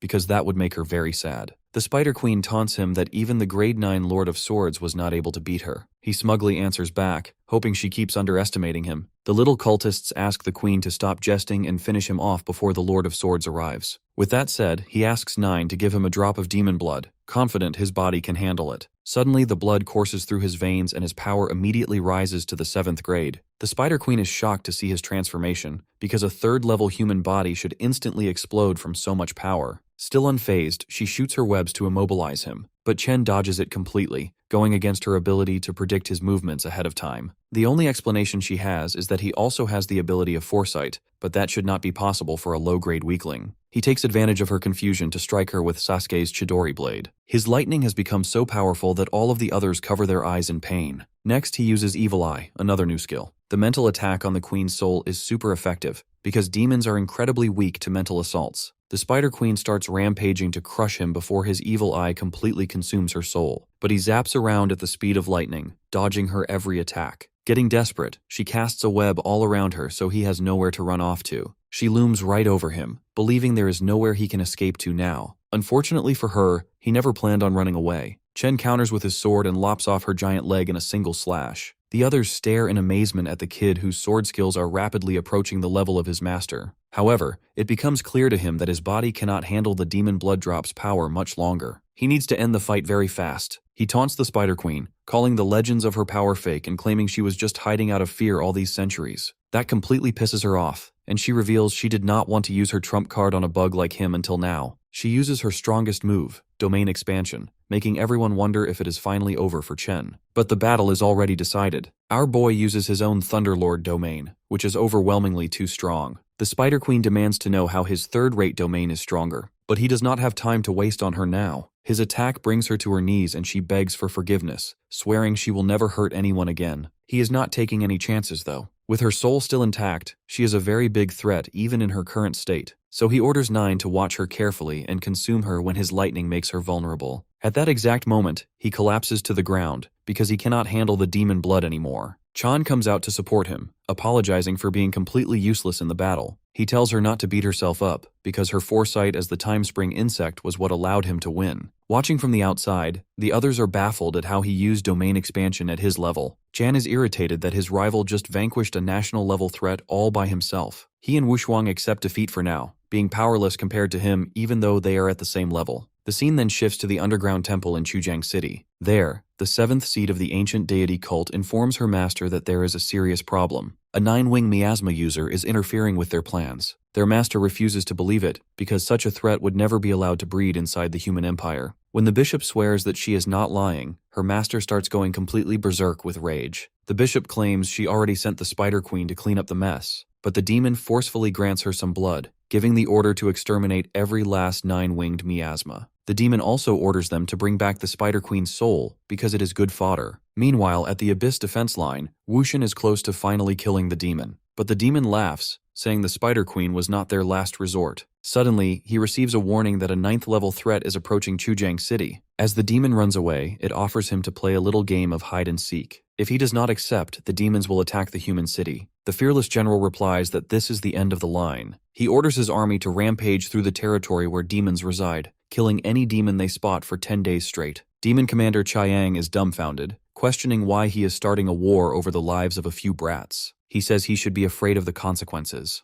Wushin makes it clear he fears nothing, and he will seek vengeance for every genius killed by the demons. Back in Chujiang City, the bishop is surprised that the queen was defeated by Chen's pathetic domain. When they dispel the barrier, the queen thinks she is finally saved. In his normal form, Chen is completely paralyzed in the aura of a 9th-level threat. The 7th bishop introduces herself as Lover and wastes no time starting the extermination. 9 screams to Chen that she is scared, but he tells her to stay hidden no matter what. Everyone feels helpless, only able to watch him get tossed around by the 9th-grade monstrosity. In that moment, he orders Jia to release his captured 9th-level dark beast. The bishop is confused because it should not be possible for a human to summon a behemoth like that. Jia is confident that the dark beast can defeat the bishop, but there is a big problem. It cannot be summoned for more than 10 seconds at a time, or its body will be destroyed. While the bishop is immobilized, his master and senior land solid strikes. Right before the 10 seconds are up, he orders Jia to unsummon the dark beast. Realizing she is at death's door, the bishop begs them to let her go, because she will spill everything. She reveals that there is a deep underground facility. There an altar is created to use the blood of all Chujiang City residents to feed the ancient deity. The cult plans to resurrect their master one day to unleash chaos on the continent. Once Chen confirms there is nothing more she can tell, she swears to accept any punishment if she is lying. But that is not his concern, because he already told Jia to enjoy feasting on her. The Spider Queen tries to run away on seeing that, but his mother insect is already on her way to eat her up.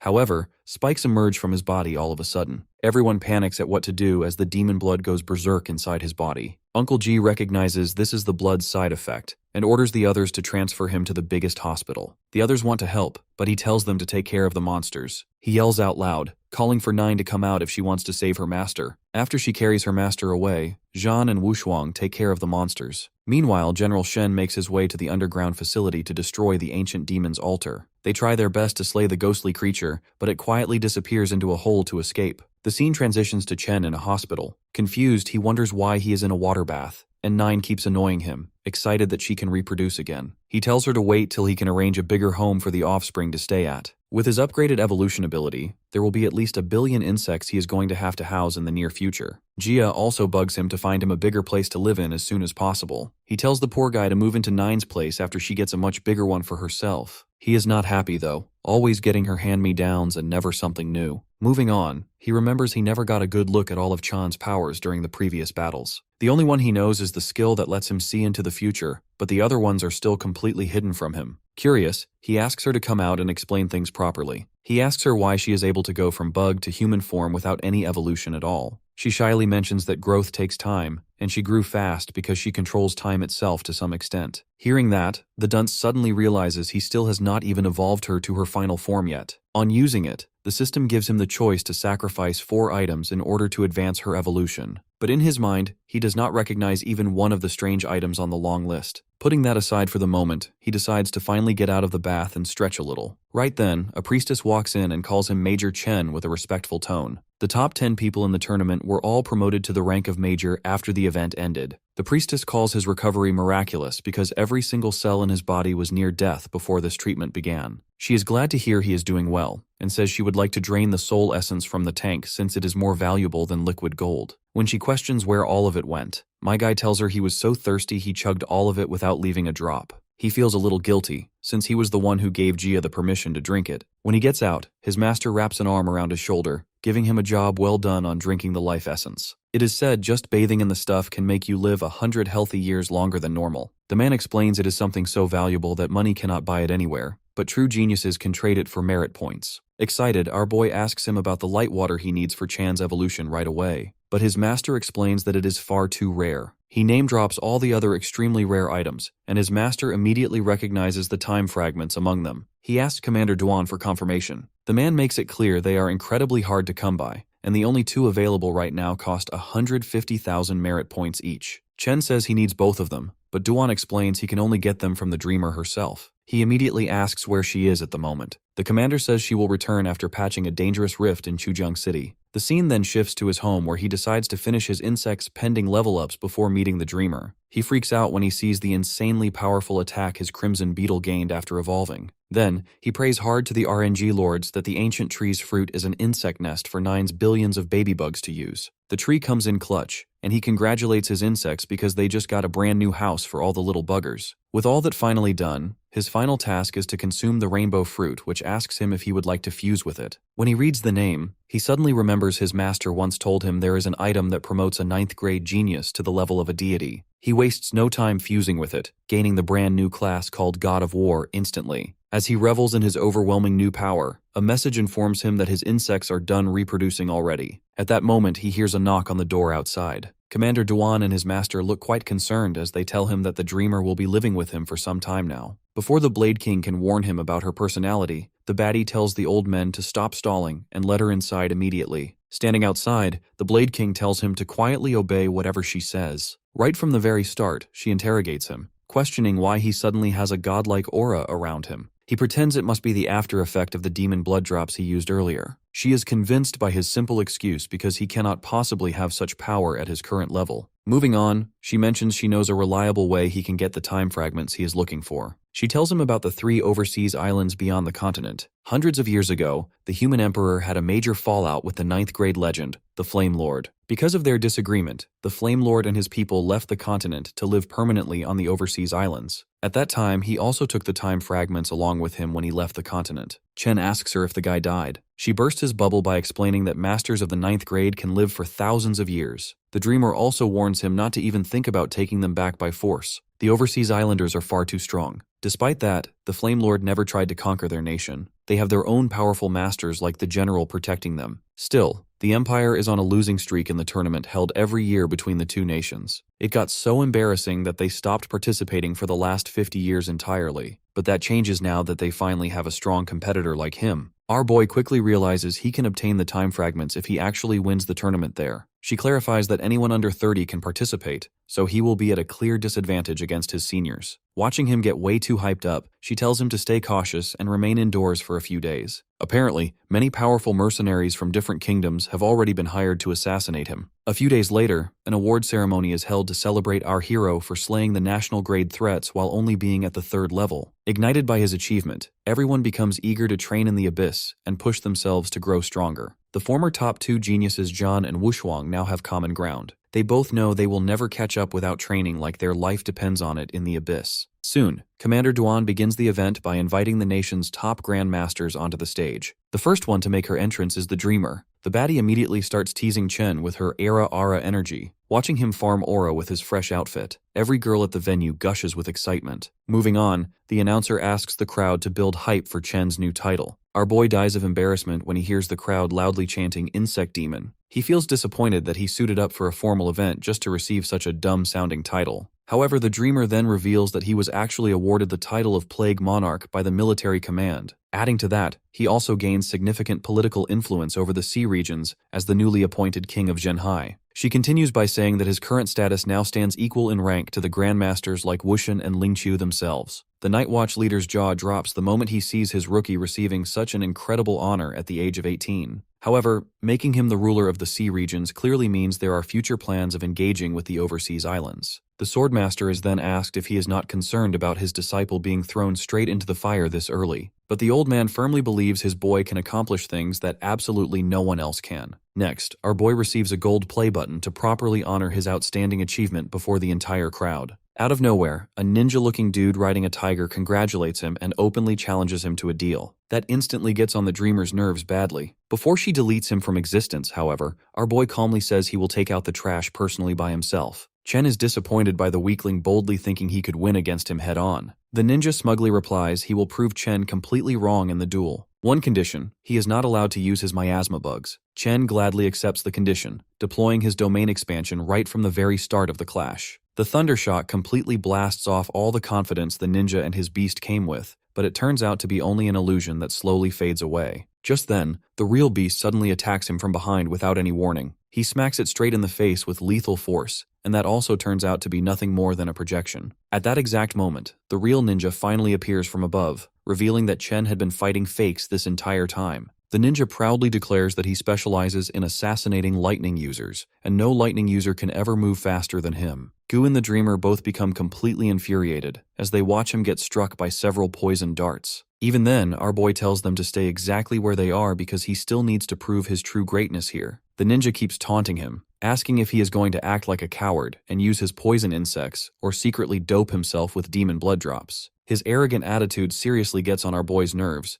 so he decides to punish him using his newest trump card. The ninja is completely taken aback when he sees that Chen can still move freely despite the deadly poison spreading. Chen then attacks him with the Spear of Hades, which now carries a brand new attribute of pure darkness. Seeing that terrifying attack, the ninja immediately decides to run away and live to fight another day. But the spear curves midair and completely shatters his entire escape plan. It ruthlessly pursues him and punches a massive hole through his body, finally getting rid of the pest for good. Everyone starts losing their minds when Chen takes down such a high-level assassin without even using his 9-winged miasma insects. Xuan Yu's father lightly teases the Heavenly Blade King for briefly losing his composure, while the old man pretends like it's nothing. His master asks him what he knows about that ability, and the old guy explains that it was a dark attribute skill. That revelation stuns him, especially when he realizes Chen now has 3 professions despite only being level 3. The Dreamer congratulates Chen on defeating the assassin, and the tension finally breaks as celebrations erupt. Voices rise as people begin chanting for their new monarch, filling the area with excitement. Sandao and her father step forward first to present their gift, personally congratulating Chen. The other clans are annoyed that they were beaten to it. Sandao's gift turns out to be an ominous-looking sword radiating hostility. The moment Chen picks it up, he senses the blade is trying to attack its wielder. Without hesitation, he offers it to the ancient tree to assert dominance and show it who is the real boss. With that, he successfully suppresses the sword and declares himself its new master. Her father is completely stunned that Chen masters the blade so quickly and feels relieved that the gift went to the right person. He reveals the sword's name is Divine Sin, a 4th-grade weapon that consumes its owner if it fails to kill the opponent. He explains that the blade was once offered to the Heavenly Blade King, but the old man was not too fond of it. Sister Yue recalls that the sword actually attacked him back then, making Gu briefly embarrassed. He simply laughs it off, saying the disciple surpassing the master is every teacher's wish. Next, Hankyu and her father step forward and announce their gift, a sea deity pearl capable of summoning an ocean. The moment Chen accepts it, the geezer bluntly asks him when he can expect grandchildren. After that, the remaining clans step up to present their gifts one after another. During this time, the Night Watch can only observe since they lack the wealth to offer expensive treasures. Leader Ji eventually steps forward and announces a collective gift from all Night Watch members, a string of faith. Hong Yao wonders if such a gift is appropriate, but Gu immediately states that faith is among the most precious gifts of all. Leader Ji explains that the strand can unite millions and even block an attack meant to wipe out an entire nation, leaving Chen visibly moved. The squad realizes their leader worked tirelessly to prepare such a gift. At last, the Heavenly Blade King presents a sword talisman containing a stored divine sword strike capable of protecting the entire country. Chen asks if he can use it however he wants. After getting the green light, he immediately hands it to Leader Ji for the upcoming Abyss expedition, which catches everyone by surprise. Chen admits they can call him ignorant or rude, but he cannot accept losing his family. Ji accepts the talisman but forces our boy to keep the string of faith in return. With that settled, he offers most of the valuable gifts he received along with his old equipment to the Night Watch. The squad is pushed to tears by his generosity and vows to work even harder. Suddenly, a red aura fills the area, putting everyone on edge. The Lord of Swords makes a dramatic entrance and announces that he wants to present the level 9 blood dragon he defeated to the new monarch. Everyone starts celebrating since that means that the forbidden blood dragon pond is finally at peace. Hong Yao jokingly asks how she can become that awesome, and her master plays along, telling her to train harder. The Lord of Swords then raises his blade and the crowd begins chanting for the Empire's greatness and prosperity. Meanwhile, deep within the abyss, leaders of the various races gather to observe the situation. Taeyong starts the meeting by mentioning the nine-winged miasma and the Martial King's decision to attack abyss cities. He attempts to manipulate the others into forming an alliance to destroy the nation.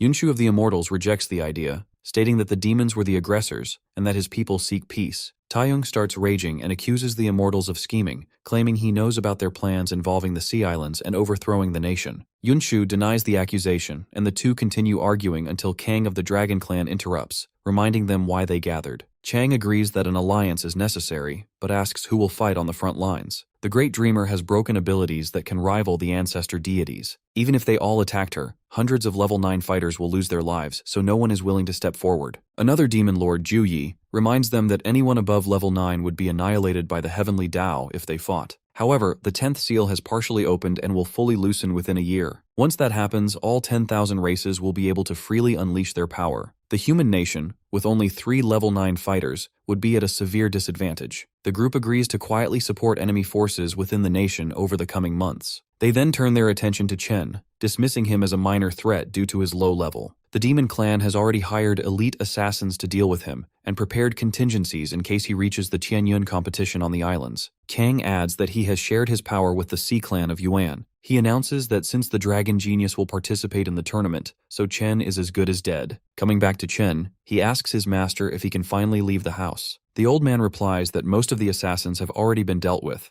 though an 8th level one is still on the loose. Chen questions why he cannot just hunt them down himself with his broken abilities and complains that all this protection feels like a waste of time. To prove his point, he suddenly pulls Tang Ying out of a hidden portal, leaving her scrambling for excuses about sneaking around. His master demands to know how he even noticed her, and our boy calmly explains that he can sense energy fluctuations. He then casually reveals how he defeated Chang'e, who turned out to be an ancient deity. After hearing about Chen's sight ability that lets him view everyone's stats, his master finally agrees to leave the remaining assassins to him. He gets visibly excited at the thought, though his master immediately tells him to calm down and not get carried away. At that moment, Hankyu steps forward with tea, catching the old man completely off guard. Chen then reveals that Sandao is also staying behind to help manage the house, while Xuan Yue is busy grilling food using her fire abilities. Gathering all the girls together, he assigns them a new mission to hunt beasts so he can grow stronger. Meanwhile, far away in the Gobi Desert, an armored man announces that most of the assassins have failed, but at least their target has gone public. The Knight Templar states that cooperation is now mandatory, and that every group present will be given a key capable of unlocking 9th level power. Someone immediately complains that deploying so many members makes the reward distribution unfair. Before the argument can escalate, another assassin arrives and announces that, although they deployed fewer forces, the top assassin himself is joining the operation. He adds that this assassin has been an 8th level far longer than the Knight Captain. The man then produces a flute and explains that the plan would have been impossible without it, as it allows control over millions of the 9-winged miasma insects. The knights begin mocking Saito for failing to appear, only for the top assassin to suddenly materialize and execute them on the spot. Saito calmly asks if there are any further objections regarding deployment numbers. The knight captain hurriedly apologizes, but Saito dismisses it without concern. The 5th-ranked assassin, Yeon, steps forward and announces that she has already dispatched her top 2 subordinates to lure Chen out. She explains that her frost abilities and the crystal ball can perfectly suppress lightning. Saito confirms that between Yeon and his own subordinate, 2 of Chen's abilities will be handled. He then reveals that their target also possesses a dark attribute, prompting the head monk of the Shiva kingdom to speak up. The monk claims his people can sever Chen's connection to the underworld, preventing him from using dark attribute skills. With that settled, Saito reminds them that they must still avoid alerting top-tier fighters and deal with a 9th-level demon. The Knight Templar then presents a Holy Light Divine Scripture capable of blocking all energy signatures. The tool can hide users inside a mirror world, rendering them completely undetectable. He activates the scripture, stating that even if powerhouses intervene, no traces will be found as long as Chen enters the mirror world. He adds that the same method can be used to trap the 9th-level beast, allowing the Heavenly Tao to erase it once after 10 seconds pass. Saito concludes that as long as Chen's abilities are neutralized, he can finish the job with a single special move. The scene shifts to the Jiangnan main base, where everyone watches in awe as their new monarch finally appears. Chen zooms through the sky, farming aura with his 9-winged miasma. He reasons that the best way to deal with assassins is to lure them out. Nine and Jia peek out, watching nearby schoolchildren, and casually ask when they will attend one themselves. Chen ignores the question and instead tells them they are here to search for a new mother, catching both of them off guard. Using his sight ability, he quickly locates the 2 frost assassins Yan sent. Realizing it would be difficult for them to act in public, he deliberately flies toward a remote area. The older assassin mocks his carefree attitude, stating that if they fail here, they can simply lure him toward the Gobi Desert ambush.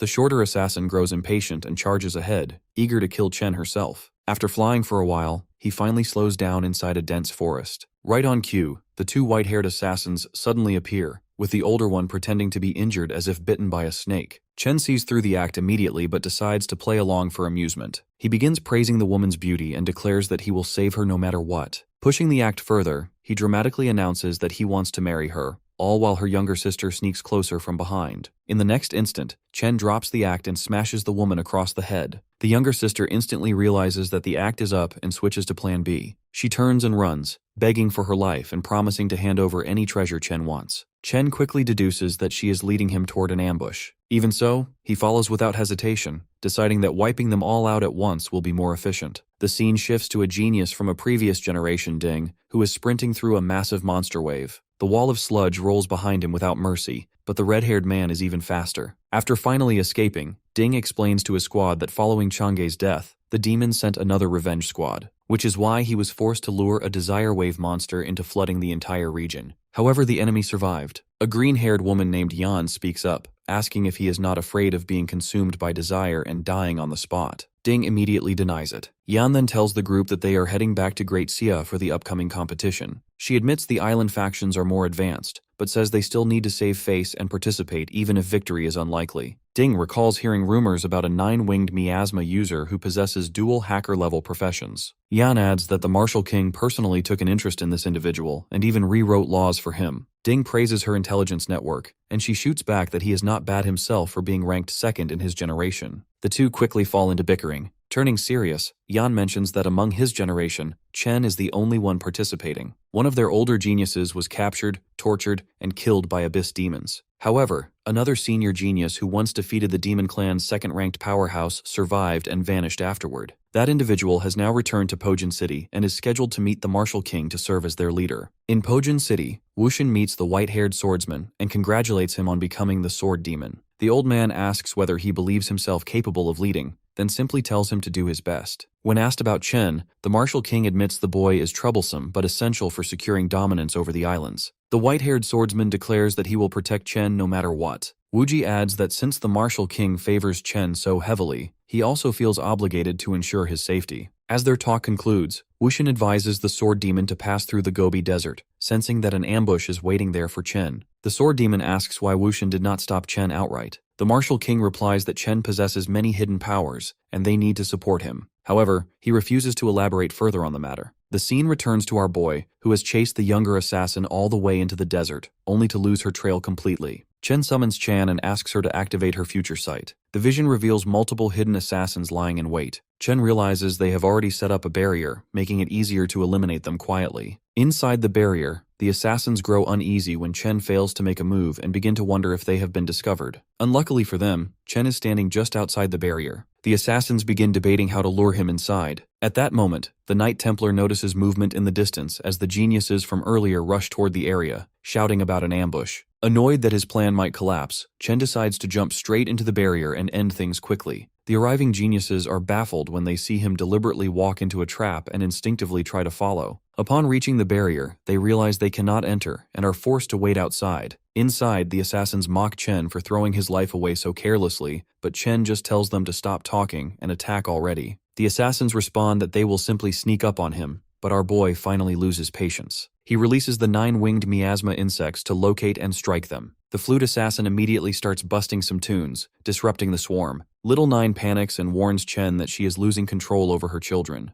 Our boy tells her to increase the insect numbers until her control becomes impossible to suppress. He releases over 1 million insects at once, causing the flute assassin to panic as his skill gets pushed to the max. Just then, dark energy blasts slam into Chen, directly damaging his soul. In response, he activates the Crimson Beetle body enhancement, sending several assassins flying. He then unleashes his lightning abilities, but Yeon steps in instantly, using her crystal to absorb the attack. Without hesitation, Chen summons his spear, only for the monks to activate suppression seals that block dark energy entirely. The head monk reveals that his 2 subordinates have already sacrificed their lives to sever Chen's connection to the underworld. Chen bursts into laughter and asks who the hell told him that his spear is even made of dark energy. Jia grows irritated too from the constant mention of the underworld since he is its lord. Chen releases the Crimson Beetle, who instantly rushes toward the head monk. The bald man panics when he realizes this has nothing to do with dark energy at all. This thing is practically the underworld itself. Out of desperation, he summons a Buddha shield and throws everything into defense. Chen does not slow down and summons even more beetles, forging them directly into his spear. The weapon punches through the shield and pierces straight through the head monk, ending him on the spot. Chen immediately turns his attention to Yeon,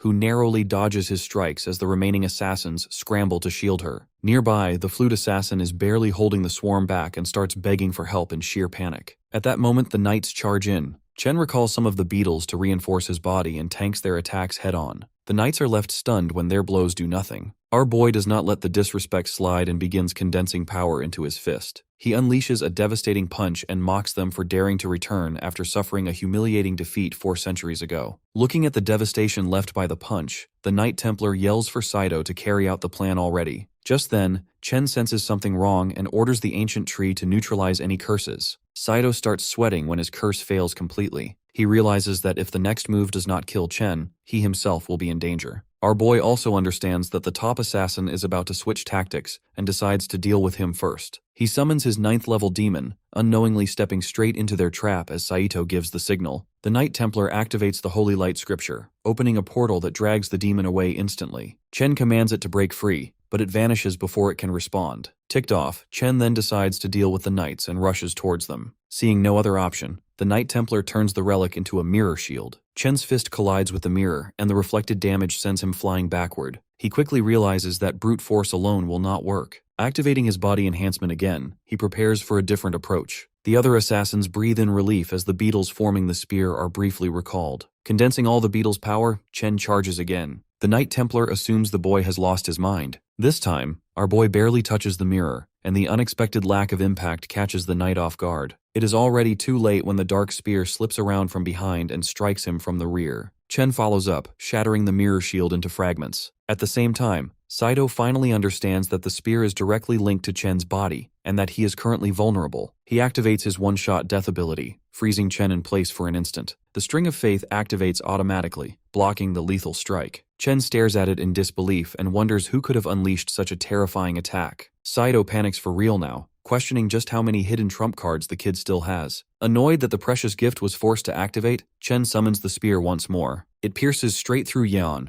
instantly restoring his thunder abilities. He then turns toward the flute assassin and orders Little Nine to stop holding back and release everything. The renewed swarm overwhelms the assassin, who staggers under the pressure and realizes his end has arrived. In a final act of defiance, he detonates himself and screams for Saito to finish the job. The top assassin begins charging his 1,000-piercing sword technique. However, our boy is already prepared as he tells Chan to use her future sight ability again. Using Lightning Step, Chen cleanly dodges the curse and lets the ancient tree neutralize it. The assassin is completely shaken that even this plan fails. At the same time, Little Nine finishes off the flute assassin. Our boy immediately commands his dark spear to lock onto Saito and end it once and for all. Saito narrowly avoids the first strike, stunned that the spear can still track him despite his broken stealth ability. Chen does not let up and begins chaining his attacks non-stop, giving the assassin no space to recover. Outside the barrier, the geniuses start discussing whether Chen has already been killed inside. The sword demon comments that Chen is only level 3 and far too reckless, adding that it might be for the best if he does not make it to the island tournament. Disappointed in the Martial King's judgment, he decides to leave and signals the others to follow. Just then, the barrier violently shatters, and the swordsman instantly senses the killing intent of an 8th level fighter.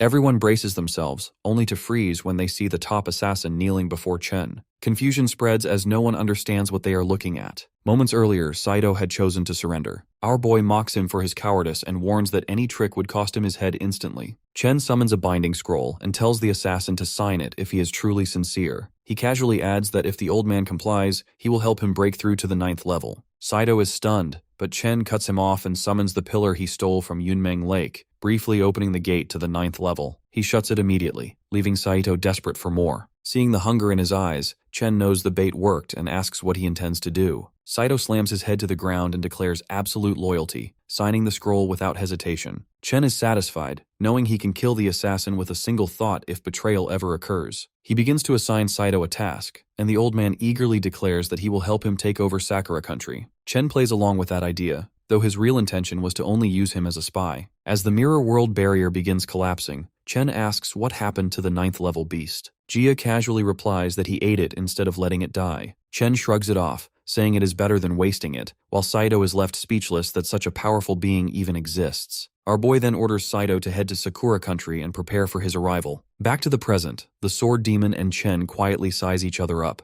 Wuji confirms Chen's identity and questions the old man behind him. After a brief exchange, it becomes clear that Saito is now Chen's retainer. Our boy then asks the swordsman's name and confirms that he will indeed be joining the island competition. Nearby, Ding and the green-haired girl are caught off guard by how calm and precise the conversation is. From their perspective, it looks like a fight is about to break out, when in reality, the two are simply talking like comrades. After a short silence, Chen and the sword demon complement each other's strength and hype one another up. The swordsman warns Chen to be careful during the tournament since he will not be able to rely on his insect swarm and promises to protect him if needed. As the sun sets, they decide to head back. Chen tells Saito to leave for his mission as well. Watching them go, the assassin realizes that the rest of the group has no idea just how terrifying his master truly is. Meanwhile, Chen reflects on how absurdly strong Wuji is for his age, and notes that he needs to improve himself quickly. Just then, Chan informs him that the ancient tree has produced a rainbow fruit. Chen remembers that the last time he consumed one, he unlocked the Heavenly Warlord skill set, and wonders what it will be this time. He is surprised that the fruit ripened naturally, and finds out that the ancient tree gathered souls on its own. Without waiting any further, Chen absorbs the fruit and unlocks a brand new ability. Brand of Faith. His new ability is truly bone-chilling in effect. It allows him to brand a specific type of creature or even an entire race, making them his loyal subordinates for eternity, even future generations. But the strict condition for that is to first subjugate that race's monarch in battle. When Chan asks him what is really on his mind, he reveals that the first human emperor was betrayed by his own people, but his brand will permanently erase any chances of betrayal. With that, he returns home to his master, who is clearly mad at him for destroying the Heaven Punishment Squad's morale. They devised the perfect strategy to save him safely from the ambush, yet he went in and soloed the entire enemy team alone. The Blade King questions how he can even manage that so casually. He assumes it is because of the 9-wing miasmas and keeps guessing how many millions he currently has. The old man goes quiet when our boy does not confirm the number even at 80 million. Anyway, he informs Chen that the Dreamer created a seal over the country's communication channels, so the outside world only knows he has 10 million insects for now. Hearing that, our boy casually asks him how many bugs it would realistically take to defeat the Flame Lord. His master reminds him that the Overseas faction is capable of crafting powerful divine artifacts. For someone that well equipped with such gear, he would probably need around 100 million just to weaken the master. Just then, the old man realizes that he might already possess 100 million if he is asking this so calmly. He questions just how our boy bred so many in such a short time. Chen reveals his secret is simply feeding them fresh monsters constantly. His master gives him some golden advice about properly mastering that simple trick. He even offers to issue an order for everyone in the country to kill monsters and gather their bodies for him efficiently. Regardless, that still will not help him much in the competition since his miasmas are strictly not allowed there. Chen assures his master that 2 months are enough for him to grow stronger, and his true power does not just lie with his insects alone. After that, he pulls out his status screen and notices he needs to reach the 4th level before the tournament begins. That will be tough with his 3 classes active, since his XP points will be split evenly 3 ways. The condition to level up his weakest skill is to personally hunt 1,000 beasts with his own hands. To challenge himself, he wants to complete the level up mission deep in the abyss, where 8th rank monsters like the Spider Queen can be found. The scene then transitions to Magic City, where everyone is gathered for an urgent meeting inside a beautiful garden courtyard. Linkyu starts the discussion on how to make their region more stable. For that goal, they must reunite with the overseas islanders before another devastating war begins. Negotiations have been attempted several times before, but they all ultimately fell through because of the Flame Lord's stubborn rule. The only realistic way to succeed now is to remove him from power permanently and take over the islands. Wushin, the Dreamer, and the Lord of Swords realize, however, that none of them can actually defeat him in a fight. That brings them right back to square one again, wondering what the next plan should even be. Wushin firmly claims there is only one thing they absolutely must do: protect their #1 genius at all costs. Linkyu openly doubts what a single amateur genius can possibly accomplish.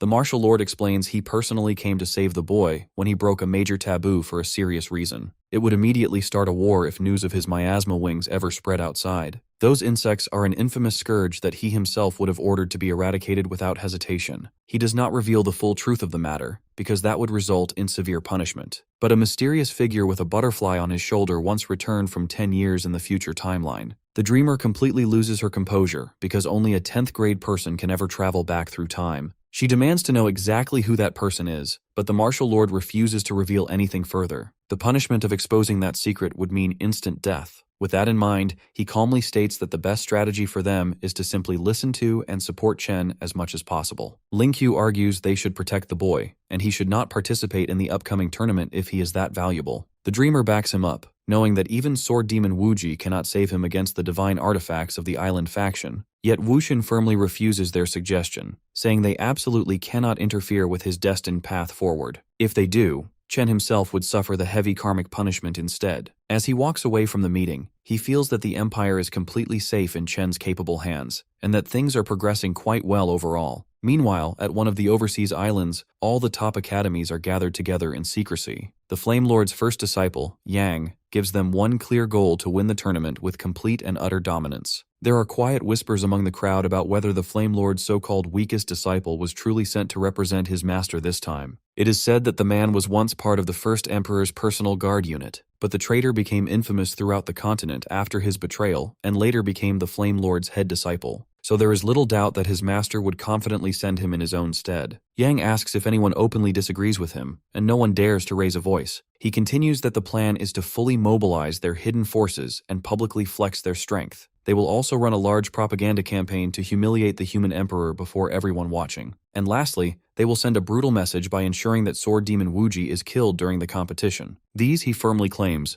are the direct words of the Flame Lord himself. The audience goes wild after they finally learn the true purpose behind the competition. A cautious man from the side questions the risk of retaliation afterward. Yang claims people have grown weak during such a long era of peace. He boldly declares that Great Xia has been in the spotlight for too long. Now it is their turn to rise up. Some people raise the point that while their top warriors are individually stronger, the Xia Empire still heavily outnumbers them in foot soldiers and continues to have the Dreamer's support. Yang finds their constant worrying rather amusing and reveals that the Flame Lord already has plans set in motion for everything important. As they speak, he mentions that his master is currently negotiating with the Sea Tribe for warriors in the upcoming Great War, and the tournament as well. Not only that, but every participant from their side will be equipped with a powerful divine artifact. The scene then shifts to an official order broadcasted to every genius within the Xia Empire. They hear Chen bluntly asking everyone to hunt monsters and bring their bodies back so he can level up faster. All of the academy students go absolutely wild when they hear that, because the merit point reward for each monster is insanely generous. Later, Chen's master gives him the good news that their warehouse is completely full just 12 hours after the announcement. Inside the massive room, our boy spots thousands of beast corpses stacked high on top of each other. When he brings up the financial burden, the Blade King explains that every major family in the country stepped up to sponsor him. Moving on, Chen orders Little Nine to devour the high-tier corpses first, while the baby bugs swarm in to finish off the leftovers. His master watches the millions of insects he summons in awe. The old man wonders out loud just how much these bugs are about to multiply. Chen immediately bursts his bubble, saying they would need at least 10 times this much meat to make that happen. But the Blade King is sharp. He estimates they should hit the required number within a month or so. Our boy then adds that he won't be able to house the swarm if they breed again at that scale. That's why he plans to use the abyss itself as a home base. Gu suggests dispatching an army to clear the place out first, but Chen shuts that down. He wants to clear it on his own, without letting the insects lift a leg to help. His master naturally worries about him, but Chen claims it'll serve as a perfect practice run under the same conditions as the upcoming tournament. Plus, it's not like he doesn't have other aces up his sleeve. Right then, Little Nine pops up and says she wants to tag along. He's genuinely surprised she would rather stick with him than stay behind with a mountain of food. Gia pops out too, demanding to know when he's getting his promised buffet. Our boy tries to shut him up with some divine demon blood,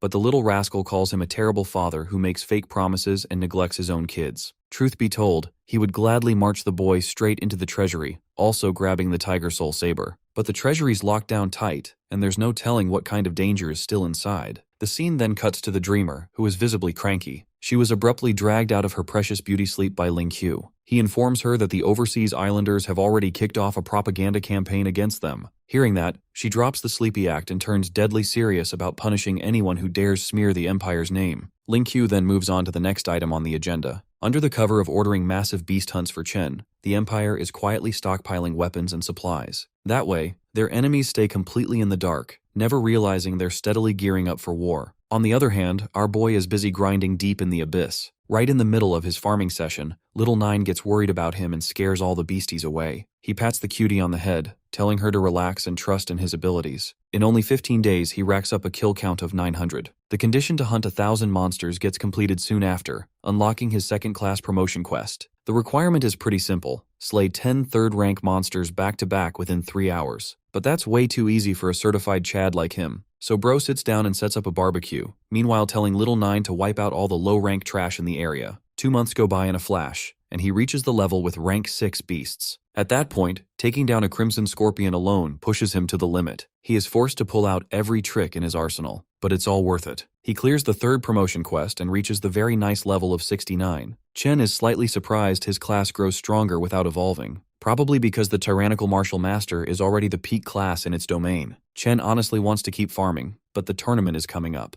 On his way out, he lets Nine feast on every monster in sight. Back on the surface, his master stares at him buck naked. He asks if the abyss bullied him so badly that it even took his clothes. Our boy plays along, not about to explain they were shredded because the martial master class triples his muscle mass. Moving on, Gu proudly announces that the mountain of monster corpses they gathered will definitely shock him. The old man even brags that some species might have gone extinct at this rate. But when the two of them peek inside the storage warehouse, they're met with nothing but empty space. As the swarm grows faster, their appetite scales with it. No amount of hunting seems enough. Chen simply calls the insects back, looking satisfied. They've stockpiled enough food to reproduce several more times, just like the hive he established in the abyss. He confidently tells his master that hitting 100 million bugs won't be a problem after this. The old man is stunned, imagining even the Flame Lord struggling against numbers like that. What he doesn't realize is that's only the tip of the iceberg. Chen still hasn't used his creator skill, which multiplies the number of insects produced in a single batch. Once that kicks in, the swarm will explode in size. That's exactly why he asks his master to seal off all public access to the abyss. Only a dungeon has enough space to house that many 9-winged miasmas. Deep in the abyss, our boy kicks off the breeding process, unleashing an enormous swarm that swirls through the cavern like a hurricane. All of a sudden, a violent urge to devour anything and everything floods his mind. He wonders if the bugs are trying to push him over the edge and make him lose control. Chan warns him that if he loses control, the swarm won't hesitate to eat him alive. But the pressure disappears soon, as Nine steps in and quite smacks some sense into her little buggers. With the breeding complete, he now commands a staggering 80 billion insects. He orders a portion of them to remain inside the hive. The rest move out the abyss, devouring everything in sight. Now with an army of killer insects prepared, he's more confident than ever that the Flame Lord and his precious islands are about to go down.